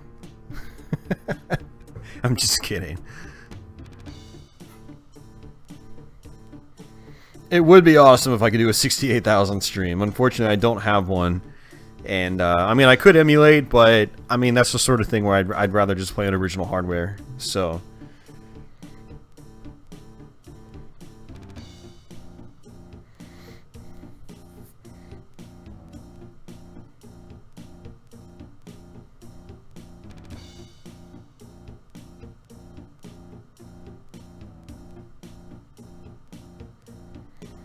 Yeah, I'm trying to think, what other consoles do I own that are there? See, I'm pretty sure the 7800 is the one I like the least. I mean, I still like it. I mean, I could play 2600 games on it, and I do still enjoy playing like the old arcade games on the 7800, but it's not usually my first, era of arcade games to go to. My favorite era of arcade gaming was the very late 80s into the first half of the 90s, where, the hardware had really matured and improved to where, like, 2D sprite work got really detailed and well animated, and, sound hardware improved, stuff like that.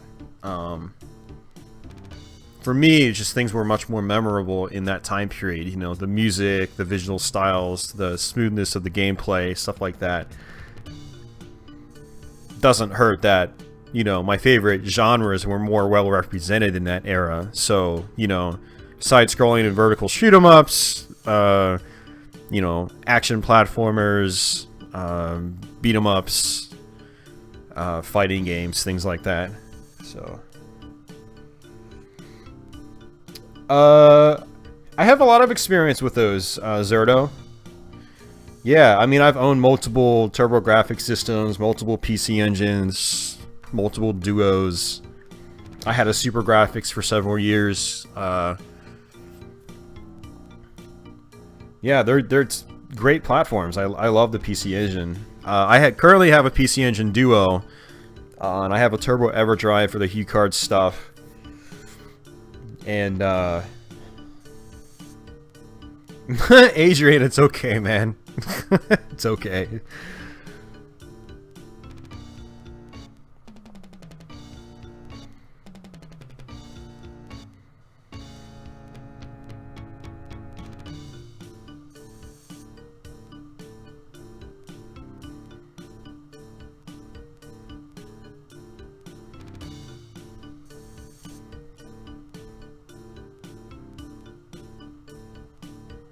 Yeah, the PC Engine and TurboGrafx platforms, great stuff.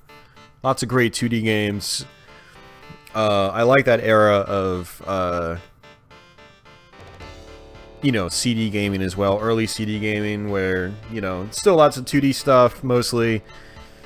With just, CD soundtracks and stuff like that. I have fond memories of that era of CD gaming. I love the Sega CD. And TurboGrafx CD just kind of like goes in hand in hand with that era of CD gaming.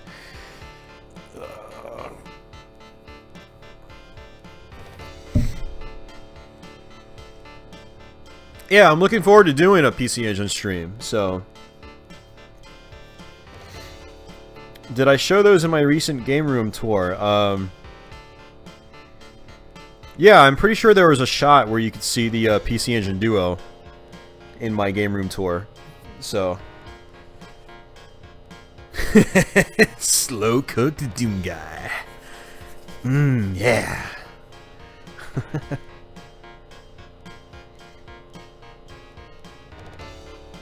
Yeah, I actually think there was a full shot in my game room tour of my closet area, and you could actually see the Duo box. It was on the left hand side of my computer. So if you watch that video, you'll see the Duo box next to my PC on the left. Pretty sure that was there. It's been there ever since I got it, so yeah, it should be there in the video.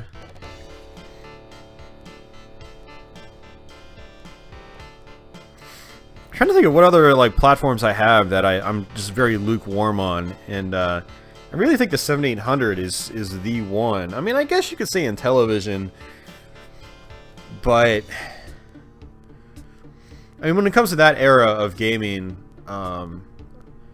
like the late 70s, early 80s, like, I don't know. Like, I'm really fond of the Atari 2600, though. And I have a feeling I would really like the ColecoVision if I had one. I have owned one before, but I don't have one anymore. Because they get a lot of like obscure arcade ports that other platforms didn't get, and they had a tendency of being really faithful. And like, for a system from like 81 or 82 or whatever, that's cool to me seeing those ports. But the 7800 was, Yeah, it was originally released in '84, you know, as in the test market. Then it was withheld for legal reasons, and then it was finally pushed down in '86 to compete with the NES and Master System. And then by that point, you know, like once the NES got popular, that's like what people wanted, or what a lot of people wanted in gaming, was just the style of stuff we got with the NES, and the 7800 just didn't deliver on that. And so it's pretty much my least played console, I think, right now. But I mean, even still then, I mean, I still like the system. I don't have any system that I genuinely dislike, you know.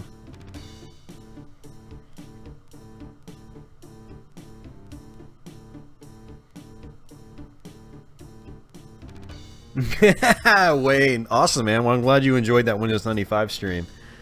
I want to do that again sometime in the future. Do I regret selling my FM Towns Marty? No, not really. The main reason I don't really regret it is because I was able to get my money back for it. And two, it just had so many technical problems that I didn't want to deal with them. The Marty doesn't... There's no way to replace the CD-ROM drive on the Marty. There's no lens replacement. So, like, when the laser dies, you've got a nice paperweight. And it was having major disk read problems. And so... I always had this, like, looming fear that... just the Marty would just outright die one day, and then I'd be stuck with a $400 paperweight. And so when the guy that sold it to me offered to buy it back, because he knew it was having problems, and I just jumped on the offer. And so because of that, because it was having issues, like, I don't regret selling it. I mean, I do miss it, but I don't really regret selling it. I got my money back. I don't have to worry about it potentially breaking down and being stuck with a really expensive paperweight. But I do hope to get another Marty in the future.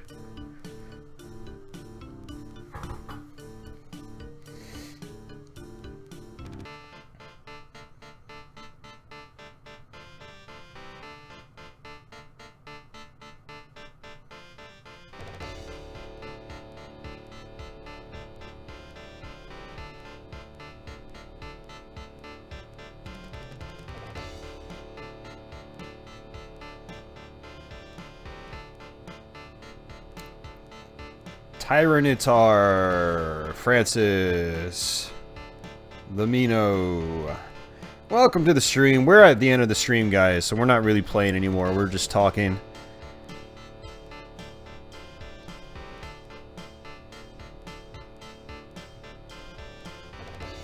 And this is an English-speaking stream. I have no idea what you guys are saying.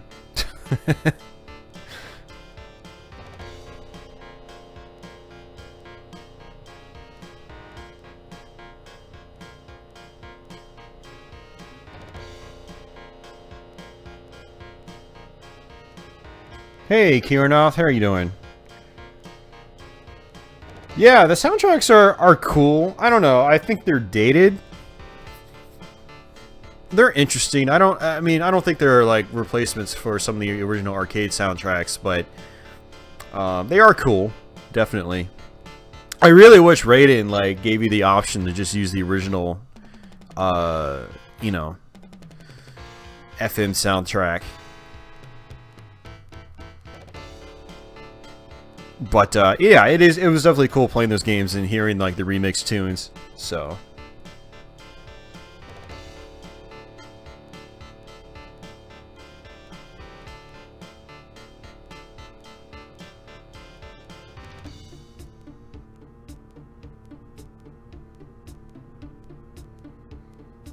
can you play PC Engine live stream? This is like the third time I've responded to this. Yes, I can.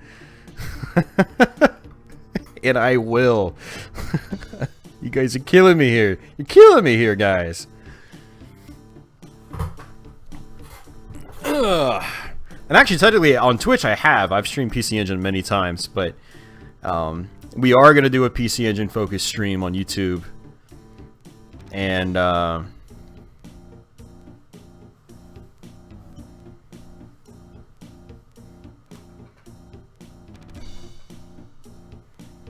Yeah, Deadly. I totally agree, man. I totally agree. No, Tony, it's okay, man. You didn't start anything, man.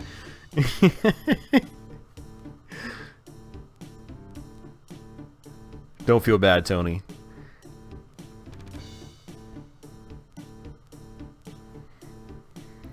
Yeah, the thing about doing like console-centric streams right now is just like everything's a mess due to my pending computer build or in progress computer build, and so I'm just kind of like trying to avoid bringing systems out to my living room again. And my living room's kind of a mess right now too because of other things, and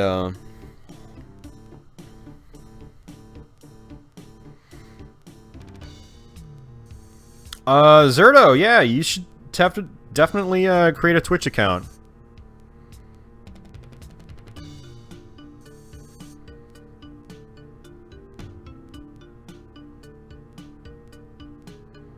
Yeah, Deadly. So many different like forms of sound hardware that you could use on IBM PC compatibles back then, and they all, so many had a very distinct sound, and I mean, it's a little difficult to do that on real hardware, but if you're emulating through DOSBox, you know, you can.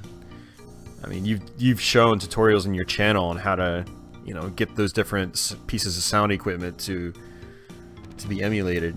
You can experience those. Hey, Miku, you're still there.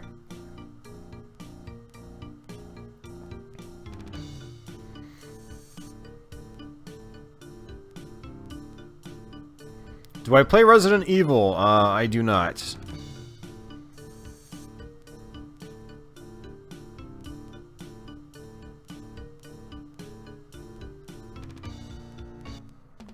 Kirnoff, yeah, I mean, it varies from game to game, man. I mean, Twin Cobra, the original arcade soundtrack, wasn't really that good anyway. Like, the tunes were... I love the tunes, but just the sound hardware for Twin Cobra, the arcade game, just wasn't really that beefy. I find that the console versions of Twin Cobra have, you know, much better renditions of the soundtrack. But yeah, I mean, it all varies. It depends on the game. Like Raiden, you know, I don't know. It was okay hearing the music, but it just sounds dated. Like the remix music just didn't feel like it had like the energy of the original arcade soundtrack. So, and I'm like, especially the original Raiden soundtrack, I'm really a sucker for like those sampled like digitized sampled snare sounds and kicks and stuff like that. I'm just really partial to that era of, you know, arcade sound hardware.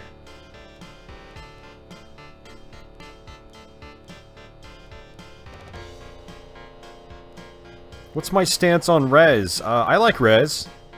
It's a fun game. I haven't played it a ton. Like, I finished it a couple times. But, you know, so I'm not like one of those mega Rez fans. But I do like the game, definitely. It's trippy looking. The gameplay is pretty fun for what it is. One of my only things about Rez is that it's not so much about like dodging stuff as much as it is just shooting stuff really fast. It's one element I like about Panzer Dragoon and Star Fox is that you're not just locking on the stuff, you're also moving and dodging stuff. And Rez doesn't really... You're kind of like just like stuck in the center of the screen and you just move the cursor around. But I do like Rez a lot. I mean, the integration with the music is awesome. So...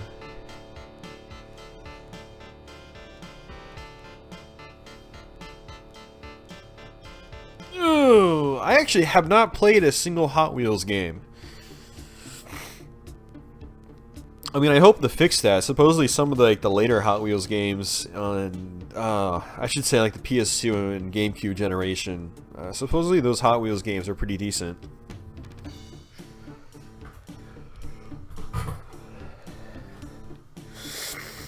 Now play Lumines 2. We played that over the weekend, Wayne. I'd love to play Lumines 2 again. If there's a way to skip through all the North American pop music tracks. That would be nice.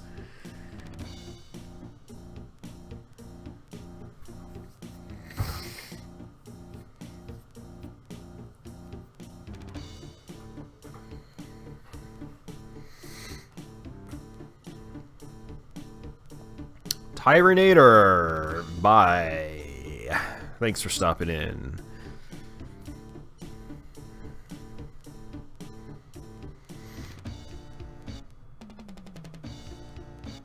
Oh, nice. That sounds like fun. Trials Evolution, but with Hot Wheels cars.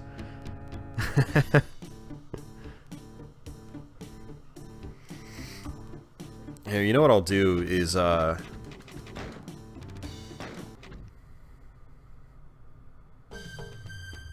yeah, totally, Wayne. You're playing Lumines 2, and out of nowhere, it's just like, hey, holla back, girl, yeah, oh, baby, oh, yeah, holla back, girl, whatever the song is, and I was just like, this just came out of left field. We had played a couple, like, obscure, like, experimental techno tracks or something, and then out of left field, like, you know, just American pop music starts playing, and it's just, and it's, like, louder than the other music that was playing previously. Like, they were intentionally trying to drive you away from the game.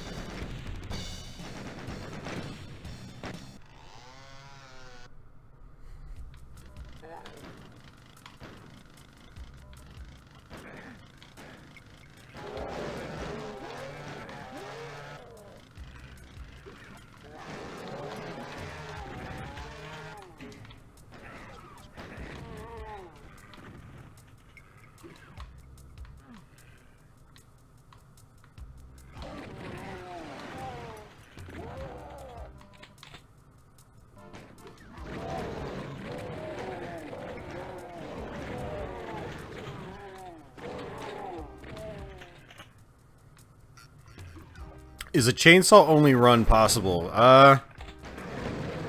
Maybe? I don't know. I'm gonna guess probably not. Well, I don't know. Never say never.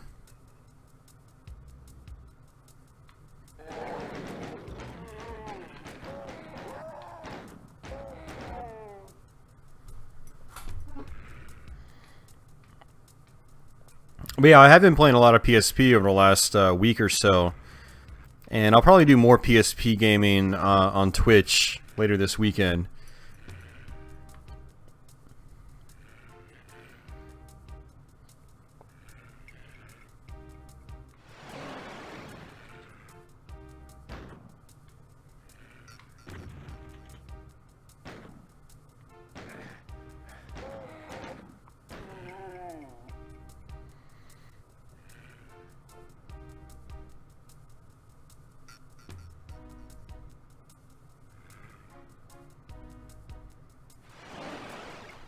Hey, Paladin Ryan, how you doing, man?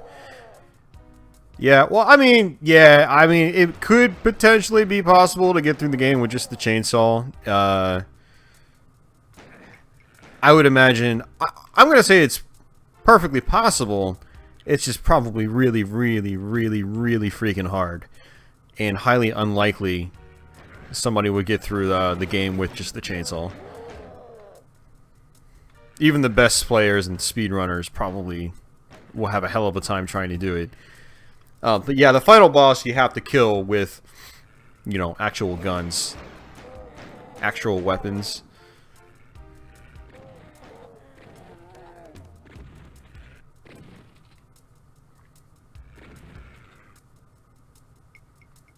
Patrick K. Lee, no problem. I hope you're savoring that memory.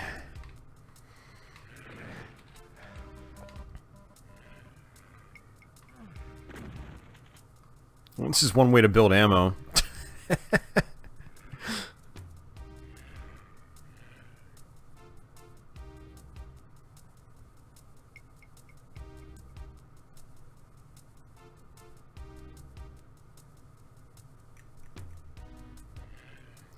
Deadly, you didn't. I don't think you really missed much yesterday. Well, I don't know. There were some cool games we played. I did buy a bunch of new PSP games yesterday, so we did try out some new games I never played before. But I was also super tired and I was drinking, so. And yesterday's stream actually wasn't even all that long. I think it was like 3 hours.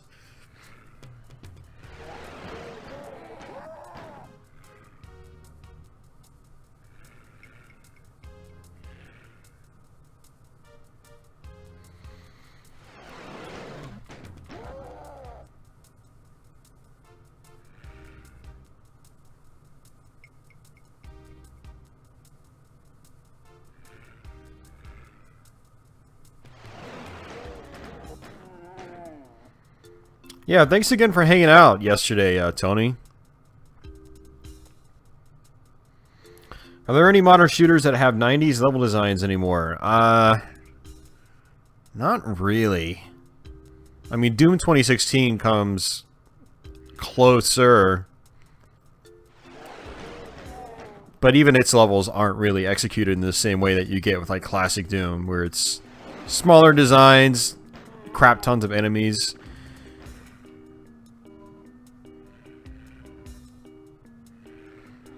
Oh, that's right. Ammo's doubled on Nightmare mode. I forgot about that.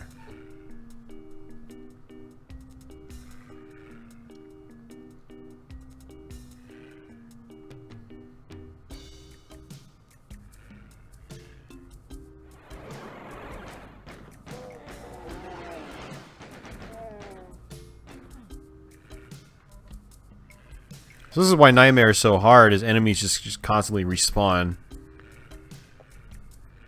So in Nightmare mode, you have to really like learn the levels, understand like the strategy in Doom. You have to think about where you're gonna go, what weapons do you have, how much ammo do you have. Okay, can you get to this area and back before enemies start respawning like crazy? Enemies also dish out way more damage on Nightmare, and they have a tendency of hitting you, being much more accurate with their shots.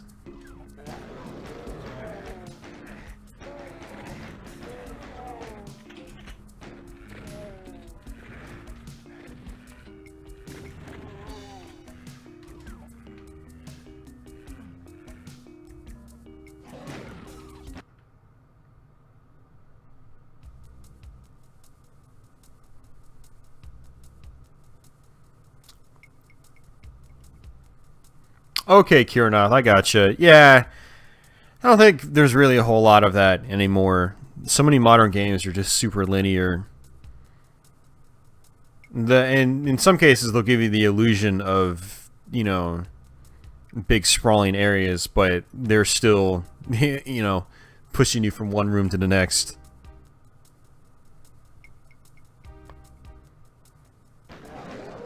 Yeah, no, I totally understand what you're talking about. Doom 2016 feels more traditional in its gameplay for sure.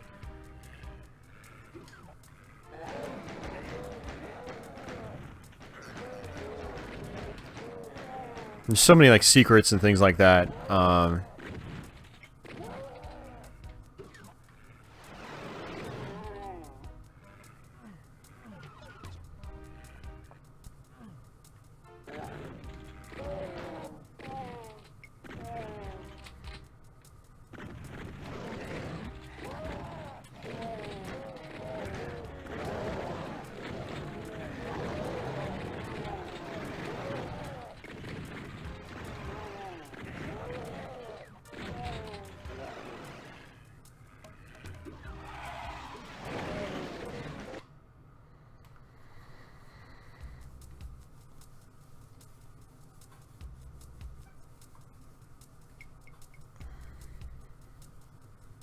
Nice. Always good to see other people that like Doom 2016. Yeah, I played that game so much. It's so good.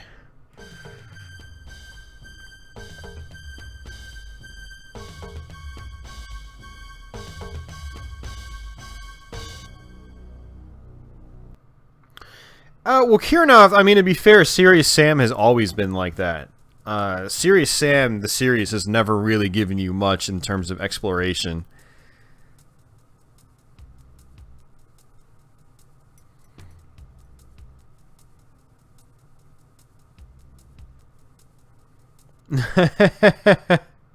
Zerto, I am not. I don't really collect anything nowadays. I mean, I collect, I guess, gaming hardware that I can use to stream and do YouTube videos, but other than that, I don't collect games anymore. I still buy some games, but I don't collect them. I don't look at myself as a collector anymore. I just don't have the money, really.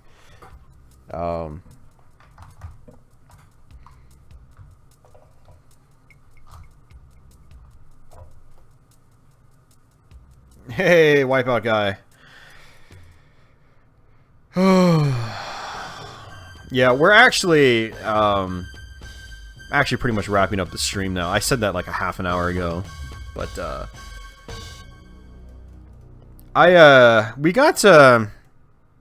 we got almost 2/3 of the way through the game. I made a stupid mistake and died. Didn't have a save file for that level. And then it was really hard to recover, and at that point I just stopped carrying, so I was like, okay. I think I'm not gonna don't think I'm gonna play this anymore. We're gonna just stop the stream. But I mean, we're just kind of chilling and talking now for the most part. So yeah, well, I mean, Kirinov, there was a point where I did collect to hoard them. I mean, ideally, I bought them, like, to play them. But in many cases, I bought so many games that there was no getting to them. You know, they would just sit on my shelf, basically.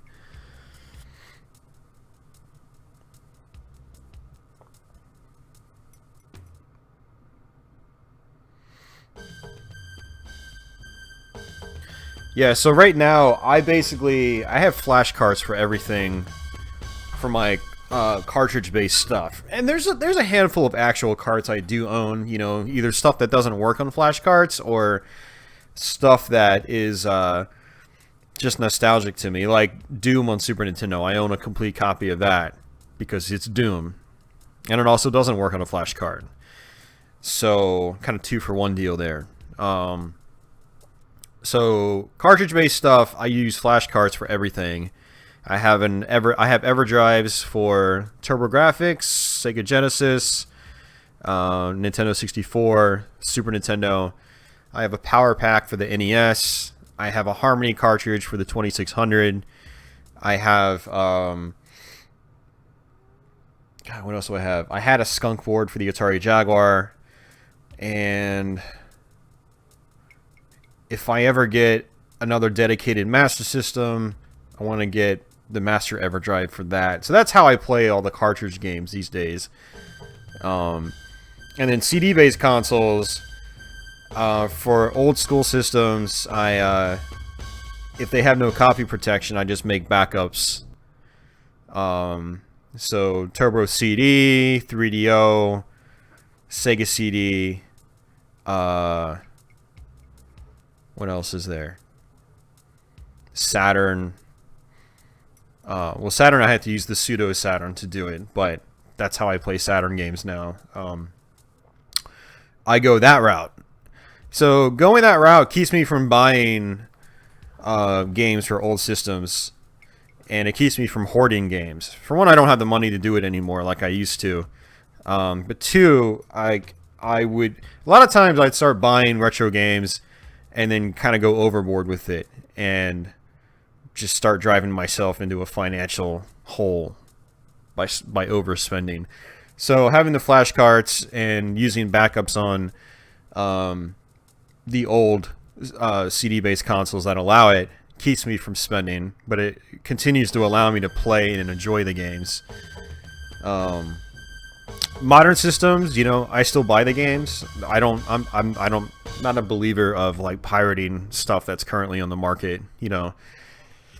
and I don't have a need to because it's usually cheap. Like especially nowadays. Like I mean, Doom 2016's been out for like a year, and I think it's pretty much getting to that point where it's going to be a $20 game soon. So, and then you can buy it used for even cheaper. And then a year from now, it'll be a $10 game. And then, so modern stuff you can get really cheap, and stuff from like the PlayStation 2, Xbox, GameCube, 360, PSP, stuff like that. I still buy those games because they're generally cheap.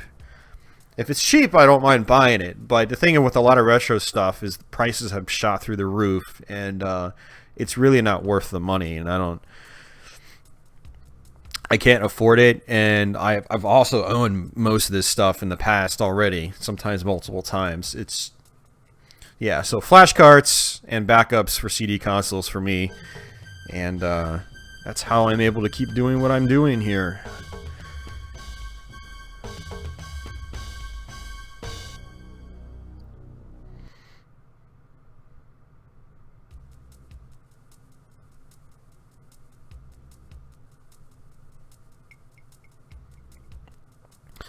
Yeah, the modern generation, I generally try to just wait for the games to go on sale, unless it's a game I'm really looking forward to. Like Doom 2016 was a day one purchase for me. Zelda Breath of the Wild, I kind of got the bug on that one and bought it day one as well.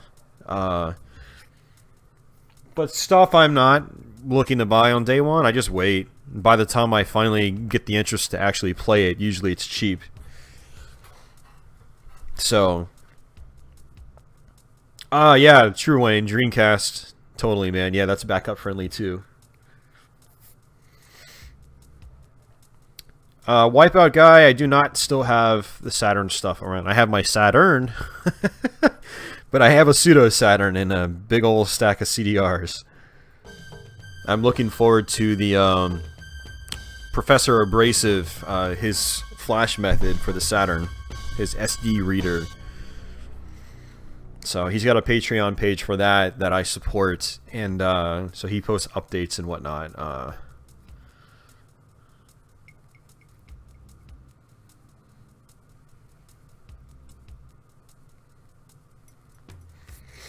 But yeah, flash carts are more practical. For me, it's all about practicality nowadays, and it's not practical for me to be just spending money on retro games. So... Can you live stream PS3 games? I can. I have the ability. I have a PlayStation 3 and some games. I think I have like 8 or 9 PS3 games. I don't have a very big PS3 collection. Kind of like I mentioned a little while ago, I don't really do a whole lot of modern gaming. It's mostly retro stuff for me. I mean, I probably would do more modern gaming if I just had more time. But it's kind of hard to mix in the modern games when I'm focusing so much on the retro stuff for YouTube. Hey, Aztec, what's going on, man? Yeah, Gunlord would be great. I actually did a Let's Play of that, Wayne, back when it came out. I beat the game in a Let's Play. But I would like to play it again on stream. That would be cool.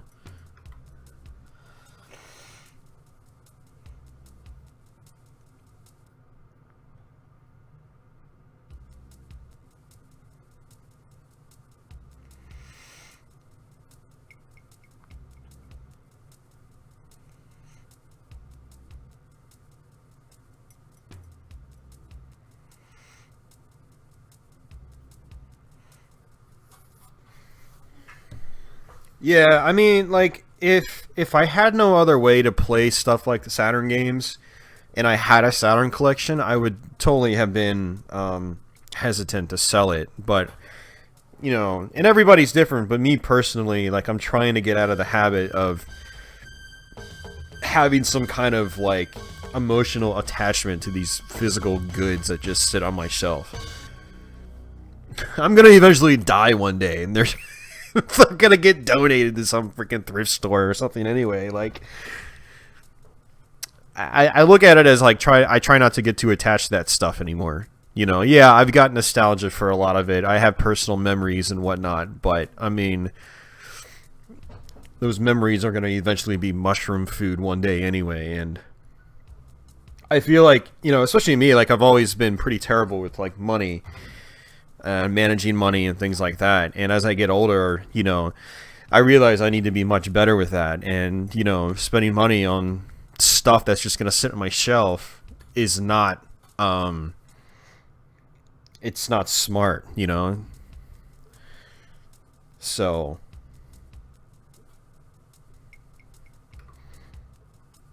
it's not, oh man, I'm so tired right now.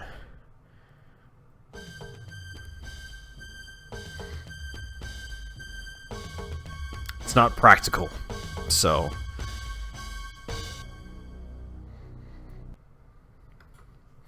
I mean, it's one of those things where, like, you know, you always, like, kind of kick yourself, like, man, if I just held on to my stuff until now, I'd be rich if I sold all my games now.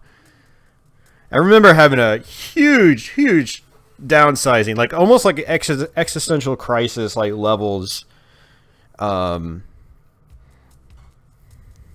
shame with about my video game collecting in 2006 or so. And I sold a huge chunk of my collection, probably 2/3 of my collection at the time. I sold a bunch of bundle lots on eBay with lots of different games. Like, I think I sold a PS1 lot with like 50 to 100 games or something, lots of rare RPGs. I sold my Neo Geo CD at the time with a few of the rare games like Metal Slug 2 and things like that. I sold my CDI at the time with lots of games. I sold, I just had a major downsizing, and I ended up getting like $3,500 for the stuff in 2006.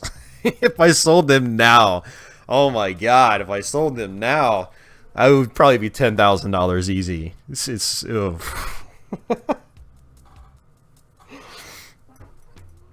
So sometimes I think to myself, like, if I just didn't go through that period and I just somehow life was different and I just managed to hold on to all this stuff until now, like, it would be so much more money.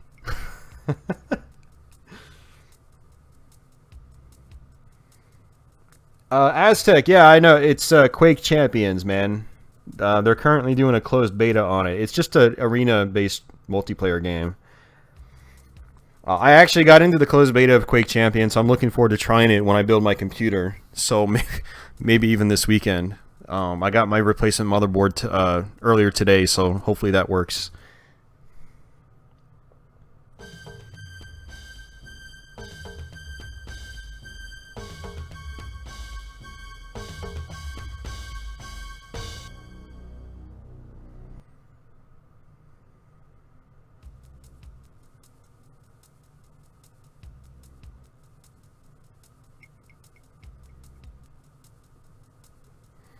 Yeah, I remember I had the PCFX at that time too in 2006. I sold that.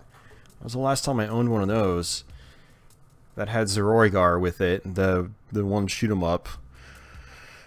Oh man, yeah, I've had so many systems over the years. I think I still have like I have like 25 consoles now, which is still actually kind of a lot when you think about it. But it's not as many as I actually used to own. I think there was a point in my life where I owned like 40 to 50 something consoles. You know, I had everything. Towards the end of high school, I had almost everything. I didn't have a Vectrix.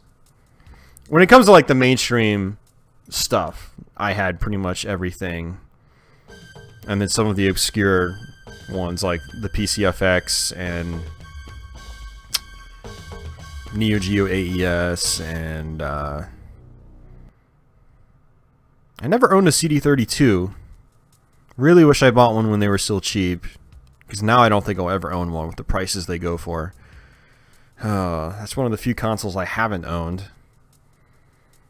One of the few mainstream consoles I haven't owned. There's a lot of really obscure stuff out there, though, especially like in the early 80s. And I just don't even really think about those, but...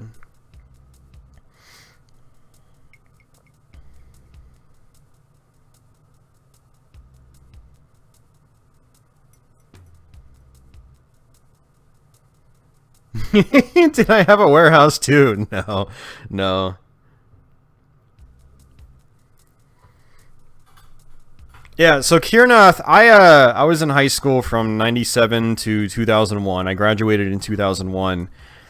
And you guys have to keep in mind that at that time, like, a lot of this stuff was cheap. Now, the AES was probably one of the most expensive consoles I bought in that time period. And let me go back a step. I started collecting probably around 97-ish. You know, I had been doing emulation for a year or two by that point, and that kind of gave me the bug to start, like, buying all the real hardware again. Kind of like Wipeout Guy said, you know, he traded in his 16-bit collection to get a PlayStation or something like that. Like, that's what we did back then. If we wanted something new, we would trade in our old stuff. Like, I remember trading in my Nintendo Entertainment System and all the games for something. I don't even remember what it was, but by 97, I didn't even have an NES anymore. And it's actually not entirely true. It was, I think, like 96, I didn't have an NES anymore, but then in 96, I got the bug to get an NES again, thanks to emulation. Got the bug to get an Atari 2600 again, because it was the first console. I was basically born into a family that had a 2600. I was born in 82, so the 2600 had already been on the market for a few years. My parents had one, and so that was technically my first video game console I ever played. And but yeah, I mean, my parents sold that off in the late 80s, so but I had fond memories of it as a, you know, 1 or 2 year old, 3-year-old, 4-year-old, whatever. You know, my first experience with video games. So I found emulation for that in the mid 90s, and then went out and, you know, bought a 2600 console and started collecting carts for that. And I bought another NES, started collecting carts for that. And then that just kind of went on. I really got the bug hardcore for video games. I mean, I'd always loved video games. They were always my favorite thing to do, and it was my most it was always the hobby that just playing video games in general was always the hobby that I spent the most time with for my entire life. You know, it's just how I was. I've always loved video games. But, you know, in high school, I got more interested in, like, the history, and actually wanting to get firsthand experience with the consoles. So I started, you know, buying stuff that I wouldn't have even thought about trying to get, you know, in the early 90s when I was younger. So I ended up getting a Jaguar in my first year of high school. I got a Saturn for my previous birthday. Ended up buying a PlayStation, but I got a Genesis, a Sega CD, a 32X, a Virtual Boy. Ended up finding an Intellivision, a ColecoVision, Atari 7800. Already got multiple 2600s then. Late 90s, I got a Neo Geo CD, a Turbo Duo, just a regular TurboGrafx as well. And then saw the Neo Geo AES at a local store, traded in a bunch of crap for it, and got it.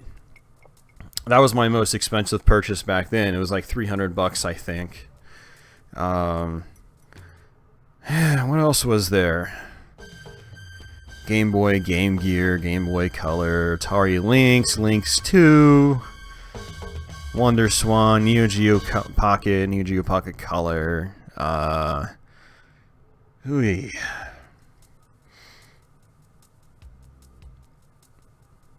I know I'm missing a lot of systems. PCFX I got a couple years after graduating high school. CDI, got that in the late 90s during high school. I feel like I'm missing stuff. Nintendo 64. Oh, NES, Super Nintendo, N64. Master System. What else was there?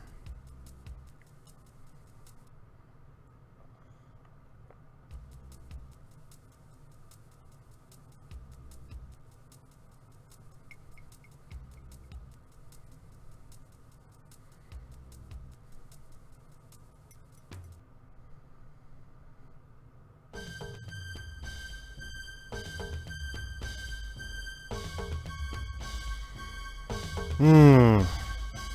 Yeah, so I basically like I didn't even get my first job until 11th grade, and so all the way up until then I was getting allowance. You know, it was like $5 or $10 a week or something like that.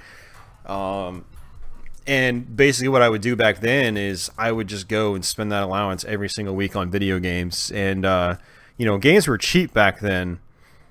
You know, and I really loved when I first got out of high school. You know, that first um, you know, the first 6 months to a year after I got out of high school, I finally got a driver's license. I got my first car, and my friend and I, we would just go to Funko Land every weekend, and that's when you can get so many NES games for like $1 or $2 a piece. Not even $1 or $2. Some NES games were like 50 cents.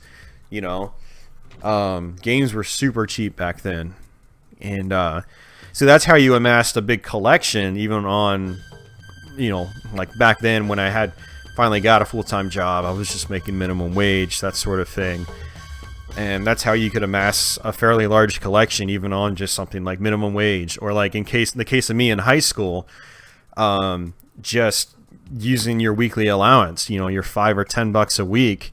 But stuff was so cheap, like you could amass like a lot of games at a reasonable cost. And of course, there were, you know, I started meeting people online. We started doing trades and things like that. So in high school, trades is how I got a lot of the systems I got. So like my Neo Geo CD, my TurboGrafx, my Turbo Duo, my CDI. Oh, 3DO. I had a 3DO back then too. I don't know why I forgot that. Lots of my 3DO games, lots of my Jaguar games. Oh, I had a Jaguar CD as well. Yeah, some of this stuff is finally coming back to me, jogging the memory. I worked up trades online. Like I had regular friends back then online, never met in person, but we would send emails on a weekly basis, and have all sorts of conversations and whatnot. The early days of the internet. And we would work up trades. We would just send each other packages, and that's how I obtained several of my consoles back then that I never would have experienced otherwise. You know, man, what a time.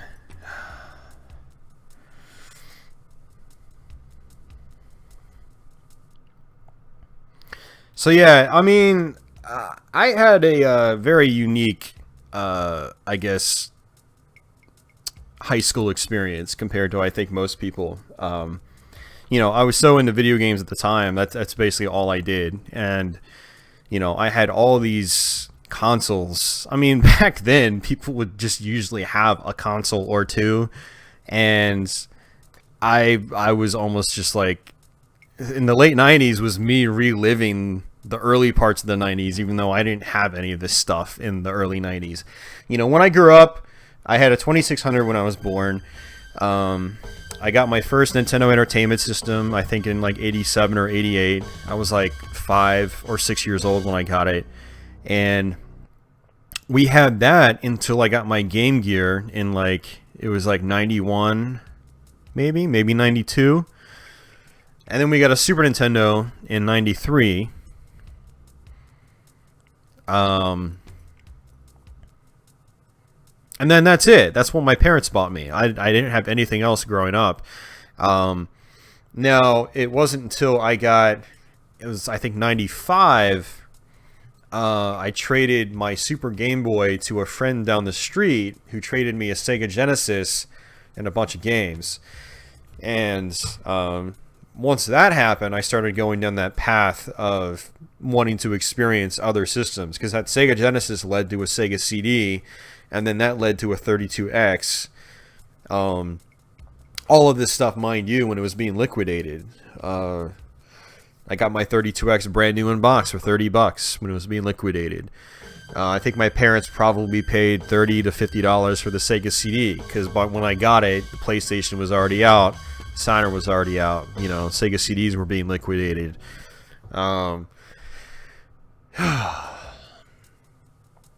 And then that just kind of like snowballed as you know, the late 90s neared, and I started getting, you know, other stuff, the TurboGrafx, the Duo. I got a Virtual Boy, Neo Geo CD, 3DO, Jaguar, and it just all kind of went from there basically. And so yeah, like a lot of my like knowledge comes from men, actually, just firsthand experience, and it was fun just playing all those consoles, actually experiencing them, and not living vicariously through others. Yeah, Kirnoff. Yeah, it really was a good deal. Super Game Boy for the Genesis. And the Genesis, like, it was, in hindsight, I want to say, and I don't know if this is true or not, but I want to say the guy probably stole the Sega Genesis. And maybe that's why he wanted to do the deal. He was just a neighbor down the street. I remember him working at Blockbuster Video, and apparently they could take home consoles. They could borrow consoles, and I remember that's how he had a Sega Genesis for a little while. So, like, and I didn't think about it back then as a kid, but, like, as an adult now, I'm like, he was kind of a delinquent. I wonder if he, like, jacked a Sega Genesis, and then that's the Genesis I ended up getting. I have no idea. I'm just, I'm just theorizing here. But yeah, I mean, he gave me Sonic 2 with it. He gave me Outrun. And I don't know if was there not, that might have just been those two games actually, but Outrun is still one of my favorite arcade racers of all time, and it was back then as well. And then Sonic 2 I just absolutely loved back then. I had a friend with a Genesis who had all the Sonics, and so we played the hell out of them all the time.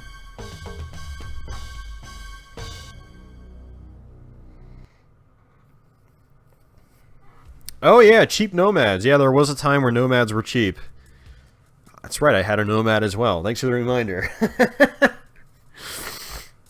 Genesis Model 1, Model 2, Model 3, Nomad, CDX. Yep. Had all those in the late 90s. We're really jogging the memory. Yeah, I mean, I had a lot of like revisions of systems, like Intellivision 1, Intellivision 2, Atari Lynx 1, Lynx 2, PlayStation, PS1, back when PS1 just meant, the mini PlayStation.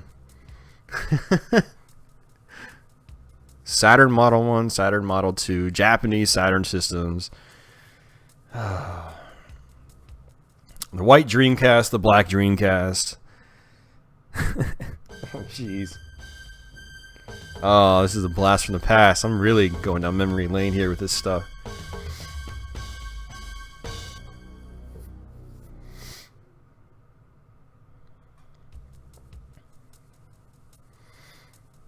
Yeah, well, I mean, like, Kirnoff, like, some of these systems weren't necessarily cheap. Like, my Neo Geo CD, I got new in box, but I worked up a trade with one of my online friends.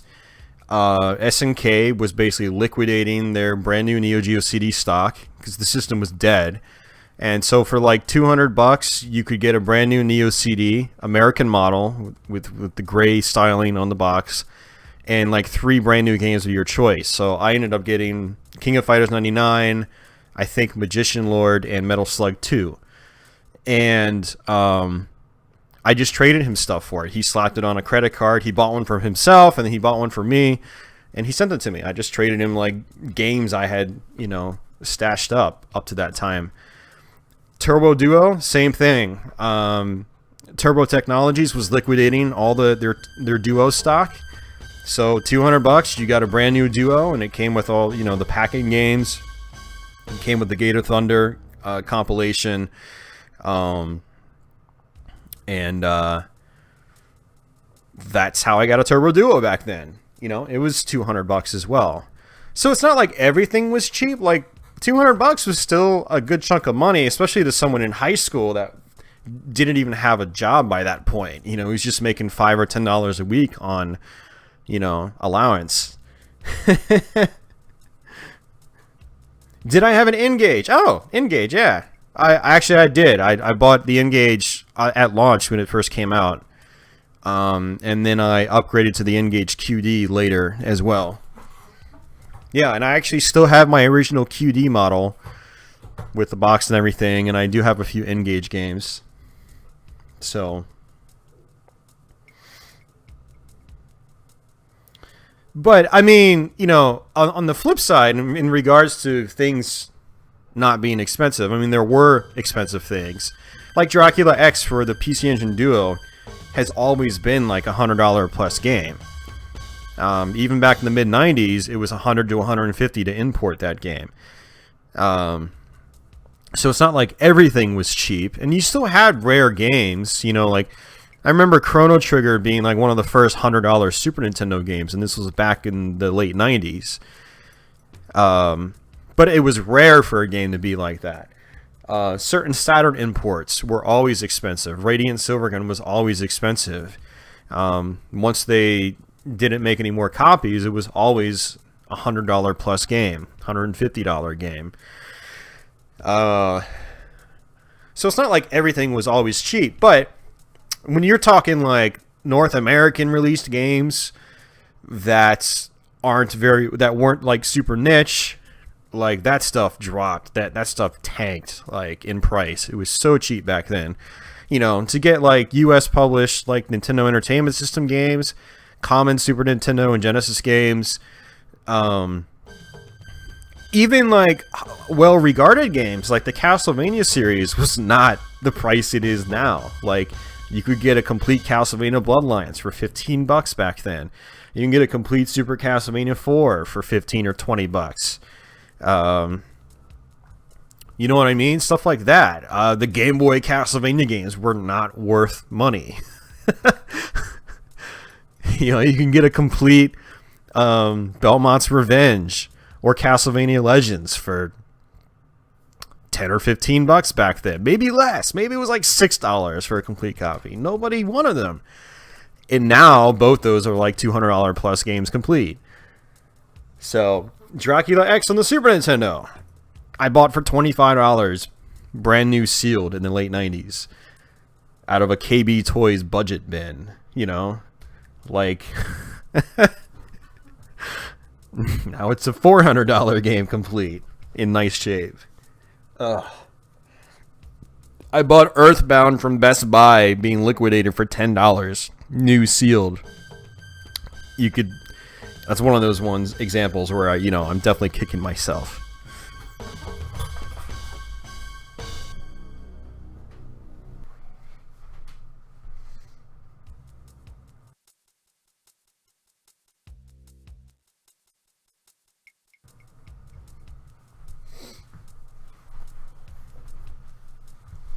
So times were just different back then.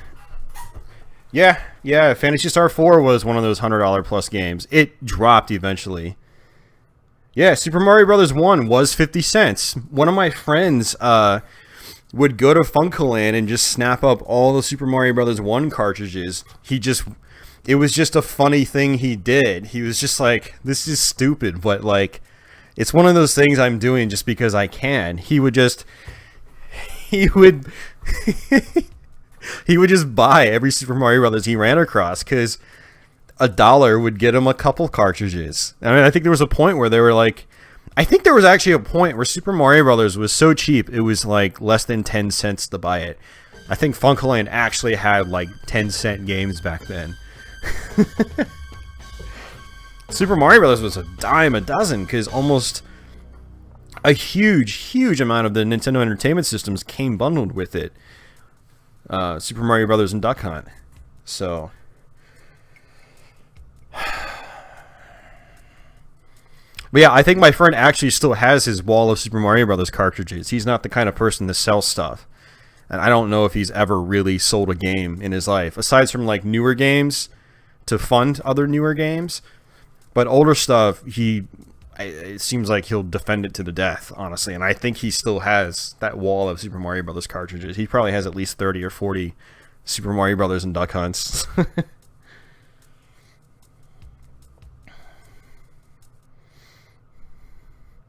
So yeah, the thing is like, a lot of stuff was really cheap back then, but it's not to say that everything was cheap, you know. And as a high school kid, like, there's a lot of stuff that I personally couldn't afford, like the Neo Geo AES, the Neo Geo CD, the Turbo Duo, things like that. But, you know, having contacts and just having a lot of games stashed up from the prior years, you know, from always using my allowance to go out and buy new games or go buy used games cheap, you know, I built up a large game collection. I could use that as trade fodder with people, and that's how I was able to get, you know, more expensive consoles back then, even though I didn't really have the money to do so. So, like I said, I think I had a pretty unique high school upbringing compared to a lot of people. And so it's funny because, like, a lot of the stuff I talk about nowadays, like, I experienced firsthand back then. You know, it's not like there's a lot of people getting into this stuff like now, and they're new to stuff like the Turbo Duo and the Neo Geo CD and, you know, the CDI and 3DO. I experienced it all firsthand back then. You know, built up large libraries for each of those systems, and it was fun. I loved it back then, especially. I mean, it was especially great because a lot of this stuff hadn't been off the market all that long. So, like, I got to experience them while they were in, like the 3DO, for instance. When I got my first 3DO, it had only been discontinued for like a year. So, like, I'd sit there and play my 3DO and be like, man, like, why isn't this still on the market? It totally can compete with PlayStation and Saturn. You know, and the Jaguar was kind of the same way for a little bit there. Hindsight's 20/20 on that one. But, you know, even some of the CDI full motion video stuff was able to hold up really well with, like, the PlayStation and Saturn full motion video stuff. Like Seventh Guest, you know, for example. Burn Cycle, things like that. Man, it was, I still look back and I think that the 90s was like the best time to be a gamer, because there was just so much choice. There's so much choice. Even if, like, your platform wasn't successful, you still at least had a unique experience. You know, if you're that kid that was stuck with the Jaguar or 3DO, you probably still enjoyed it because there was just some really interesting stuff on those platforms. And I could pretty much say the same for almost like every platform from the 90s. And, like, the beginning of the 90s was so different from the end of the 90s, too. Yet the industry still felt, I don't want to say innocent, but it still felt like it hadn't quite, like, matured into, like, super pop culture mainstream status that it is now, where it's eclipsed music and movies combined. You know, it's like the largest interactive industry out there, interactive entertainment industry out there. I don't know, like.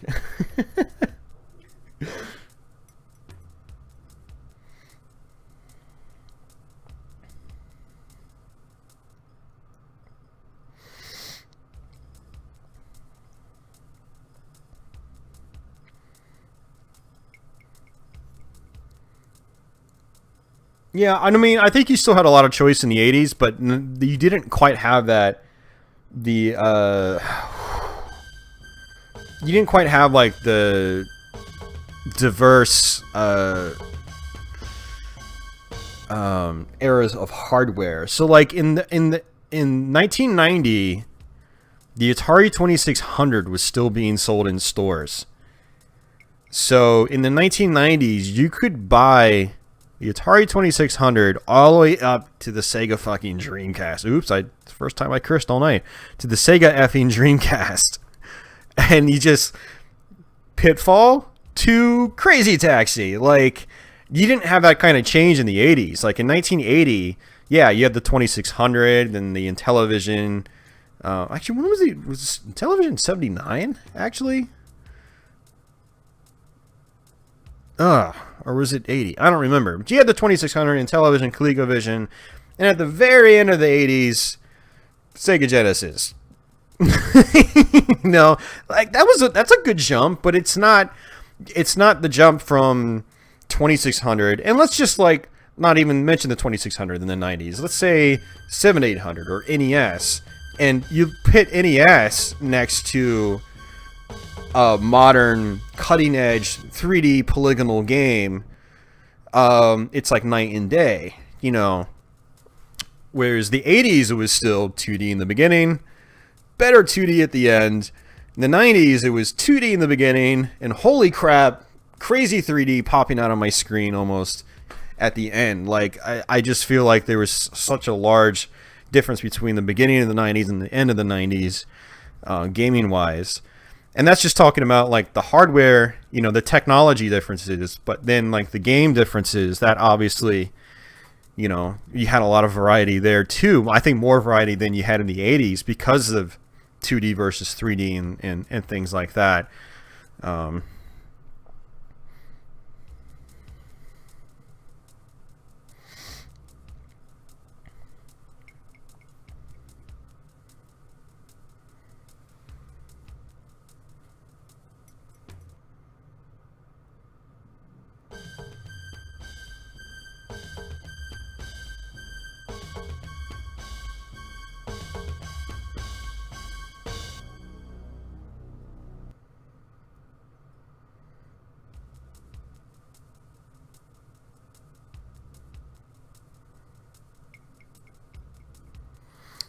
Deadly, no, you're right. I think that stigma was still attached to gaming until, you know, to a lesser degree, but I think it was still attached to gaming well into, you know, the early 2000s, mid 2000s. I really feel like the Xbox 360 generation was where gaming truly became like the behemoth that it currently is today. I feel like that's when it really just, like, you know, became just that huge mainstream phenomenon. Maybe PlayStation 2 era was kind of where it started, because remember, PS2 was huge. Huge. Ugh. God, the hype for that thing was unreal. Absolutely unreal, the hype for the PS2.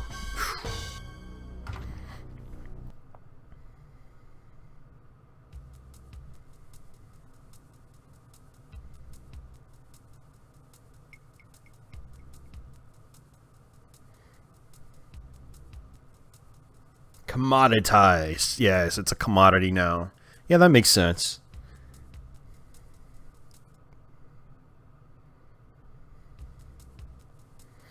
Yeah, I want to try Nier Automata.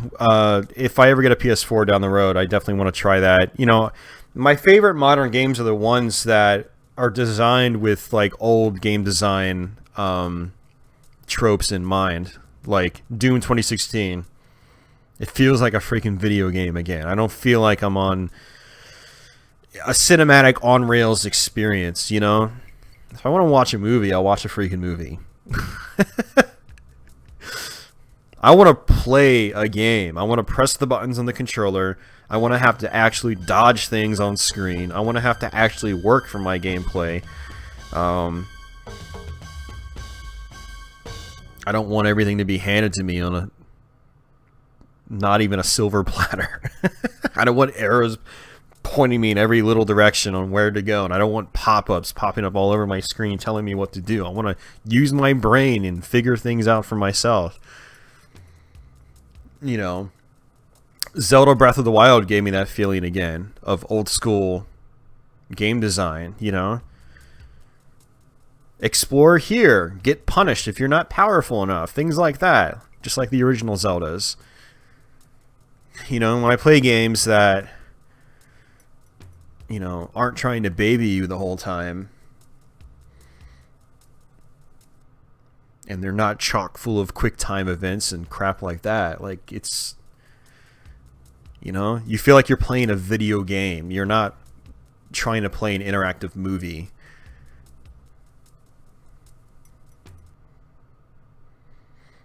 Oh, Nier Automata is also on Steam. Oh, okay. Yeah, well, with my new rig, I'll be able to play it on that. Okay.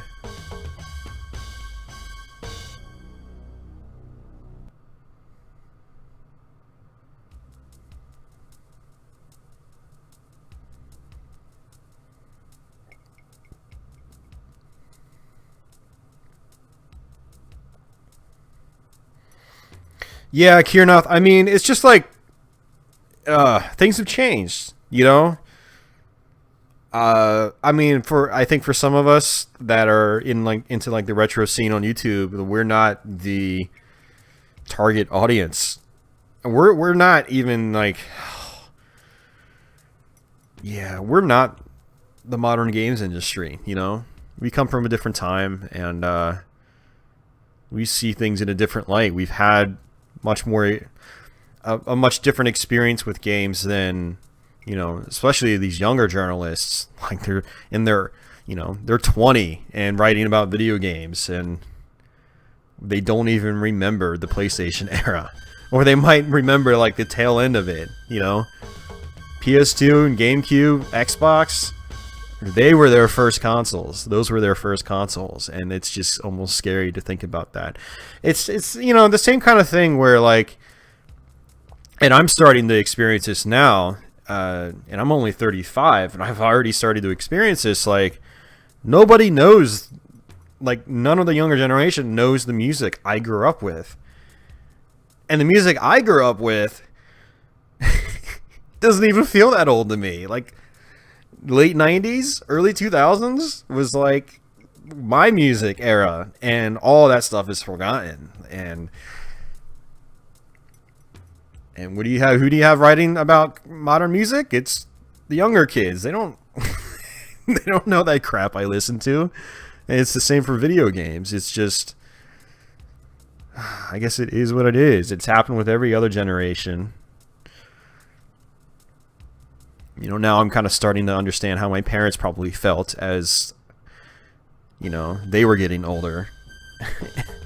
And the things that were once popular for them slowly, not even slowly, but quickly became unpopular in the eyes of younger people. It's kind of a sad phenomenon, honestly. And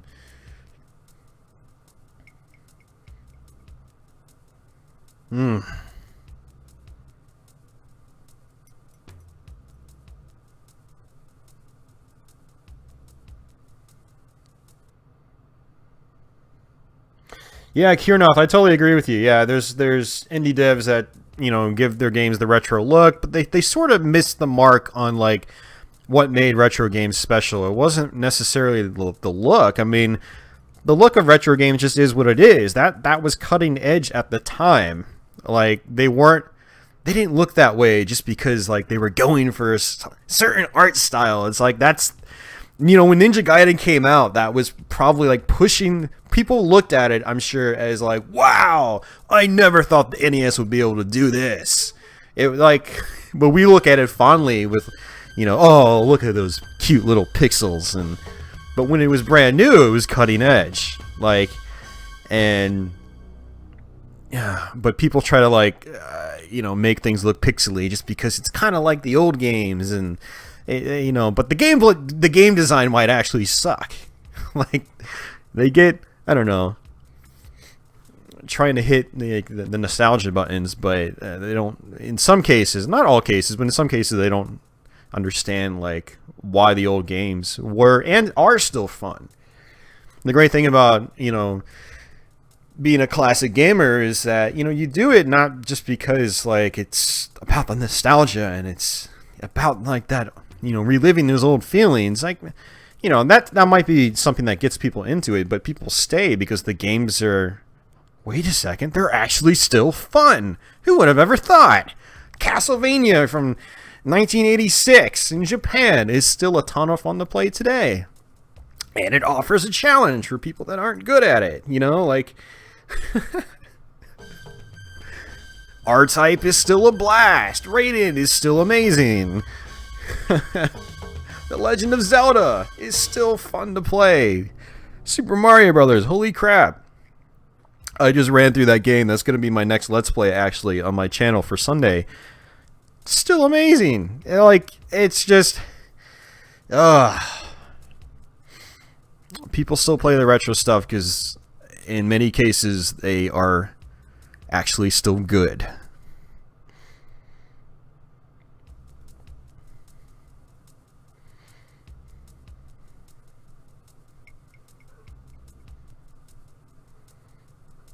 Yeah, I'm honestly mixed on Way Forward's efforts. I'll be honest. I loved Contra 4, but did not love DuckTales Remastered. Some of the Shantae games look pretty good, though. I think I want to eventually give one of them a try. I'm trying to figure out which one I want to try. But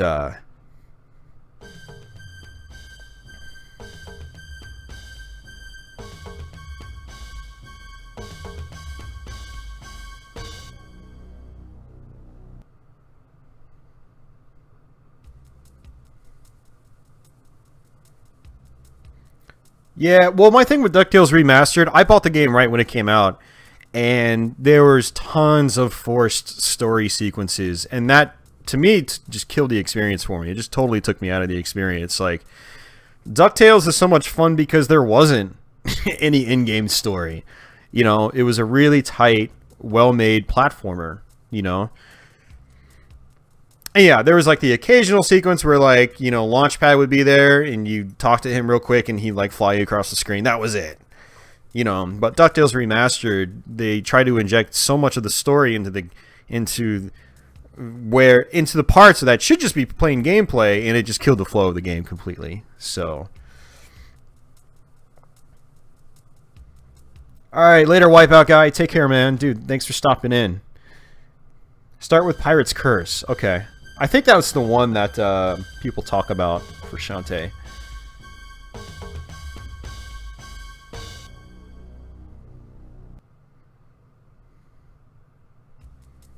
They fixed it so you can skip and turn off the cutscenes. Okay.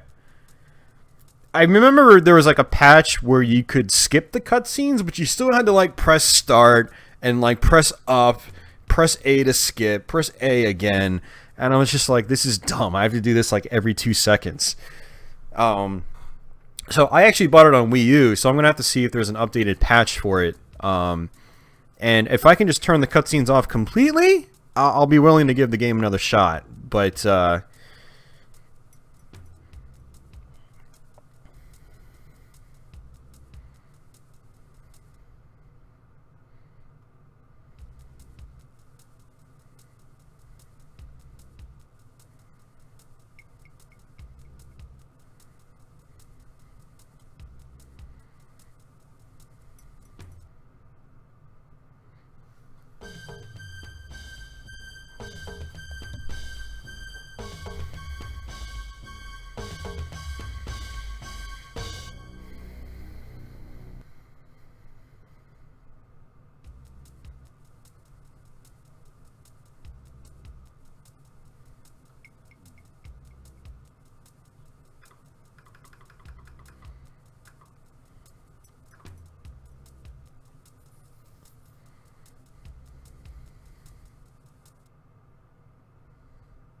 yeah, well, you know what's cool about like some of those Mac ports back in the days? A lot of times they had better sound, crisper visuals.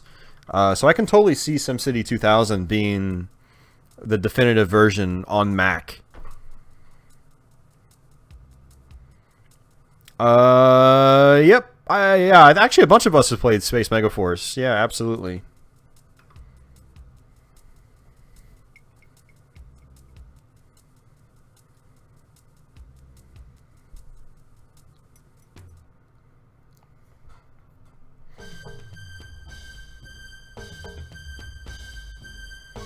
Yeah, Wayne. No, I'm looking forward to playing Dark Souls, Wayne. I just need to make time, dude. Like, it's gonna happen. Hopefully sometime this year.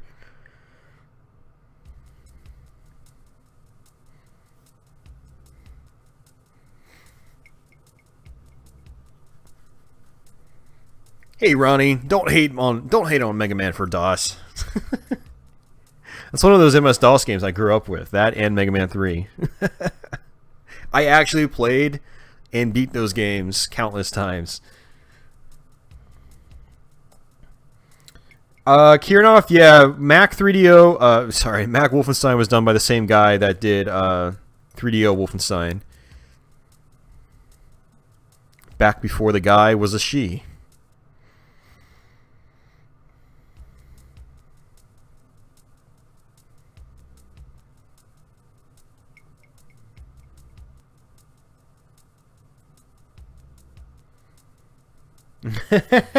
Zerto, I can't really answer that because I'm not really that familiar with SimCity 2000. I only played it for a couple minutes, so I don't remember like the time periods.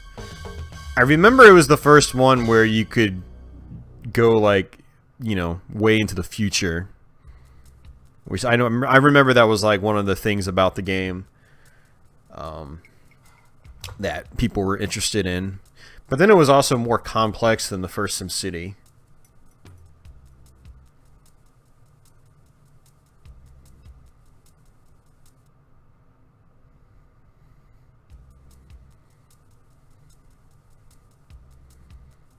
I have not really played much of Lunar. My brother was really big into the Lunar games, though. He loved 1 and 2 on PS1.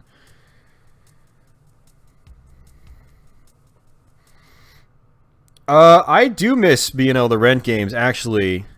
If only for the fact that, like, I would like to play some modern games, but not buy them outright. Like, rent them for, like, a night or two. Like, we have Redbox in this area, but we don't have any actual video rental stores anymore.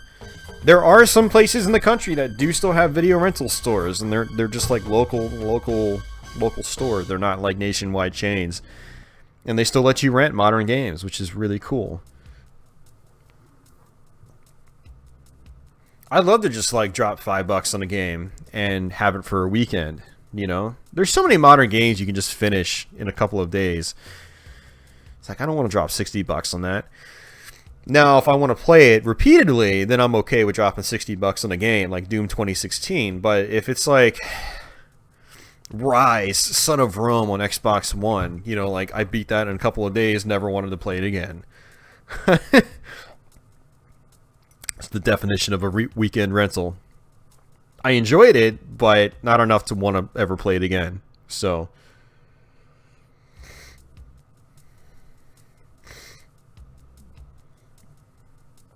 And I check Redbox, and like, you want to know how many Wii U games Redbox has? 0. Even though they have a Wii U section. I'm like, so I actually checked it a couple of times. I was like, oh yeah, I'll rent a Wii U game tonight and bring it back tomorrow. Nope, they have none.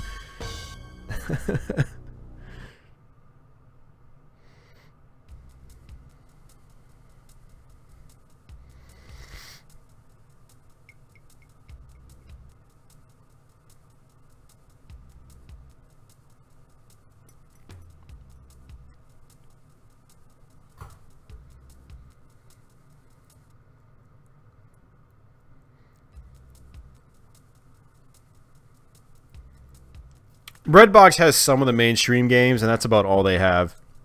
Their game selection is not very big at all, unfortunately.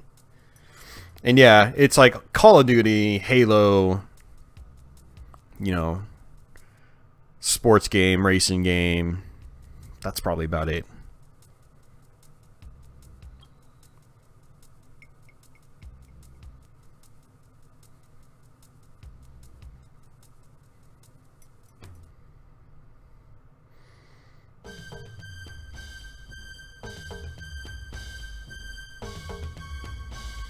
Alright guys, well, we're nearing the 6-hour mark. It was like an hour ago I said I was going to stop the stream. But that's what happens when we get on a rambling kick and we start just talking. And I like that. If I had more energy, I would just keep streaming, but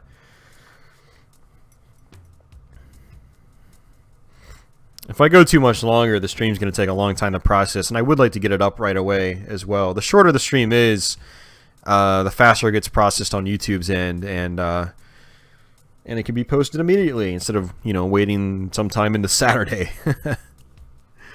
So, yeah, I'm pretty tired now, so it's actually a good time to try to hit the hay. Yeah, thanks for hanging out, guys. I appreciate it. And Kieran, you know, it's good seeing you.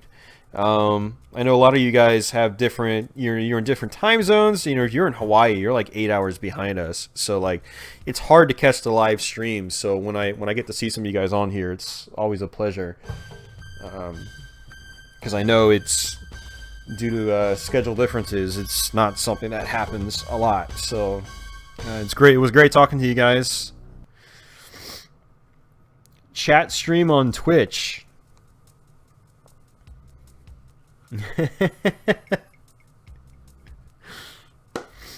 Yeah, no, Ronnie, I'm not going to stream on Twitch afterwards. I thought about it earlier, but it's too late, man. I'm just too tired right now. So, but yeah, so if you missed the stream, you can feel free to check the past broadcasts. I don't think it was the most, from a gameplay perspective and my personal commentary, I don't think it was the most entertaining stream for people.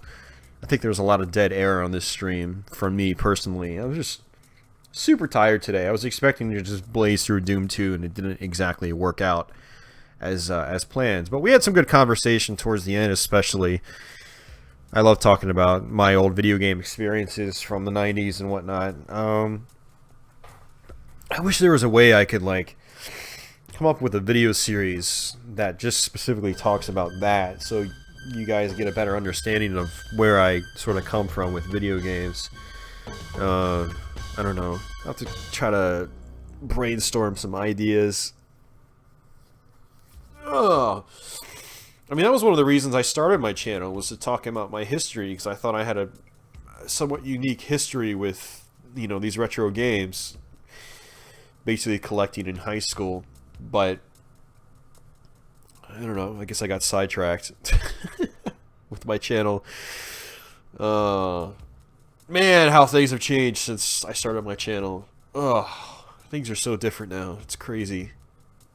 I never thought I'd be doing what I'm doing now 8 years ago. Hey.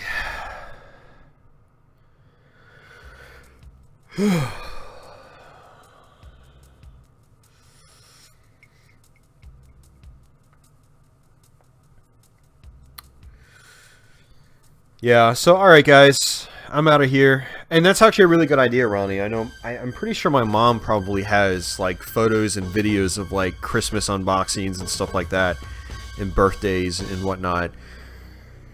So I'm gonna have to try to dig some of that stuff up. But I'm also really curious about just like my old gaming memories, collections and whatnot. I know I have lots of archived photos. I don't know, we could try to come up with something.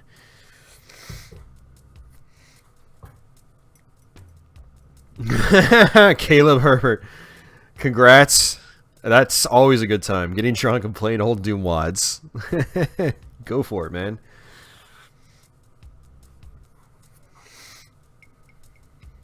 Hey, thanks, Deadly. Yeah, and I know people like hearing that stuff.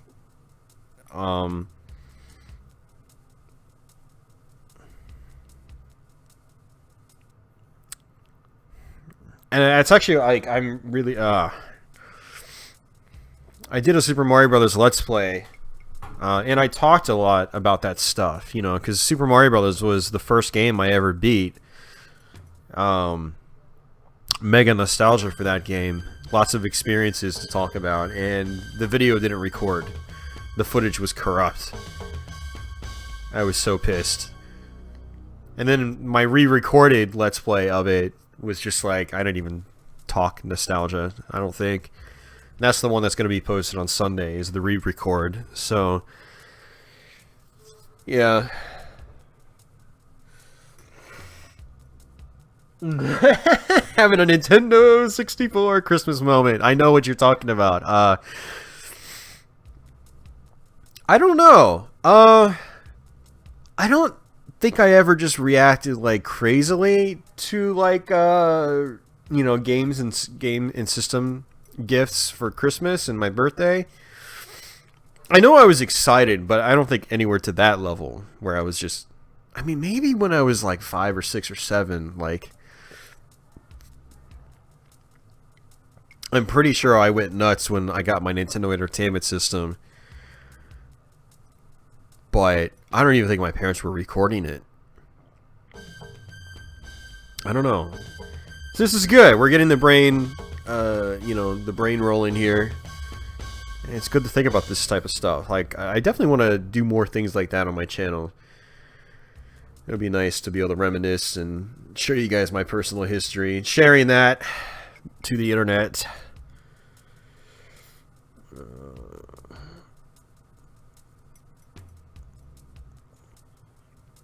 Thank you, Adrian. Yeah, there's going to be more. I mean, every Thursday I do live streams now on YouTube, so and so you can expect more live stream playthroughs. Absolutely. I mean, I intended on going all the way through Doom 2, but maybe we'll try to tackle this again, but I'll do it on PC. And if I do it on PC, I'll just tear right through the game, and that'll be good.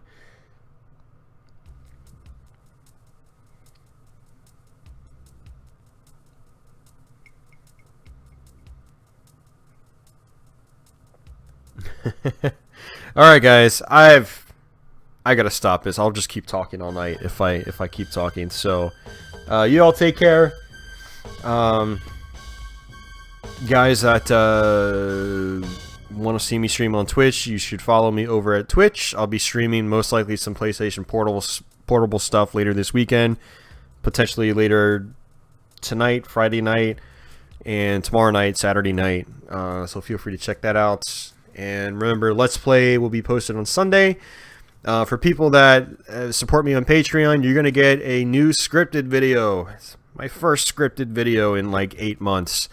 And it's a video that I've had on my plate planned for years now, and I finally got around to doing it. So if you support me on Patreon, make sure you check your Patreon account on Sunday, and you'll get the early bird access to that. And then people that don't support me on Patreon, you'll get it a week later here on YouTube. So